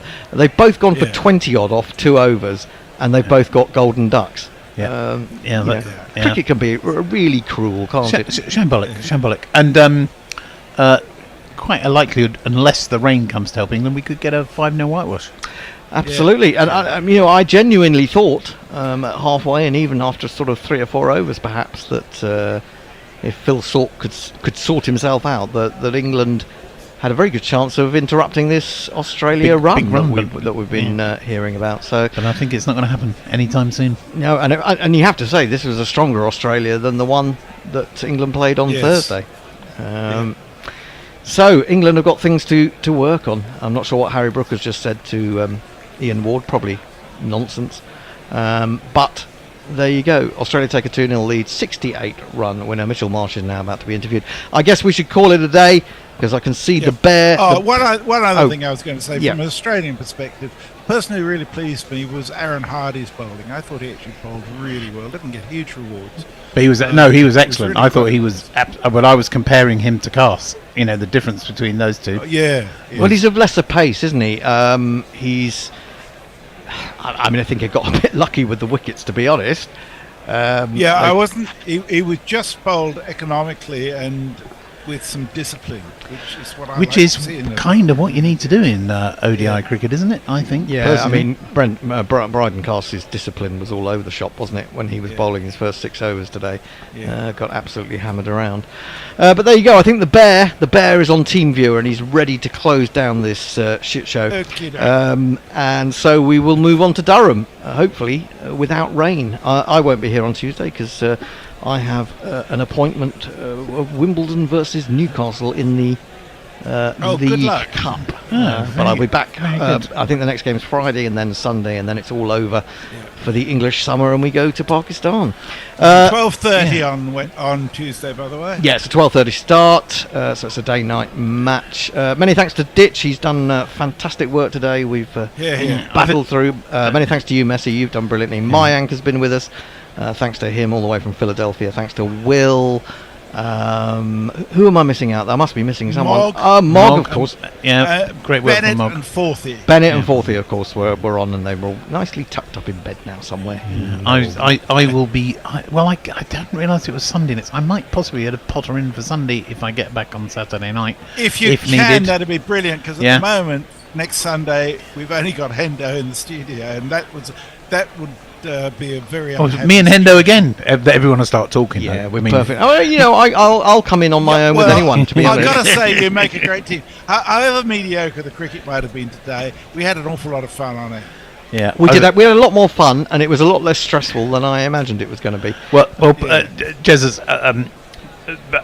pencil me in for next Sunday, and if I can't make it, I'll let you guys know. Thank you very much, Ditch. The other thing I should say is that by default, I've learnt something today with regards to technology. So every day is a win day. Every day, my partner put up a notice in the lounge saying every day may not be a good day, but there's good in every day. That's very true. Which is nonsense, but we might as well finish on that. And the good for England was Potts with the ball, was Stone with the ball, was Bethel, I think, to a certain extent, Jamie Smith, Adil Rashid, with ball and bat, to be honest. I guess one last message from the bear. It says, "Get the fuck off here." I know. I'm trying to annoy him. I'm trying to wind him up by staying on as long as possible. I think we should do a sort of Dan Norcross finish. We'll go on for another hour, probably. A Phil. Yeah, that would be Bear will kill us. So we're going to get off. We're going to be back on Tuesday, 12:30. Join us. I think Tony's back. Is Tony back on Tuesday? He is indeed. Yes. Tony returns from talking to the Godfather. He's been in Sicily. But until then, it's good night from Messi. Yeah, and it's good night from him. It's good night from Ditch. Good night, good night. There's no one else but me to say good night either. Until Tuesday. Ta-da! Bye-bye. Guerrilla crickets. Whoa. Guerrilla crickets. Whoa. Guerrilla. Take guard, man the barricades, patrol the cover boundary. At last the time has come, this is a cricketing emergency. Hear this call to arms for every cricket revolutionary. Take up your bats and stumps for the test match insurgency. At first they tried to silence us, but we would not be silenced. They threatened us with lies, so we threatened them with violence. Che Guevara, Sangakkara, Joseph Stalin, Douglas Jardine, Robespierre, Darrell Hare, Vladimir Lenin, O'Brien Kevin, guerrilla cricket.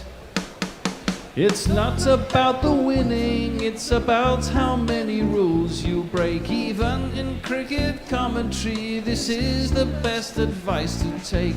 Pick guerrilla cricket, it's the finest choice you'll ever make. There's so much more to cricket than rev counters and a slice of cake. At first they tried to sanitize us and clean up our act, but people like it filthy, and we know that for a fact. Fidel Castro, Lenny Pascoe, Carlos the Jackal, Umar Akmal, Mahatma Gandhi, Grant and Andy, Brendan Behan, Austin Ian, guerrilla cricket.